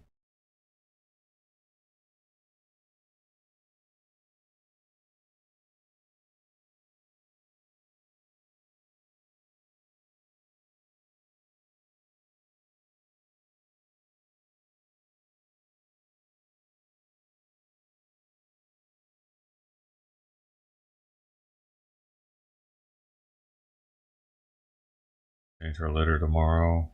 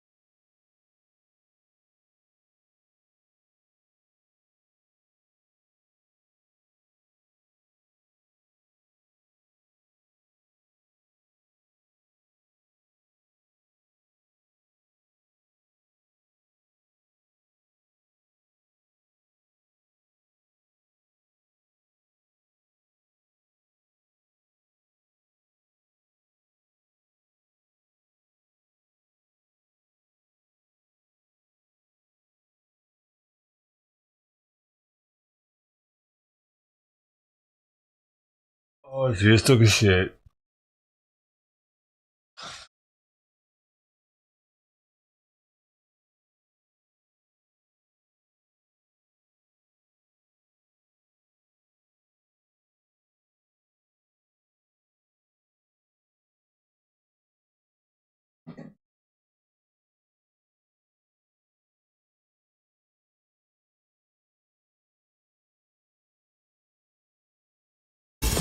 Border scraps for sale and on the cheap indeed. In their last weeks, the Biden administration is set to auction off sections of the border wall before President Trump takes office. Minimum opening bid starts at $5 for 20 tons of taxpayer-funded steel. What? Talk about a steal. William Lajeunesse has got the story in L.A. William, hello. Good morning, Bill. You know, this has been a debacle from the very beginning when President Biden stopped construction of the border wall on his first day in office, abandoning millions of tons of steel. So where is it now? Well, huge sections we found yesterday being trucked away from the border, being sold as scrap for pennies on the dollar. Even though President Biden knows the incoming administration wants this material, he is selling it. Hundreds of tons of state-of-the-art finished steel wall for almost nothing at auction sites like this one near Tucson, meaning taxpayers will likely pay twice for the same stuff. Now, the Biden team already sold most of an estimated $350 million worth of lights, wires, and these expensive steel bollards. According to the government auction site that they're using now, Biden is taking bids starting around $5 for each 40,000-pound lot of finished steel. That's just a slap in the face, not just to the agents that are out there working, to the American public as a whole. They could have just left these panels alone. So last year, we know the Biden administration sold about 700 of these 30-foot steel segments for roughly $200 a piece, meaning taxpayers took a loss of about $10,000 for each bollard. Now, President Trump installed 455 miles of wall. Another 250 miles was under construction when Biden stopped the project, refusing even to fill in the gaps in the fence that border agents begged him because the migrants were coming through. I found this pile of materials near Yuma about 3 years ago. Message to the White House right now. I will bid on all of that wall, and we will buy it in Texas, and we will give it to Donald Trump. They're sabotaging the incoming administration. Going to make it difficult for us, but you know what? We're going to get this done. So after our report last night, the auction site took down those web pages and appeared to cancel the sale of hundreds of tons of steel that was scheduled for next Wednesday. As to who okayed this bill, we're getting a runaround from DHS to Corps of Engineers to a Defense Logistics Organization now saying that we have to talk to the Secretary of Defense to find out who okayed this. That's an extraordinary story. If the auction site did not take that down, could they have dumped all that steel over the next 40-some days?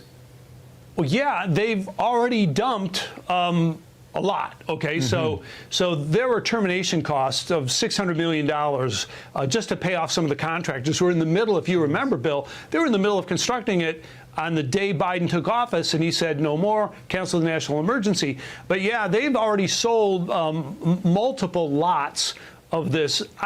There were counts of something like 30,000 bollards in New Mexico unused, 20,000 in Arizona. We're trying to get an accounting of how much has been sold and how much still may be left. I like the idea from Texas. They'll go ahead and buy it, and they will if you give them a chance, and they'll buy it on the cheap. Thank you, William. Good reporting there in Los Angeles. We'll see where that goes. Thanks. Hey, everyone. I'm Emily Campagno. No, they would charge Texas more, probably. They charge you less if it's going further north. And that's why you see a lot of people also come through the border illegally, because Laredo, Texas is one of the major border towns here in America, and here in Texas, this is one of the main port of entries where migrants are coming through via the CBP-1 app and also via the Rio Grande. We got some people over there right now. It looks like they're just fishing, but we also got Border Patrol right here. They got one of their boats, and the Border Patrol is set up right here as well. Migrants are going to come through, maybe not through the river today, but maybe they're going to come through via the CBP-1 app. We're going to go up there and see what's going on. Like I said, this is one of the largest and biggest border towns here in the United States. Maybe we'll get some people come through the river today, but we're going to see what's happening here, talk to the locals, talk to the residents here inside Laredo, Texas, see how this border crisis and this migrant crisis has been affecting the city, as this is one of the towns that have had lots and lots of border crossings. Just on the other side right here is where the cartels, I believe the Northeast cartel on the side of Mexico controls this side of the border, and they also have stash houses and they have other things on this side of the border. I was even told once when we came here a while back that they have a tunnel underneath the river that people pop out at one of the malls here in Laredo, Texas. This place is wild. We're going to start going up here to the port entry to go talk to some of these migrants and talk to, well, if there are migrants. I believe there are migrants coming through via the CBP1 app. You guys are going to find out along with me today. Here we go. Let's see what's going on down here in Laredo, Texas. So right now, recently, what happened is this CBP1 app was created during the Biden administration to bring in migrants into the United States. If you are from Nicaragua, Haiti, Venezuela, or Cuba, you can use the CBP1 app. Once you cross into the United States, or once you cross into Mexico, you have to get into Mexico in order to apply, and the wait list to come in the United States via the CBP1 app is in the millions at this point. And so when people sign up to use that, they get put on the wait list. I read somewhere it was around 800,000. I've also seen millions. And I also even went to Mexico one time to go see what was going on and go inside of these Mexican camps where they're all staying in Mexico City. And they're cartel controlled and very dangerous. And so these people can be waiting on this wait list to come in the United States for months, even for years. And so it's a big waiting game. And that's why you see a lot of people also come through the border illegally, because they don't want to wait for the CBP1 app. And also here in the United States, these past few years, you all know, when someone comes across the border illegally, they don't really treat them like a criminal. They let them into the United States. They let them go wherever they want to go. It's been a crazy operation here. So they're going to be making a big push, I believe, before Trump gets into office as well, because obviously him and the new borders are, Tom Homan, have been very tough on this illegal migrant crisis. That's one of the main things they ran this campaign on, was being able to do the largest mass deportations in history. Let's talk to this guy right here, see what he's got to say. How you doing, sir? You live here in Laredo? Where are you from? De Mexico. Ah, ya. ¿Y venga aquí pasando? Do you come here just coming by? ¿Cómo? Ah, yo hablo español. Sí. Where are you from? ¿De dónde eres? De Mexico. Estamos haciendo un vivo. Para YouTube. You can show. And so, are there lots of migrants on the other side of this border wall right here, waiting to come, on this other side of this border that are waiting to come across? Hay muchos otros migrantes que están al otro lado esperando para venir. Sí, bastantes. He said yes, a lot. And how many? ¿Y cuántos? No, pues muchos, sí son muchos. A lot. Thousands? Sí, más o menos. ¿Me puedo parar? Sí. Sí, más o menos.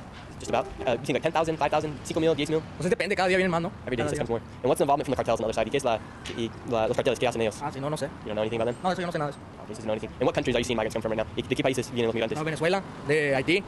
Venezuela and Haiti. Those are the two main you're seeing right now? Por mí. Okay, there are. Have a good one. Awesome, we're going to move on up here. Today, luckily I speak Spanish, so everyone's in good hands today. You can translate, speak, so we'll get the best information anybody can give you. This is better than any news network you can be watching here. And is there, here in the chat, are there questions you guys want me to be asking people today as we are here in Laredo, Texas? Tomorrow we'll also be going to Eagle Pass as well. You guys know that we're on this tour across America, essentially all the way up until about the 22nd. We're going to end it at America Fest in Phoenix, Arizona. So that should be wild. Now let's see, this is the spot where they're coming through. So once we get up to this point, you're able to see Mexico, you'll see the United States.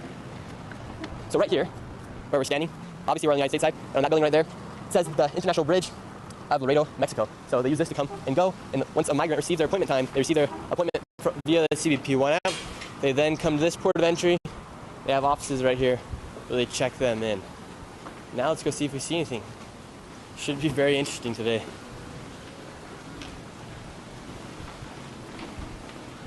How you doing, sir? English? Speak English? No. Interesting. Hopefully we can find some people that speak English as well today. Do you speak English, sir? Español? ¿De dónde eres? ¿De dónde? Otro lado de Laredo. He's from the other side of Laredo. Let's see. We'll find some people that speak English as well for you guys today. If not, y'all are in good hands today with me being able to speak Spanish. How are you doing, sir? How about you? Good. Can we ask you a quick question? What's up? So, is it, how many migrants do you think are coming through via the CBP1 app here? Yeah, I wouldn't know, sir. I wouldn't know like a straight up answer. But, like thousands or a couple hundred? Well, there's a good amount of groups that come through here, but I wouldn't be able to give you an exact number because I'm not CBP. Yeah. They should be the ones that know the exact number. Okay. And so what are these offices right here? Oh, these are just for people crossing to Mexico. Okay. So this really does not really that much of migrants or anything like that. And how many people from Nuevo Laredo, the town in Mexico, come here every single day, do you think, to work? Like just an estimate off the top of your head? Yeah, a lot. Yeah, I wouldn't be able to give you a number. It's usually like the bridge gets full. It's usually full. Oh, okay. Awesome. Thank you so much, sir. Yes, sir, no Have a problem. good one. Have a good one. Yeah, so the town on the other side of Mexico, so we're in Laredo, Texas. The other town in Mexico, the other side of that bridge is Nuevo Laredo. So like New Laredo. Let's move up here, see if we can talk to some folks. They got it all decked out here for Christmas time. We got a special guest with us today. You guys' favorite, Brooker T. Jones. She's gonna come on here and give you guys some facts for the day as well. Take it from here for just a moment, Brooker T. One thing that I want to explain a little bit more is the app that Nick's talking about. You all have probably heard about this app, but you literally can download it on your phone and fill out everything. So it makes it very easy for people to come into America once that is accepted.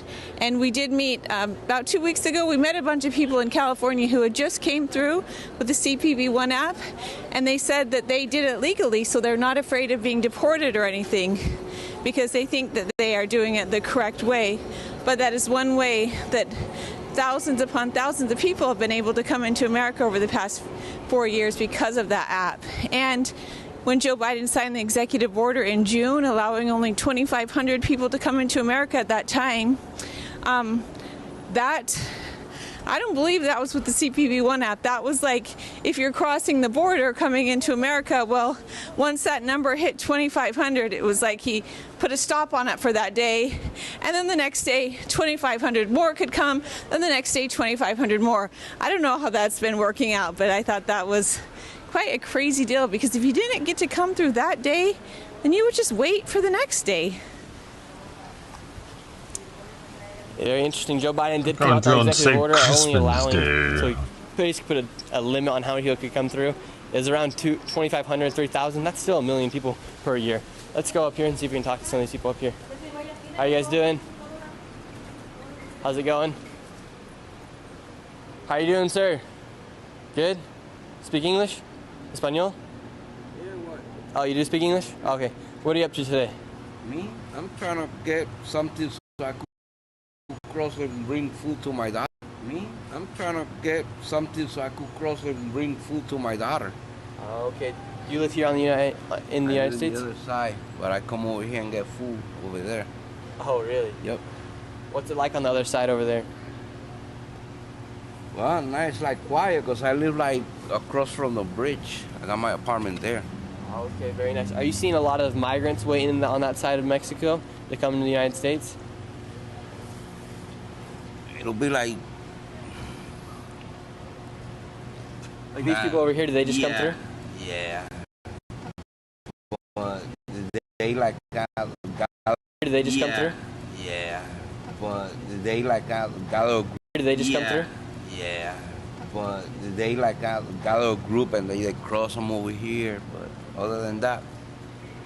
Do you think these people that look like these people just came through, do you think those people had to work with the cartel to come on this side over? No, I doubt it. I doubt it, because these are different people. And why do you live in Mexico? Because the rent is cheaper over there. Because it's cheaper over there. Over here is like too expensive. I got my wife and my daughters over there. Okay. Mm-hmm. Would you say you're seeing thousands He's of American. people, like thousands of Right. migrants on your side of the border that are waiting to come to the United States, or is it just a few hundred? You could see the line forming, right? Oh, wow. So are all those people... There you go. So there's a huge line up here on the bridge, and is that just for the people coming over via the CBP-1 app? Some of them, they got decent passport, and they come to work. So a lot of them, they come to buy a lot of presents for Christmas. Other than that... I forgot this was live for a second. I'm not Mexican. I'm Puerto Rican. Yeah. I marry a Mexican girl. But I came here today because somebody promised me like a one-day job thing. But when I showed up, he wasn't there. So now I'm trying to get back to my kids. How much does it cost to cross the border? $1. $1? That's 50 cents. But if I cash this here for American dollar, because they don't take this here, it's got to be quarters. How much is it, like? Okay, so you need $1 here. I'll get you $1. Let's see if I have anything in my pocket. What just happened? Right, here you go. Lady, if you one of those. There, you can just keep it. All right. Hey, but thank you, sir. We appreciate it. Thank you. So these people right here crossed over the border right here. Yeah. But they accumulate them like on one corner over there, and they let certain people come here, and from there they like take off from someplace else. I don't know. Do you think it's right that they let so many people come into the United States? Man, I don't know how to answer that, man. But hey, freedom. I guess. The price for freedom. Awesome. Have a good one. All right, we'll see if we can come in over here and talk to some of these people right here. See what they got to say. How are you guys doing? Hola. Hello. How are you? Speak English? ¿Hablas inglés? Español, ¿de dónde eres? Venezuela. De Venezuela. Did you guys, so he's from Venezuela. Did you guys come across today? ¿Vinieron hoy día? Hoy día. And how long were you guys waiting to come into the United States? ¿Cuánto tiempo estaba esperando para venir a los Estados Unidos? 5 meses. 5 months there waiting. 5 meses en México. 5 months in Mexico. Wow. Do you speak English? ¿Hablas inglés? Poquito. And, entonces, ¿cómo fue el proceso? How was the process to get here? ¿Cómo fue el proceso para llegar aquí? Fue difícil, It was hard. complicado, pero lo logramos. She said it was hard, complicated, but they did it. Are you guys happy to be here now? ¿Están felices para estar aquí? Muy felices. Wow. So a lot of times when the steel comes through, they also have to go through a jungle called a Darien. ¿Ustedes tenían que pasar por la Darien? Did you guys have to go through the Darien Gap? ¿Por dónde? ¿Pasaron por la selva de Darien? Sí, por la selva del Darién. Fue muy peligroso, pero lo logramos. Yeah. Now what are you guys' plans here? Ahora qué son sus planes? Ellos son una familia y vienen desde Brasil. Pasaron la selva, todo. Really, they're from Brazil. No, son venezolanos, pero Venezolanos, pero vienen de Brasil. Oh wow. So they're Venezuelan, but they came from all the way from Brazil. ¿Ustedes vinieron de Brazil? You guys came all the way from Brazil? Sí. Sí. Where were you living in Brazil? ¿Dónde estaban viviendo en Brasil? En Amazonas, Manaus. In the Amazon, something over there. Wow, that's crazy. In the jungle, And what made you baby. guys want to come to the United States? ¿Por qué quieren venir a los Estados Unidos? Para tener una mejor calidad de vida. Have a better quality of life. And was your quality of life better in Brazil than it was in Venezuela? ¿La calidad de vida era mejor en Brasil que fue ahí en Venezuela? Sí, era un poco mejor, pero no tanto. No tanto. ¿Y todos vinieron hoy día para el CBP1? Sí. So everyone came here from the CBP1 app. ¿Sí? Sí. Wow. And did you guys have to live in like the camps in Mexico? ¿Tenían que vivir en los campamentos en México?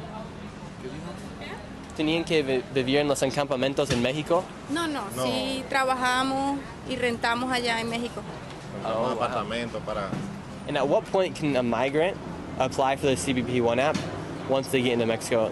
¿Por dónde un migrante puede aplicar para la CBP1 cuando cruzan Cruzamos para acá. para México? Estábamos en Ciudad de México. Oh. Ahí aplicamos la cita y nos salió por Laredo. Yeah. And so once you guys got to Mexico City, then you could apply. Cuando llegaron a México, la Ciudad de México, de ahí podrían aplicar. Ajá, desde México. Okay, so once you got to Mexico City, they couldn't, but they couldn't do it from Venezuela, which is also pretty interesting. And why do you think now in the United States we've made this app to let so many people come into the United States? ¿Por qué creen que ahora los Estados Unidos han creado esta aplicación para dejar migrantes a cruzar? No sé con qué intención lo hagan, pero fue de buen beneficio para nosotros. She said they don't know why, but it's been a good benefit Y for hay them. millones de personas esperando en México. She says there's millions, como millones or mil? Miles. Miles, millones de personas esperando en México. She says there's millions of people waiting in Mexico to come to the United States. And how long does it usually take for someone to apply to Mexico? Or how long does it usually take somebody to apply to make it into the United States? ¿Por cuánto tiempo solamente dura para que alguien reciba su aplicación para venir? Hay personas que conocimos aquí que tenían hasta 1 año y 5 meses esperando la aplicación, la cita. Really? So some people wait all the way from a year and 5 months just to get here to the United States, because literally when they cross over the United States, once they cross in Mexico, they can't apply until they get into certain cities. And do you think it's right that this app is happening? Or like, do you think it's a good thing that so many people are coming to the United States right now? ¿Creen que es una buena cosa que muchas personas están viniendo a los Estados Unidos? Lo hacen por la crisis que tengan en sus países. So they do it for the crisis that they have in their country. And if you couldn't come to the United States, where would you be living? Si no pudieran venir a los Estados Unidos, ¿dónde estarían? Pasando necesidad en nuestros países. Todavía, so you'd still be in your country, she says. Con el dictador. So you'd still be living there with the dictator. And are you guys planning on ever going back to your country, or do you guys want to stay here in the United States? ¿Tienen planes para regresar a Venezuela un día? Si quisiéramos regresar cuando el gobierno ya no esté. She says, yeah, I want to return when there is another government. Right. Wow. Mm-hmm. And what city are you going to now here? ¿Qué ciudad vas ahora? A Denver, Colorado. To Denver, Colorado. Okay. And do you already have a job there? ¿Ya tiene trabajo ahí? Tenemos familiares allá. You got family, and wow. And how many people in your family came across the border today? ¿Cuántas personas en su familia cruzaron la frontera hoy día? Todos. Oh wow, so six. 7. Estamos esperando A mi tía. Oh, so they're waiting for another aunt. Wow, that's crazy. So, how 7. many more people do you think are going to come through today? ¿Cuántas más personas creen que van a pasar hoy día? hoy. Hoy. No, hoy ya. ¿Como la fila ahí? No, ya. No, ya. Creo que ya por hoy. 30 ya, personas hoy pasaron. Por este puerto. En total fuimos 30 hoy. So only 30 people can come through today. Solo 30 personas pueden cruzar cada día. Este es el puerto más pequeño. Puerto de entrada más pequeño. Okay, she said this is the smallest port of entry, and only 30 people came through here today. El más grande es San Isidro, que recibe 370 personas diarias. She said the biggest one is San Isidro in California that receives 310? 370. Oh, 360 every single day in San Isidro, California. This is one of the smaller ones here in Laredo, accepting nearly 30 people every single day. And ¿de qué países vienen? ¿Como todos son de Venezuela hoy? No, Cuba, Haití. Asked her what countries are people coming from. She said Cuba, Haiti, Bolivia. Algunos vienen de Perú y Venezuela. From Peru and Venezuela. And so it was only the CBP-1 app, from what I understand, at one point it was only Cuba, Haiti, Venezuela, and Nicaragua. But now it sounds like they're opening it to more countries. Antes solo gente de Venezuela, Cuba, Nicaragua y Haiti podrían aplicar. Ya no, ya todos pueden aplicar. She says now everybody can. Mexicans, Venezuelans, Colombians. Todos. Wow. And now that Donald is going to be president, are you guys worried about being deported? Ahora que Donald Trump va a ser presidente, ¿tienen temor de ser No, deportados? because they did it through the app. Sí. Yes. Oh, good. La verdad sí, pero estamos confiando en Dios y que pueda cambiar, que tenga un plan más seguro para nosotros, que los que deja trabajar. Yeah, so they said they actually are scared if Donald Trump gets in. When Donald Trump gets in, if they'll be deported, but they're hoping he opens up a plan for him that's going to be a little bit better. Por lo menos a los países que están en dictadura, como Venezuela, Cuba, Haití. She said at least for the countries that are in a dictatorship like Cuba, Venezuela, and Haiti. Bueno, muchas gracias. And what did you guys do with all your guys' stuff in Venezuela? ¿Qué hicieron con todas las cosas con la casa? What did you guys do with your guys' house in Venezuela? Todo lo vendimos para venir hasta acá. They sold everything to come here. And how much do you have to spend to get to the United States? ¿Cuánto tienen que pagar para venir a los Estados Unidos? ¿Hasta aquí? ¿Hasta aquí? Como 10,000 gastamos entre Hemos ellos. gastado aproximadamente entre $10,000 y $12,000. $10,000 to $12,000 they paid just to get here to the United States. Wow. And did you have to go through cartels and stuff like that? ¿Tienen que pasar por carteles? Todo eso. Sí. Carteles, secuestros. Cartels, kidnappings, del mismo extortions gobierno. from the government. Was it scary? ¿Fue temoroso? Sí. Wow. Así mismo, you yourself were kidnapped? ¿Usted también fue secuestrada? Really? You got kidnapped? En Guatemala. In Guatemala, you got kidnapped. For how long? Frontera, Guatemala, México. In Tapachula? Ajá. She got kidnapped at the border between Guatemala and Mexico. And how long were you kidnapped for? ¿Y por cuánto tiempo estaba secuestrada? No, un solo día hasta que pagamos. Just a day until she had enough money to pay. Wow. So that is crazy. Was it cartels on the Mexico side or the Guatemala side? ¿Fue los carteles en México or in Guatemala? No sabemos. Creo que eran juntos. Really? She said she doesn't know. Wow. And how did you get money to pay the cartels? ¿Cómo consiguieron dinero para pagar el cartel? A nuestra familia y lo que traíamos de dinero para llegar hasta aquí. And how much did you have to pay them? ¿Cuánto tienen que pagar? En Tapachula, de Guatemala a Tapachula, $250. So in Tapachula, to cross the Mexico border to come into Mexico from Guatemala, that is paid $250. Pero los cubanos pagan más. But the Cubans pay more. How much do the Cubans pay? ¿Cuánto pagan los cubanos? $800, creo. 800. And is that just one time? Why would the Cubans pay more? Eso es un pagamento y después tiene que pagar más. Because they don't Spanish? Piden un solo monto y ya. Cuando pagas te dejan por persona. Wow. Per person. Sí, así es, cada uno. Wow. Yeah, but that's a really cool Between route. all of them, they had to pay $250 per person. Cubans have to pay $800 per person. I don't think she's the authority on all the information, though.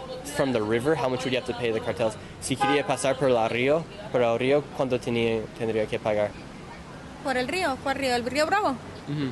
Ah, no sé. No nos arriesgamos. No quisimos. No. And if you guys didn't receive your appointment before Trump is inaugurated, would you have came to the border illegally? Si no recibieron su cita hoy día, antes que Trump fue inaugurado, pasarían como por el río?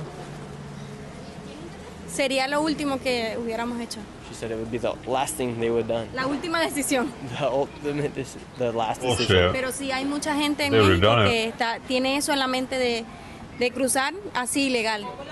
Ilegal por el río, por caminando, como sea. She said there's a lot of people in Mexico right now that do have that feeling that they will cross illegally si Donald Trump antes que Trump gana. Antes de que Trump. Ajá. Before Trump gets Antes in. del 20 de enero.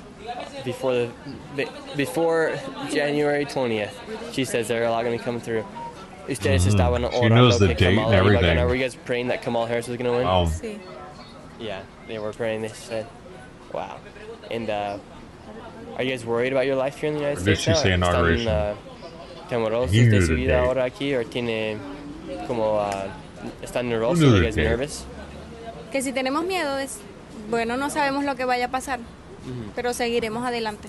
They don't know what's going to happen, but they're going to keep going. Sí. They said at least it's better here in Mexico. Wow. And what if you guys can't get work permits? It's very hard to receive work permits for migrants here. ¿Y qué pasa si no puede conseguir papeles de trabajar? Yeah. Es difícil aquí. Yeah. Para conseguirlos. Hay que esperar, Just have to wait. pero aquí hay más seguridad. But here there's more security, they say. And what did you guys do for work in Venezuela?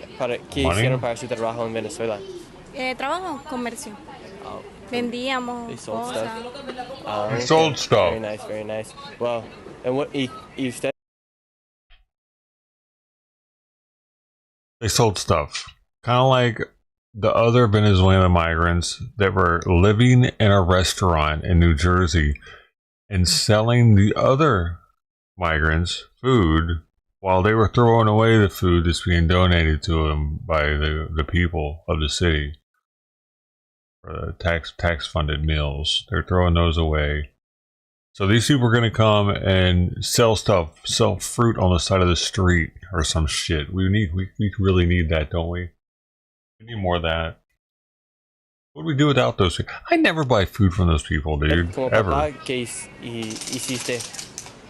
hiciste en Venezuela para ganar plata? What did you do for work? En Venezuela, donde yo vivo, la parte donde vivo se ve la minería, el oro. Oh, so Y se trabaja he mucho was con el comercio. something with gold. He minerals and gold. Wow, interesting. La minería, el comercio, por lo menos uno trabaja con ropa, Whoa. se va, se vende. Okay, so he did like stuff with like gold, clothes, and things like that. And But he sold fake gold on the street. Y'all got this gold watch. He opened his jacket. He had bootleg Levi's.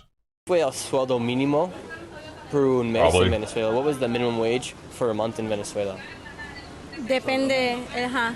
¿Cómo? Depende, porque si si yo trabajaba por mi cuenta, She said it depends if you worked for your own self. Estoy traduciendo. ajá, si yo trabajaba por mi cuenta, yo podía ganar I can make al mes 200, 300 $200, dólares. $300 a month in Venezuela. Pero si es un trabajo con el gobierno, salario mínimo gubernamental, no llega a los $10 mensual. But if you worked for the government in Venezuela, you wouldn't even make $10 in a month.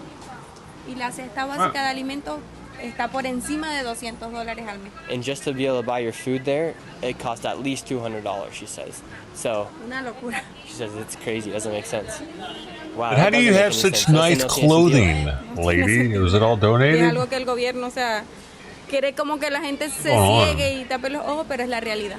She says the government hopes that people keep that closed-minded, that stay blind to that, but it's the truth, she says. And how many the fuck people did have they left get Venezuela? $10 to $20,000 to move here? Most Americans can't liquidate all their shit and have that much money. Actually, we have a lot of poverty here in America. Han salido de Venezuela. Millones. Millions. She says.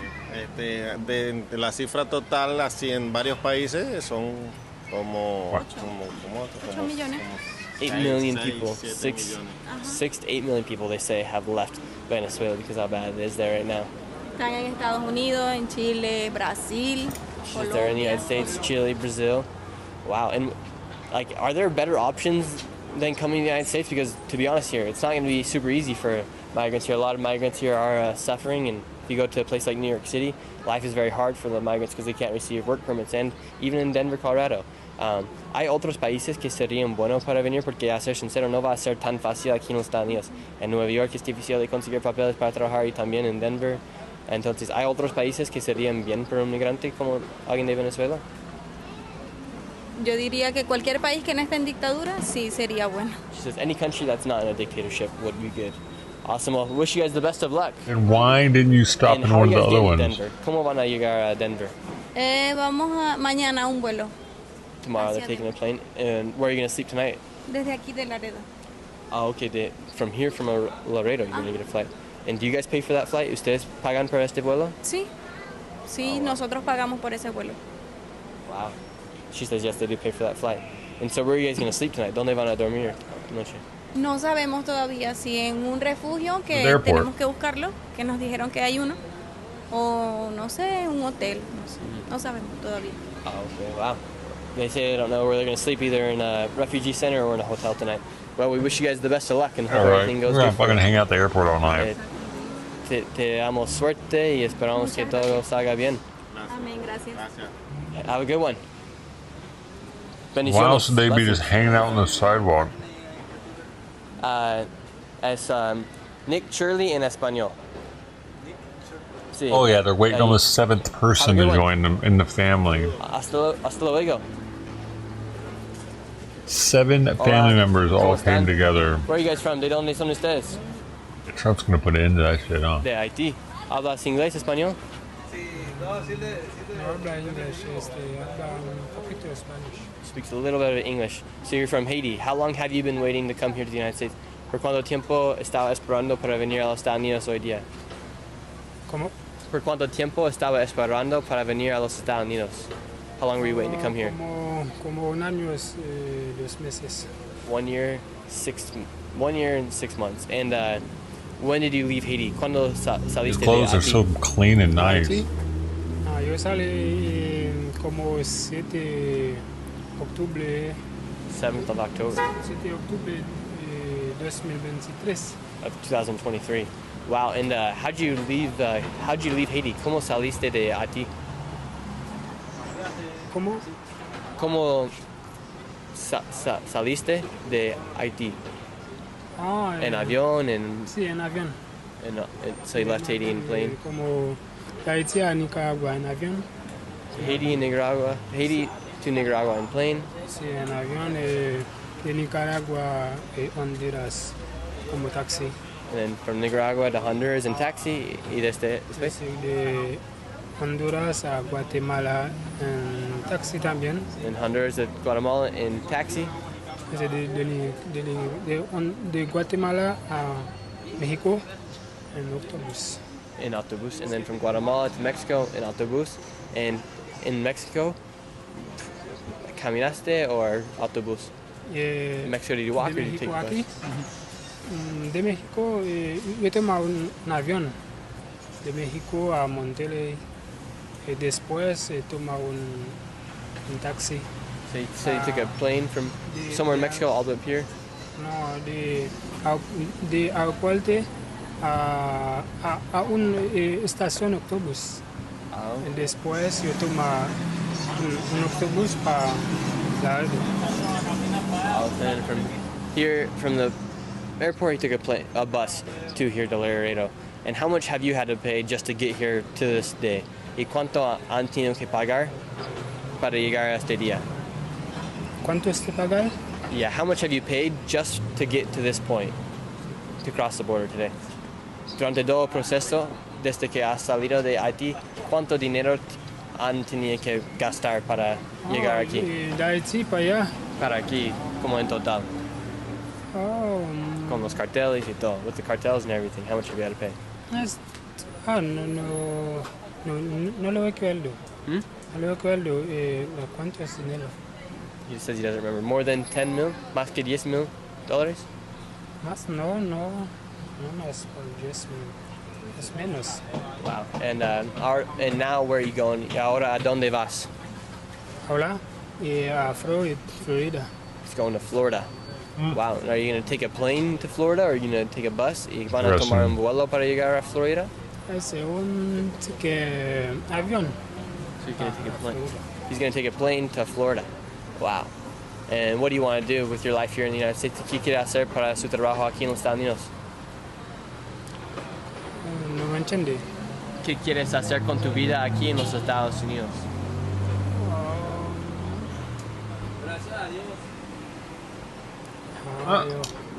Yo no habla mucho español para explicar.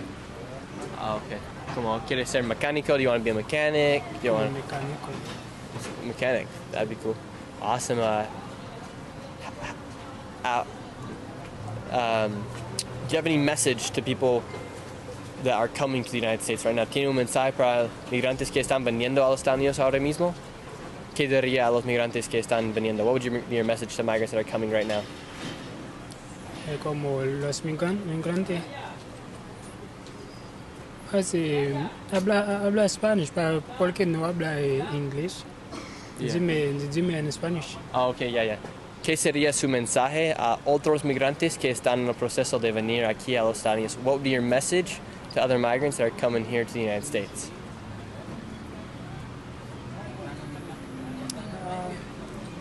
Ese es lo mismo, como no habla mucho español para explicar como... Okay. Yeah, he says he doesn't speak too much Spanish to say anything. Okay. Bueno, muchas gracias. Muchas gracias. Have a good day. Sí, Let's ask these guys right here. ¿Cómo están? ¿De dónde son ustedes? You guys are from Cuba. ¿Y cuánto tiempo están esperando para este día? How long were you guys waiting for this day? Nosotros 1 año y 3 meses. 1 year and 3 months they're waiting. Cruzaron por el CBP1, ¿cierto? Sí. Yes, came by the CBP one up, they said. They say yes. And where are you guys going? ¿A dónde van ahora? Bueno, vamos a ir a Isla por fin.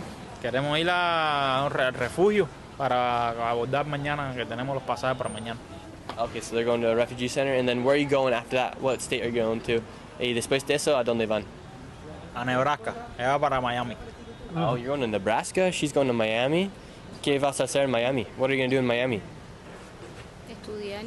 ¿Cómo? Estudiar. She's going to study? ¿Estudiar en una universidad? Or are you going to study in a college? Or Un colegio.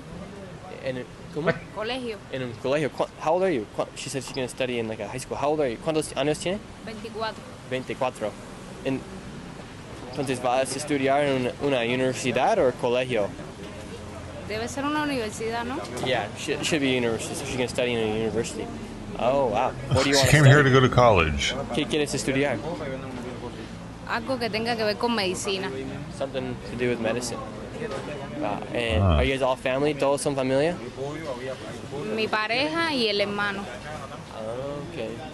Nice. And how do you guys determine where you're going to go? Because he's going to Nebraska, you're going to Miami. ¿Cómo hacen la decisión de a dónde van? Como, por ejemplo, él va a Nebraska y usted va a Miami. Porque mis padres están en Miami y los de ellos en Nebraska. So her parents are in Miami, his family's in Nebraska. Wow. What are you going to do in Nebraska? ¿Qué vas a hacer en Nebraska? Lo que sea, trabajar. En lo que sea. Anything, he says. Whatever work there is. Oh, she's going to Miami? Oh, she's going to be a whore. Hizo para trabajar en Cuba. Called it. Yo soy barbero. He said he was a barber. Okay, so you're going to be barber here too? Are you, vas a ser barbero también? Whatever, well, he says whatever. Puedo barbero bien, y si no, en cualquier trabajo. Yeah. And how was the journey to get here to this point? ¿Y cómo fue el proceso para llegar a este día aquí en Laredo? Fue duro, la verdad. He says it was hard. Difícil.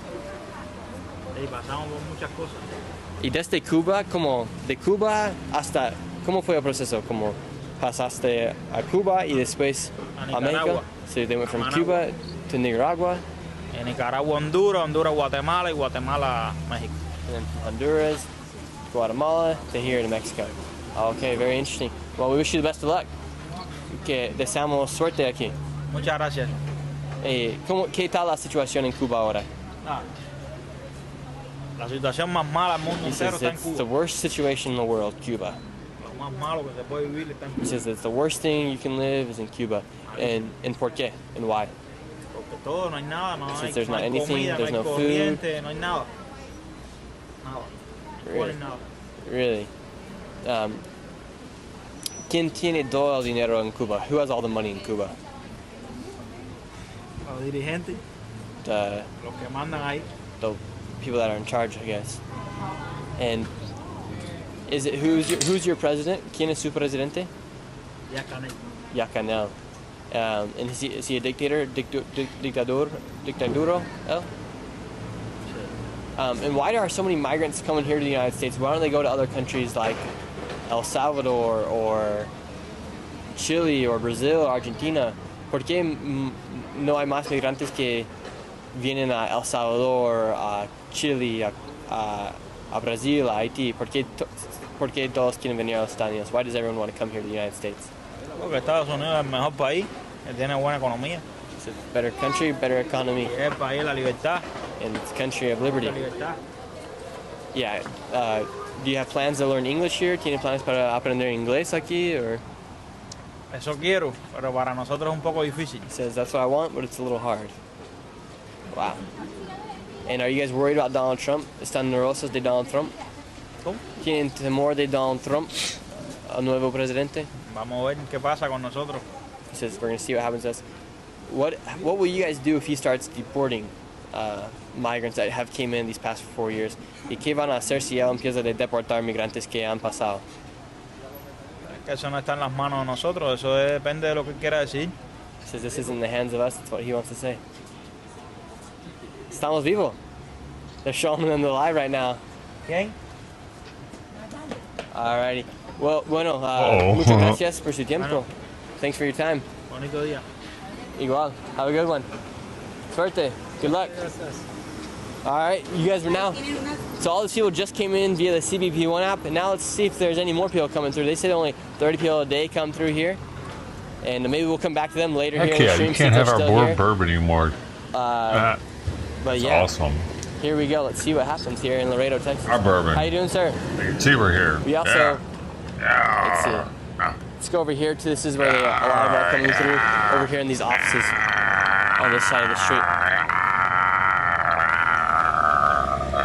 Some green light. All right, now we're good.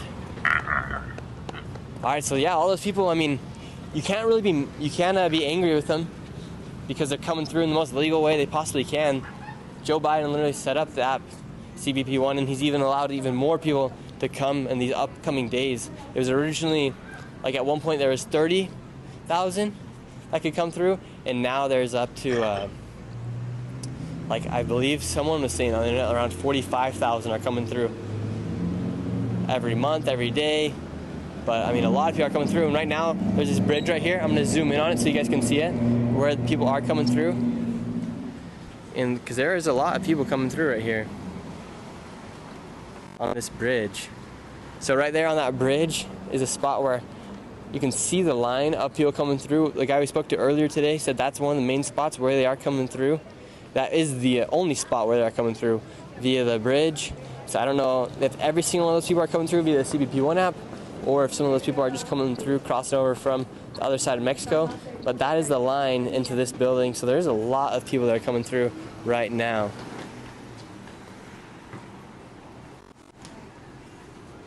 Let's see if more people are coming through these offices over here. And then we're gonna talk to some of the locals as well. I couldn't read what people were saying in the chat, meanwhile I was having the conversation with them. But here, let's see if these people right here are coming through via the CBP1 app, or if they're just people crossing over from Mexico, just coming over for the day or so. How are you doing? Let's see. Hola. Speak English? ¿Hablan inglés? Why? What? Yes? Oh, we were just talking to people over there that are coming over from Venezuela and Cuba. Where are you guys from? Mexico. Mexico. Are you guys coming through today just to work? We're just doing a live stream today, so we were wondering how many people are coming through via the CBP1. Okay. So, like, for instance, are you guys coming through via the CBP1, or are you guys coming here for vacation, for work? Work. For work. Yeah. And so, how many people do you think are on the Mexico side that are waiting to come into the United States from countries like Venezuela? Oh, actually, I'm not sure. I don't know. I just went out and went in. So. Oh, okay. You guys live in Mexico? Viven en México? Nah, here in US. Okay. How long have you guys been here for? ¿Cuánto tiempo han vivido aquí? 12 years. Oh, 12 years. Yeah.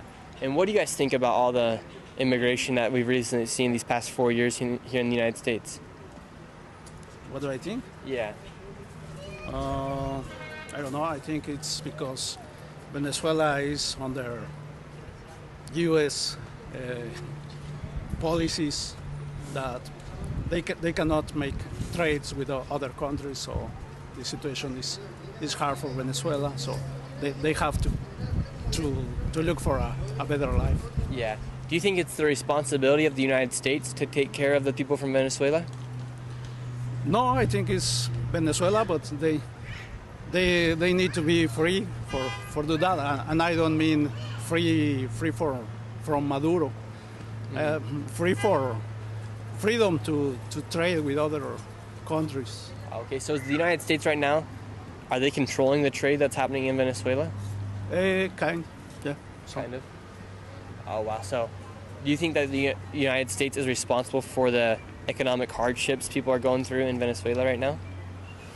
No, directly, I would say, but in a way, maybe. In a way. Yeah. And do you think there's better options for Venezuelans than the United States? Do you think, like, creen que hay mejor opciones para los venezolanos afuera de los Estados Unidos? Yes, actually, Mexico offer them a lot of opportunities, but they don't want to stay in Mexico. That's another truth. Yeah. Like, personally, I think a lot of the migrants from Venezuela would have a better life in another country where Spanish is the first language, because here it makes it a lot harder. It's hard to be here with speaking well, good English. Yeah. Yeah. They would be better maybe in Mexico, but they don't want. Yeah. Mexico offered them a lot of opportunities, but they just don't want. Really? So they just don't want to go to Mexico? Yeah. Or they don't want to stay in Mexico? Mm-hmm. They are looking the American dream. Mm-hmm. And do you think they should go after the Mexican dream, like the version of the American dream in Mexico? Right now there is a lot of opportunities in Mexico with the new government. It's a left government in Mexico, and there is more opportunities. Mm-hmm. It's a better government. Yeah. Less corrupt. Less corrupt. Yeah, I wonder why they don't stay on the Mexican side, because I went there once to see what was happening in the migrant camps over in Mexico City, and I mean, their life was, they were all waiting in these really, really bad camps, but it sounds from like the locals in Mexico that Mexico is giving migrants opportunities to be able to work and to get housing and stuff like that, versus here in the United States, they really can't work in a lot of places until they get their papers to work, and that takes months, years. Some people that crossed the border 4 years ago haven't even got work permits. You know what I mean? Yeah. Hey, well, thanks so much for talking to us. Appreciate it. Have a good rest of your day. Let's see. So one last question. How many of the people that cross through right here are coming through from the CBP1 app? What do you mean? Like, how many of these people coming through right now are from Venezuela, from Cuba? I don't know. It's hard to know. Yeah. Oh, okay. I cannot tell the difference between Venezuelans, Cubans, Mexicans. So. Okay. Thank you very much. Appreciate it. What's your channel? Nick Shirley. Nick Shirley. Yeah. Have a good one.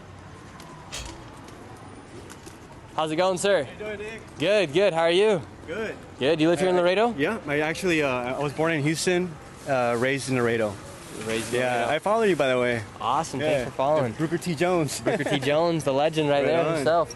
Today we just talked to a group of, there's about group of about 15 people that just came across the border. Right. How many people do you see coming across here in Laredo? You know, actually, I don't come to this side of town because the way it is, you know. But I'm assuming thousands. So, yeah. This is a very cartel-ridden town, it sounds like. Big time, yeah. What cartels mainly like control these I'm areas? not sure the name of the cartel, but there is people that from the cross, Nuevo Laredo, that live here that are in cartels. Really? So there's cartel members up here as well? Oh, yeah. You have to be very careful around here. Really dangerous spot to be. Sort of, you know, if you mess with the wrong people. So maybe after this live stream, we should just get out of here? No, I don't think you should. You don't think, maybe explore a little bit, you but... think the cartels know me? No. I hope not. I hope not. What's what, has Laredo always been a place where migrants come across? I would say so, yeah. You know, any border town is McAllen, Eagle Pass. Right. Wow, and do you think it's right what's going on with all this migration here in the United States? So, man. Yeah, let's move over here so Bill can come through. Yeah. Yeah.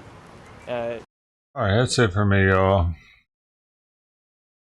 For the kitty stream for the day. Thanks for hanging out.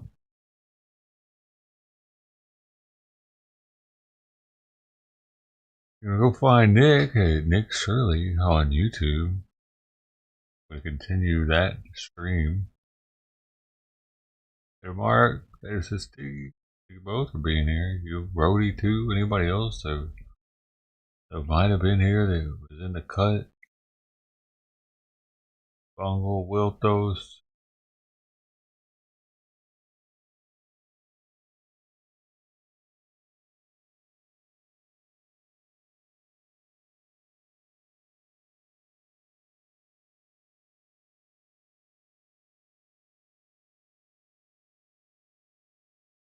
Hey, look what we got there. Our Trident's gonna eat some of the seaweed all of a sudden.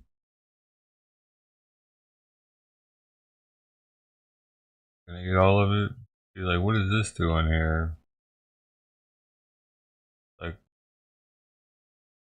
already been in the sun, but it's been pretty cool today, so the flies haven't been very. This is still good.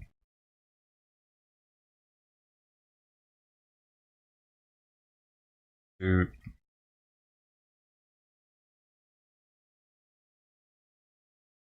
Hopefully that's still good, man. Hate to see him eat. Food has been out for so long.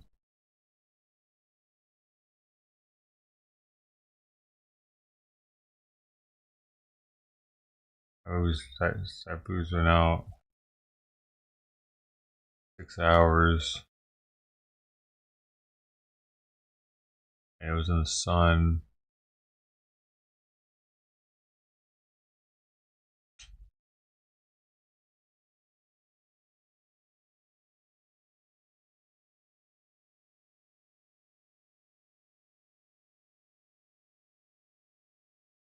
Why do you bug me?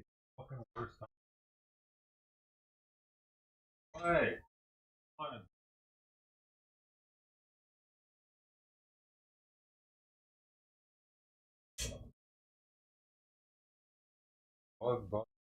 Bug. What do you think? Do you think it's been out too long?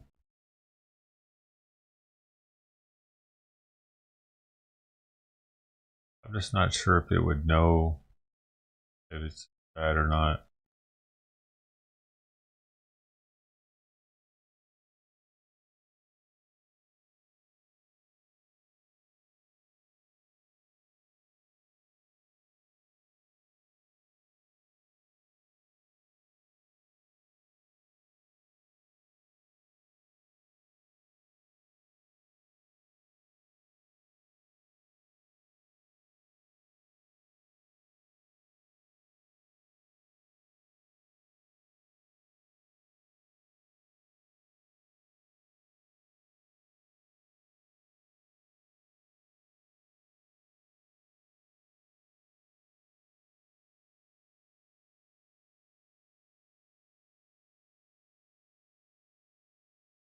I wish you'd come out earlier to eat it. It was fresh. Really hope it doesn't get sick.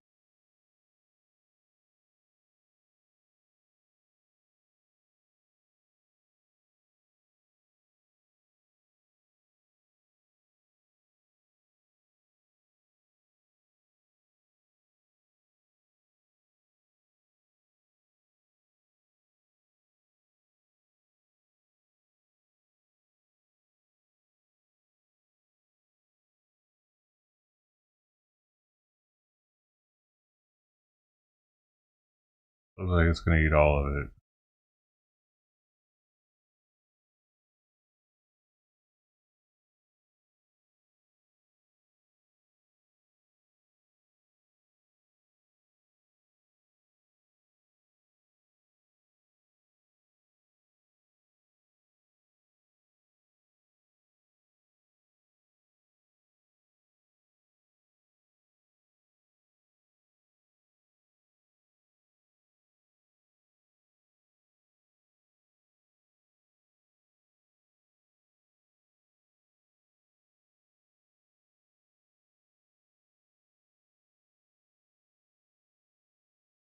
Forgot I mixed that with the food from Simon from the night before, so it had his saliva in it that baked in the sun with it. I don't know if that makes it more likely to have some crazy shit up in it.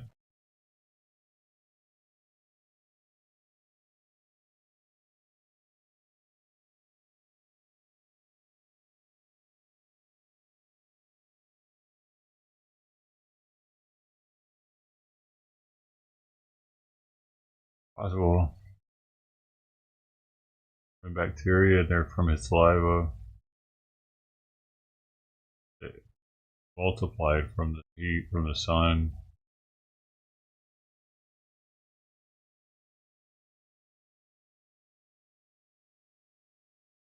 Possible. Trident's gonna get sick from it.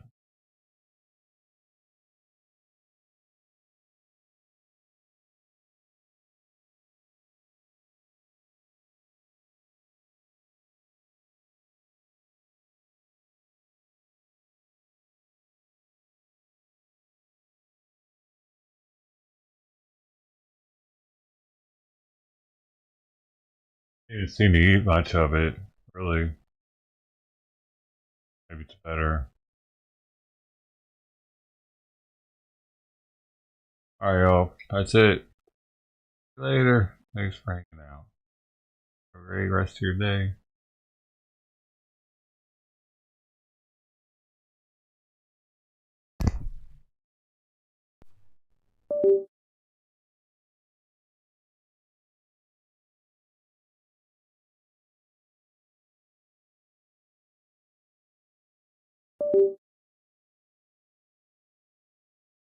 Another one.